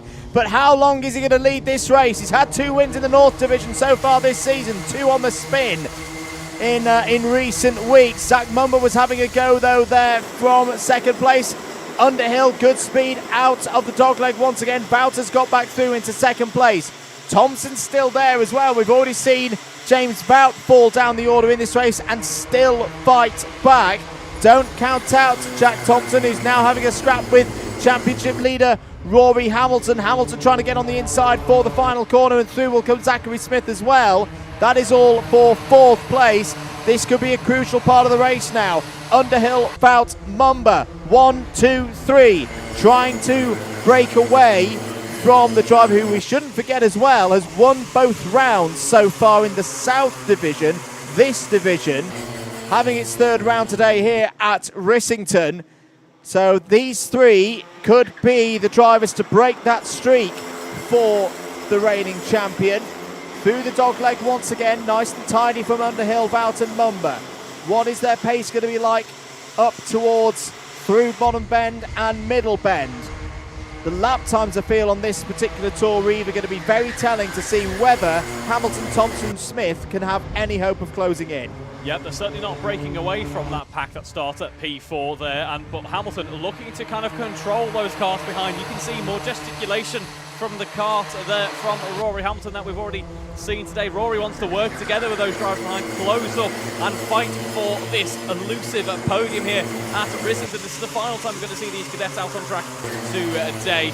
Let's see what they can do. Then Underhill looks over the shoulder just ahead of Wout. We've seen what Wout can do already. He had some immense pace in our pre-final, and at the start of this race it dropped away from him, but he has clawed it back. We head into the dogleg once more. He's under threat, is Wout from Mumba here. That little squabble for a second has brought Hamilton right back into contention. He's brought Zachary Smith with him as well. Jack Thompson tumbles back down to 6th in that battle just a few laps ago. He led this race, but we head into that final corner once more. Underhill still leads from Wout, and it's Mumba just behind. Now into that final corner we go. Hamilton closer and closer as we tumble through the corners by the looks of things.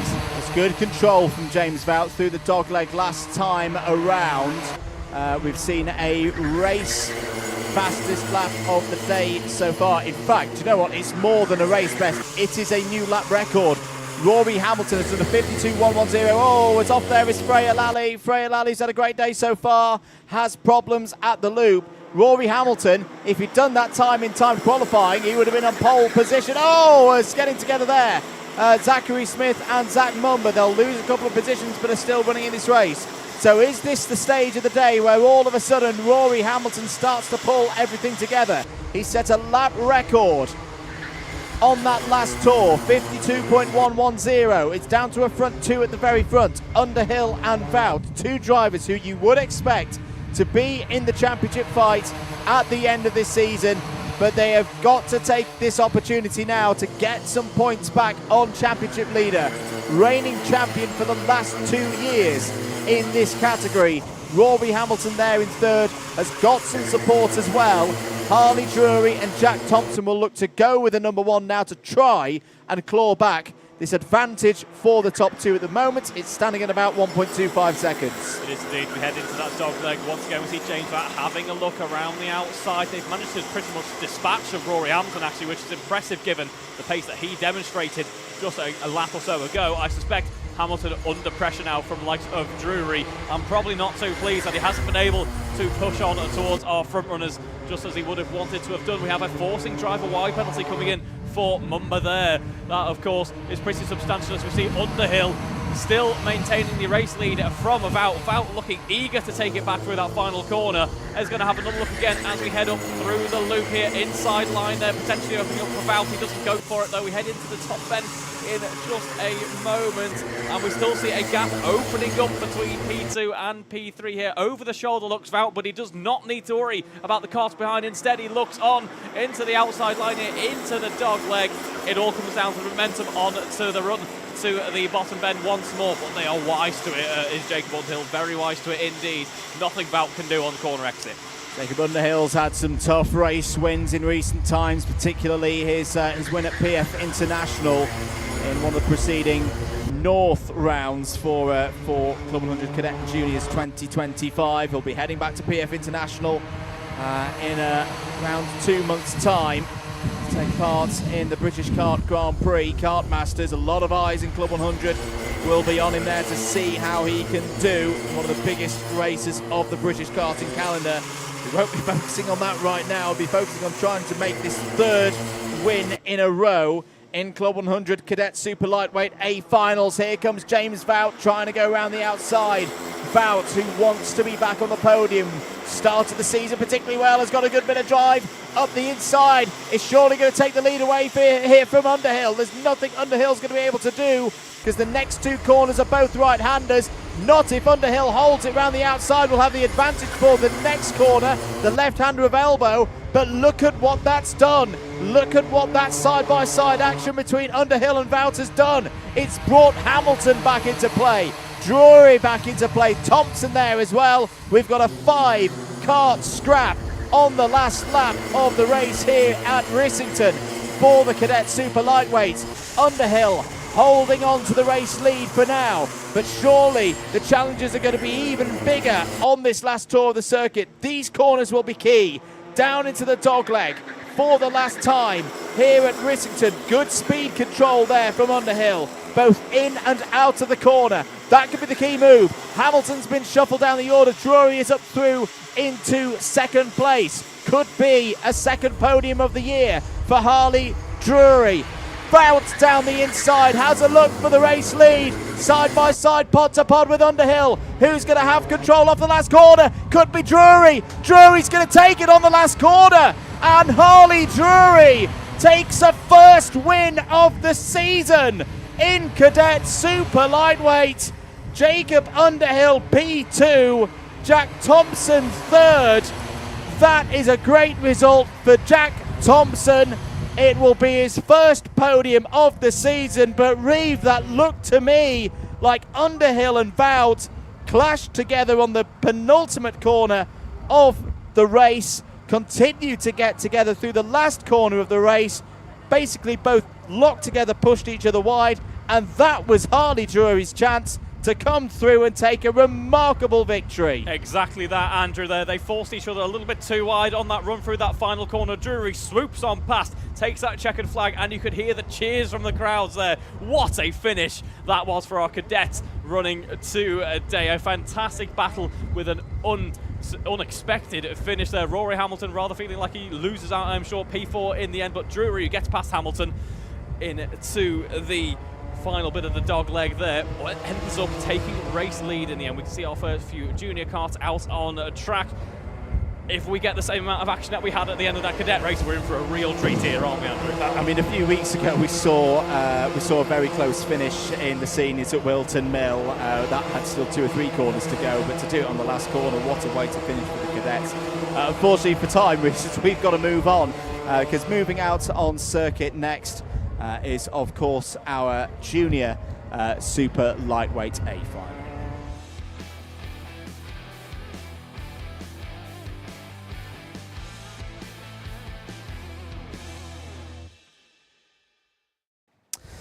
So, on to our final race of the day. We've got a bit of time, as there will be some practice laps for this one. Plenty of time for us to go through the grid then of 25 drivers for this Junior Super Lightweight South A final, third one of the year. Bit of a mixed up order here today at Rissington. Jack Bromham and Jamie Richards on the front row of the grid. Jules Larkin and Edgar Azevedo start on row 2. Jasper Clark Sass and Sam Morse will go from row number 3. It's then Ellis Cox and Ellis McKenzie on row 4. Benji Hamilton and Max Winfield will start on row number 5, ahead of Oscar McViak and Jacob Brown. Row 7, Thomas Welsford and Ollie Brunel-Wild. Row 8, Matteo Ehrenfuscher and Ethan Pritchard. Row 9, William Markwick, who came through from one of the B-tier races and starts alongside Ashton Iqbal. On row number 9 is those 2 drivers that we've just read out. Row number 10, rather, we will find Tom Justice and Harvey Newton. George Dugard and Pierce Hartley on row 11. Jamie Warner and Amy Gualtieri start on row 12. And it's 26 drivers, of course, in for this one. Murray and Sniesko. Another packed grid then for our final race of the day this afternoon. And again, I hope it's as exciting as what we saw at the final bit of cadet racing there. Our cadets putting on a great show for us. Well done to everyone involved in that bit of action there. We can see like doing a bit of car testing potentially, or just getting ourselves ready, prepared for the final race start of the day. Indeed. So I've just seen something from the 24 hours. There's always a reason why it gets red flag. Power out in the garages is not what I have on my bingo card today. We've seen that in a couple of venues so far this year, haven't we? We have indeed. But yeah, this A final, I really can't call who's going to win this one. I say, we wondered about it at the start of the day, didn't we, mate? About Rissington as a circuit. It's not a Wilton Mill. It's not a Bucknell Park. It's not a track that at least a portion of the field have got lots and lots and lots of laps around. Everybody's kind of on an even keel, as it were. Maybe a few of the drivers have had owner racing experience around here, but in terms of Club 100 experience, next to none at the start of the day. And it's really thrown up some intriguing and different results for us today, particularly in the juniors. It has, absolutely. I think overall everyone's done a remarkable job out there. There's been a couple of scruffy starts, let's be honest, but outside of those little procedural things here or there, in terms of what we've got in terms of racing, it has been remarkable. Drivers going for the moves, they're picking up, you can see them in real time, learning where they might be pushing on and gaining some time on their rivals, which is what we want to see. As you say, even playing field, it's made for some fantastic racing, because who knows what we're going to get. Every race that we come into has a completely different dynamic. It has been great so far today. Different conditions as well for this last race of the day. Bone dry circuit once again here in the Cotswolds. You know it's a good race as well when JV pops into the comms. Oh, he was full of smiles there about the full cadets. of smiles and says brilliant race. That's when you know it's a truly remarkable race. So well done, cadets. Let's see if we can get the same from our juniors. Before we get going as well, just to note, if you do want to come down and watch the lightweights tomorrow, you can do, but please make sure that you enter the circuit on the right road. We are right next to some Ministry of Defence land. If you're watching the news yesterday, it's a bit of a hot topic. Yes. Please do not veer from the planned track into the circuit. You are very welcome to come down here and watch to support the lightweights tomorrow. We thought we nearly did, but we actually didn't. We were going the right way. We were going the right way. Briefly, we thought that we might be commentating from a jail cell, but that wasn't to be the case. Anyway, 11 minutes are underway here for the junior super lightweights and their A final. One driver running out wide there through the first couple of corners, but apart from that, no, it's not. It's a little bit scrappy in the middle part of the pack, but at the very front, Jack Bromham, good start from pole position. Jamie Richards trying to follow through there and has followed through into second place, so it's a fairly uneventful start at the very front of the field. Jules Larkin has held on to third place there in the red suit and the black helmet. Penalties though for Matteo Ehrenkreuzer, who now that's a different one. I've not seen that one come up in a while. It's come up as Rule O on our timing screen, which I will assume with some level of assuredness that is going to be for excessive weaving and causing an incident during the rolling laps. I've not seen that one for a while.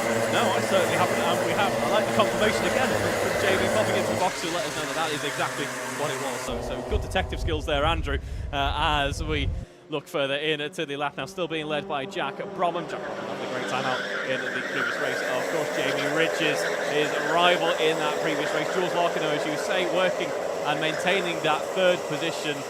We have Edgar Azevedo, Sam Morse, who has been a well-regarded name so far today, works up from 6th into 5th as we head down into the final couple of corners. Defending is Jules Larkin against Edgar Azevedo, running through that last couple of corners. Now our front two separating off here as we go pretty much full wide into that first corner there.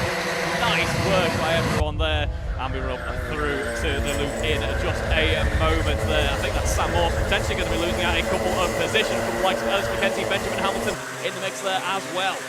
Yeah, really good stuff. Jasper Clark-Sass has had a number of brave movements and runs through turn one today, and that was another one in that battle for around fourth place. 8 minutes and 45 seconds of this race to go. A couple of contacts warnings to report in on. Edgar Azevedo, who we've been talking about in this battle, is also your top rookie at the moment in this one. 5 rookies, I believe, have made it through to this A final. Drivers who've not competed in this class before. The other contact warning was Ollie Brunel-Weil. It's a little bit further down the order. There's your driver in third place, Jules Larkin. 50.272 last time around for Jules, and a good step forward I feel for Jules today. Missed round 2. Decent results at round 1. 5th at the pre-final, 18th in the trophy final. At the moment, Jules Larkin looking on the course for a first podium of the season. There's a big battle of karts led by Ellis Cox at the moment. And again, I've got to say, Ellis Cox, we knew about his talents before today, but I've been really impressed with Ellis Cox. I hope we see Ellis do a few more races later on in the season. He's not going to do a full season, I think, because he's on the reserve list for a number of events, but he's shown what he can do in a junior kart here today. And indeed, Jack Robinson leading by about half a second at the moment. That gap, though, is surely going to blow up. We've seen so many ebbs and flows in the pack battling that we've enjoyed so far today. It looks like a yellow flag being waved, I suspect, for a cone pick-up there, because we've just picked up a cone warning, and we see a whole fleet of karts heading in, acknowledging that yellow flag, making sure that they're not getting a transponder in front of another, because that will be counted as an overtake. So we don't want to see that under yellow flag conditions. And there is the code that needs to be collected by one of the marshals there. So Crash to jump out of the track and get it collected. There we go, once more. A bit of a important forming up once more, being backed by Edgar Azevedo, who is currently fastest kart out on track. Indeed. I just want to give a quick mention to the marshals. They've been great here today, but I'm going to give special marshal plaudits to our man at Marshall Post. He has been very busy here today and has been on it every single moment. So again, big thanks to the marshalling team here at Rissington. The Orange Army could not go racing without them, and our team of observers around the circuit as well. 6 minutes of this A final to go to bring us to the end of day one of competition here for Club 100 Cadet and Junior in the South Championships. And right now it's a very dominant position for Jack Bromman. This is your fight for second place and third. These are those spots on the podium here this afternoon. Jamie Richards holding on to one of them right now. Edgar Acevedo currently holding in third, so he's bumped Jules Larkin off of the podium at the moment. I would say, Reeve, that right now Azevedo and Larkin looking a little bit quicker than Richards at this stage of the race. Yeah, absolutely. Azevedo in particular, I think, has had some really strong pace from the get-go, and they're just trying to pick their moment. Jamie Richards putting on a strong defence, just as we saw throughout a lot of the pre-final as well. The question is for Jamie Richards, how long can he keep it going? 5 minutes to go in this race, plenty of laps still to negotiate, and having a look around the outside is Azevedo. Still a little bit too far back, just going to have to pick his moment very carefully indeed as we run through that final corner. What this battling is doing, though, is it's bringing the likes of Morse, the likes of Hamilton right into contention. Hamilton a bit of a charge moment. They make a place onto the start of this next lap, and we're going to have a big group of cars forming up here in this battle for P2. We are indeed. This is going to be a tasty affair, I think, through the course of the next 5 minutes, because it's been joined now by Sam Morse, and you can see Benji Hamilton, Ellis McKenzie and Clark Sass all closing in as well. You could have 7 drivers fighting for 2 spots on the podium in the not too distant future. A little bit further down the order, what's happening? Ethan Pritchard has got through past Jacob Brown. That's for P9. Davis Niesko is up to 17th place ahead of Jamie Warner. Oscar Masoviak and Emi Gualtieri, they're both into the top 20. They've got past William Markwick. Hassan Iqbal also gaining position past Pierce Hartley for P22. Back with our drivers at the front of the order. Jules Larkin going for third place and has got third place. Bold move there from Jules Larkin, back ahead of Edgar Acevedo. But keep an eye on that number 3 there, Benji Hamilton, the former Cadet champion, right back at the very start of the Cadet and Junior era in Club 100, has got past Acevedo for that position. Acevedo has a little look into the dog leg. This is good again for Jamie Richards. Look, he's done it like we said earlier in the first race. Has backed them up, has sensed when they're going to start squabbling, and he's kicked again into that higher gear. Doesn't have high gear, of course, but you get the picture. He's really pushing now. He's got to hit some big laps in now across the course of the next 2, and he could have second place in his hands. Meanwhile, Benji Hamilton is trying to find a way back ahead of Jules Larkin. Jules Larkin has already lost that third place once in this race and does not want to lose it again. Hamilton directing traffic immediately behind him. That's real proper awareness, isn't it? Absolutely. To be, I don't think I've even seen that in seniors, of a driver trying to find a way through past the one ahead, but also indicating to the others, go here, go there, don't compromise our lines in trying to get past this guy. That is really, really shrewd play from Benji Hamilton. It is indeed. It's often what impresses me most about our cadets and juniors. It's not necessarily their outright pace. It's not what they can do on a one-shot and qualify. Ollie, it's how they execute a race, it's how they think really intelligently about what is going on around them and the wider picture. If you can do that whilst also setting, in the case of Hamilton, a 50.7 lap time last time out, really impressive stuff there from Benjamin Hamilton. So just over 2 minutes to go. It's not going to be a battle royale for the win today. Jack Bromham has been fantastic. He is away, he is gone. He is on for a double A-tier race victory here today and a full complement of 260 points, which I think if you suggested that to him at the start of the day, he would have been said, oh yes please, but maybe I think that was a little bit of a long shot, but he has driven fantastically here at Rissington. Jamie Richards still holding there for second place, is starting to be reeled back in though, I think, by Larkin and Hamilton. 1 minute and 43 remaining on the clock. Larkin holding ahead of Hamilton once again through turn number 1. Larkin really having to defend hard right now, and Acevedo still there as well in 5th place. Jasper Clark sets us up to P6. Further down the order, changes again in the top 20. William Markwick is through past David Sinesco and Asan Iqbal. George Dugard just outside the top 20 at the moment has gained 2 to 21. This is getting tight though. Acevedo trying to find his way through past Hamilton and does so. Clark Sass is going to have a go as well for what is now 5th place. Hamilton had a good go at Larkin there, but left himself exposed to that attack from Acevedo. Well played here by Jamie Richards. Once again, I must say, looked so under threat in this race. I mean, it duped me as well as potentially duping his rivals as well. I was thinking, surely he's under threat here, but now look at what Larkin has to do because of the work of Jamie Richards. Jack Bromham in a different league at the moment, 4 seconds clear.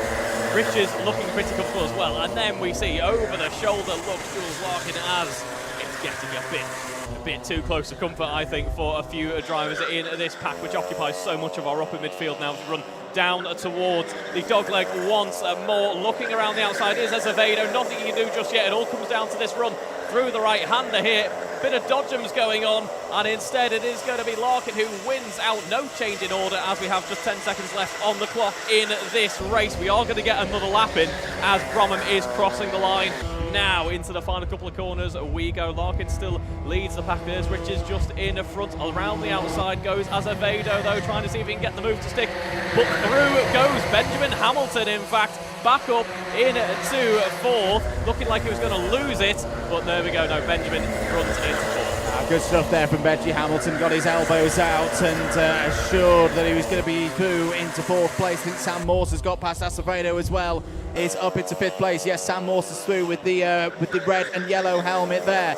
Bromham is on his way to a race victory. Richards on his way to 2nd place, but who's going to take 3rd here? Oh, there's a little nudge there in the pod from Sam Morse that took an ounce of momentum away from Benji Hamilton that I reckon would have given him the draw alongside Larkin. But there is your winner. Jack Bromham takes round 3 at Rissington for Club 100 Junior South in the super lightweights. Jamie Richards P2, Jules Larkin on the podium.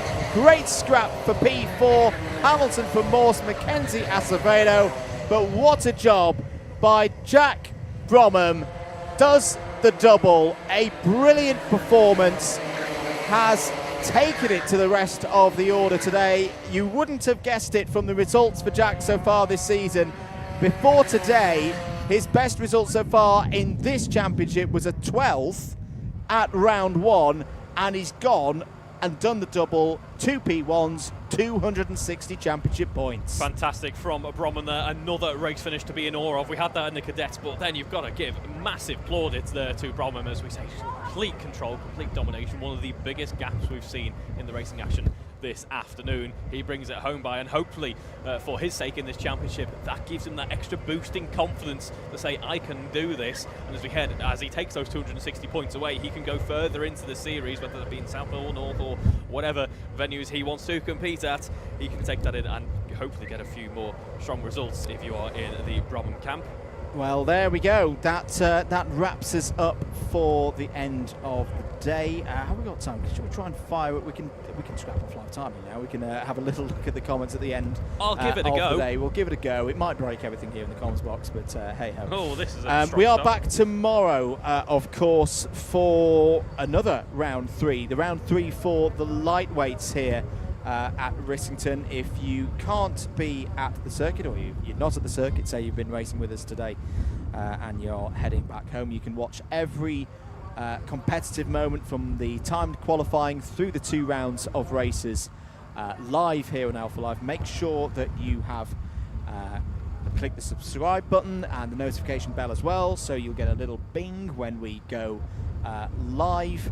And as I say, we'll be 11:50 again, same time as this morning. We will have the Paddock show as well, so if you've been watching, if you're one of the lightweights and you've been watching from home today, hang around the pre-grid area at about, well, after your practice briefing. That's when we will be recording the Paddock show, and then that will play out at lunchtime.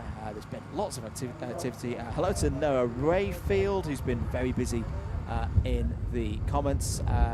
Good questions as well. What tracks are in the North Championship? Any information, if you need any information at all of when we're racing, what tracks we're going to, prices, how to get involved, you don't even need to do www anymore. You just put club100.co.uk into your web browser of choice. All the information is on there. If you need any help, do drop us a DM on social medias. We'll help you out as soon as we can.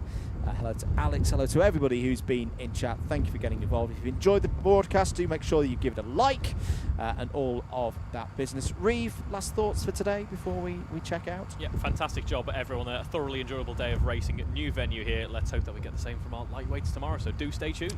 Absolutely, day 1 done. We will be back tomorrow, 11:50 in the morning UK time. Thank you very much for joining us here today at sunny Rissington. We'll be back tomorrow for the lightweights. For myself, Andrew Mather, Reeve Taylor alongside in the commentary box. Enjoy your Saturday evening, and we'll see you tomorrow morning for the lights. Bye-bye.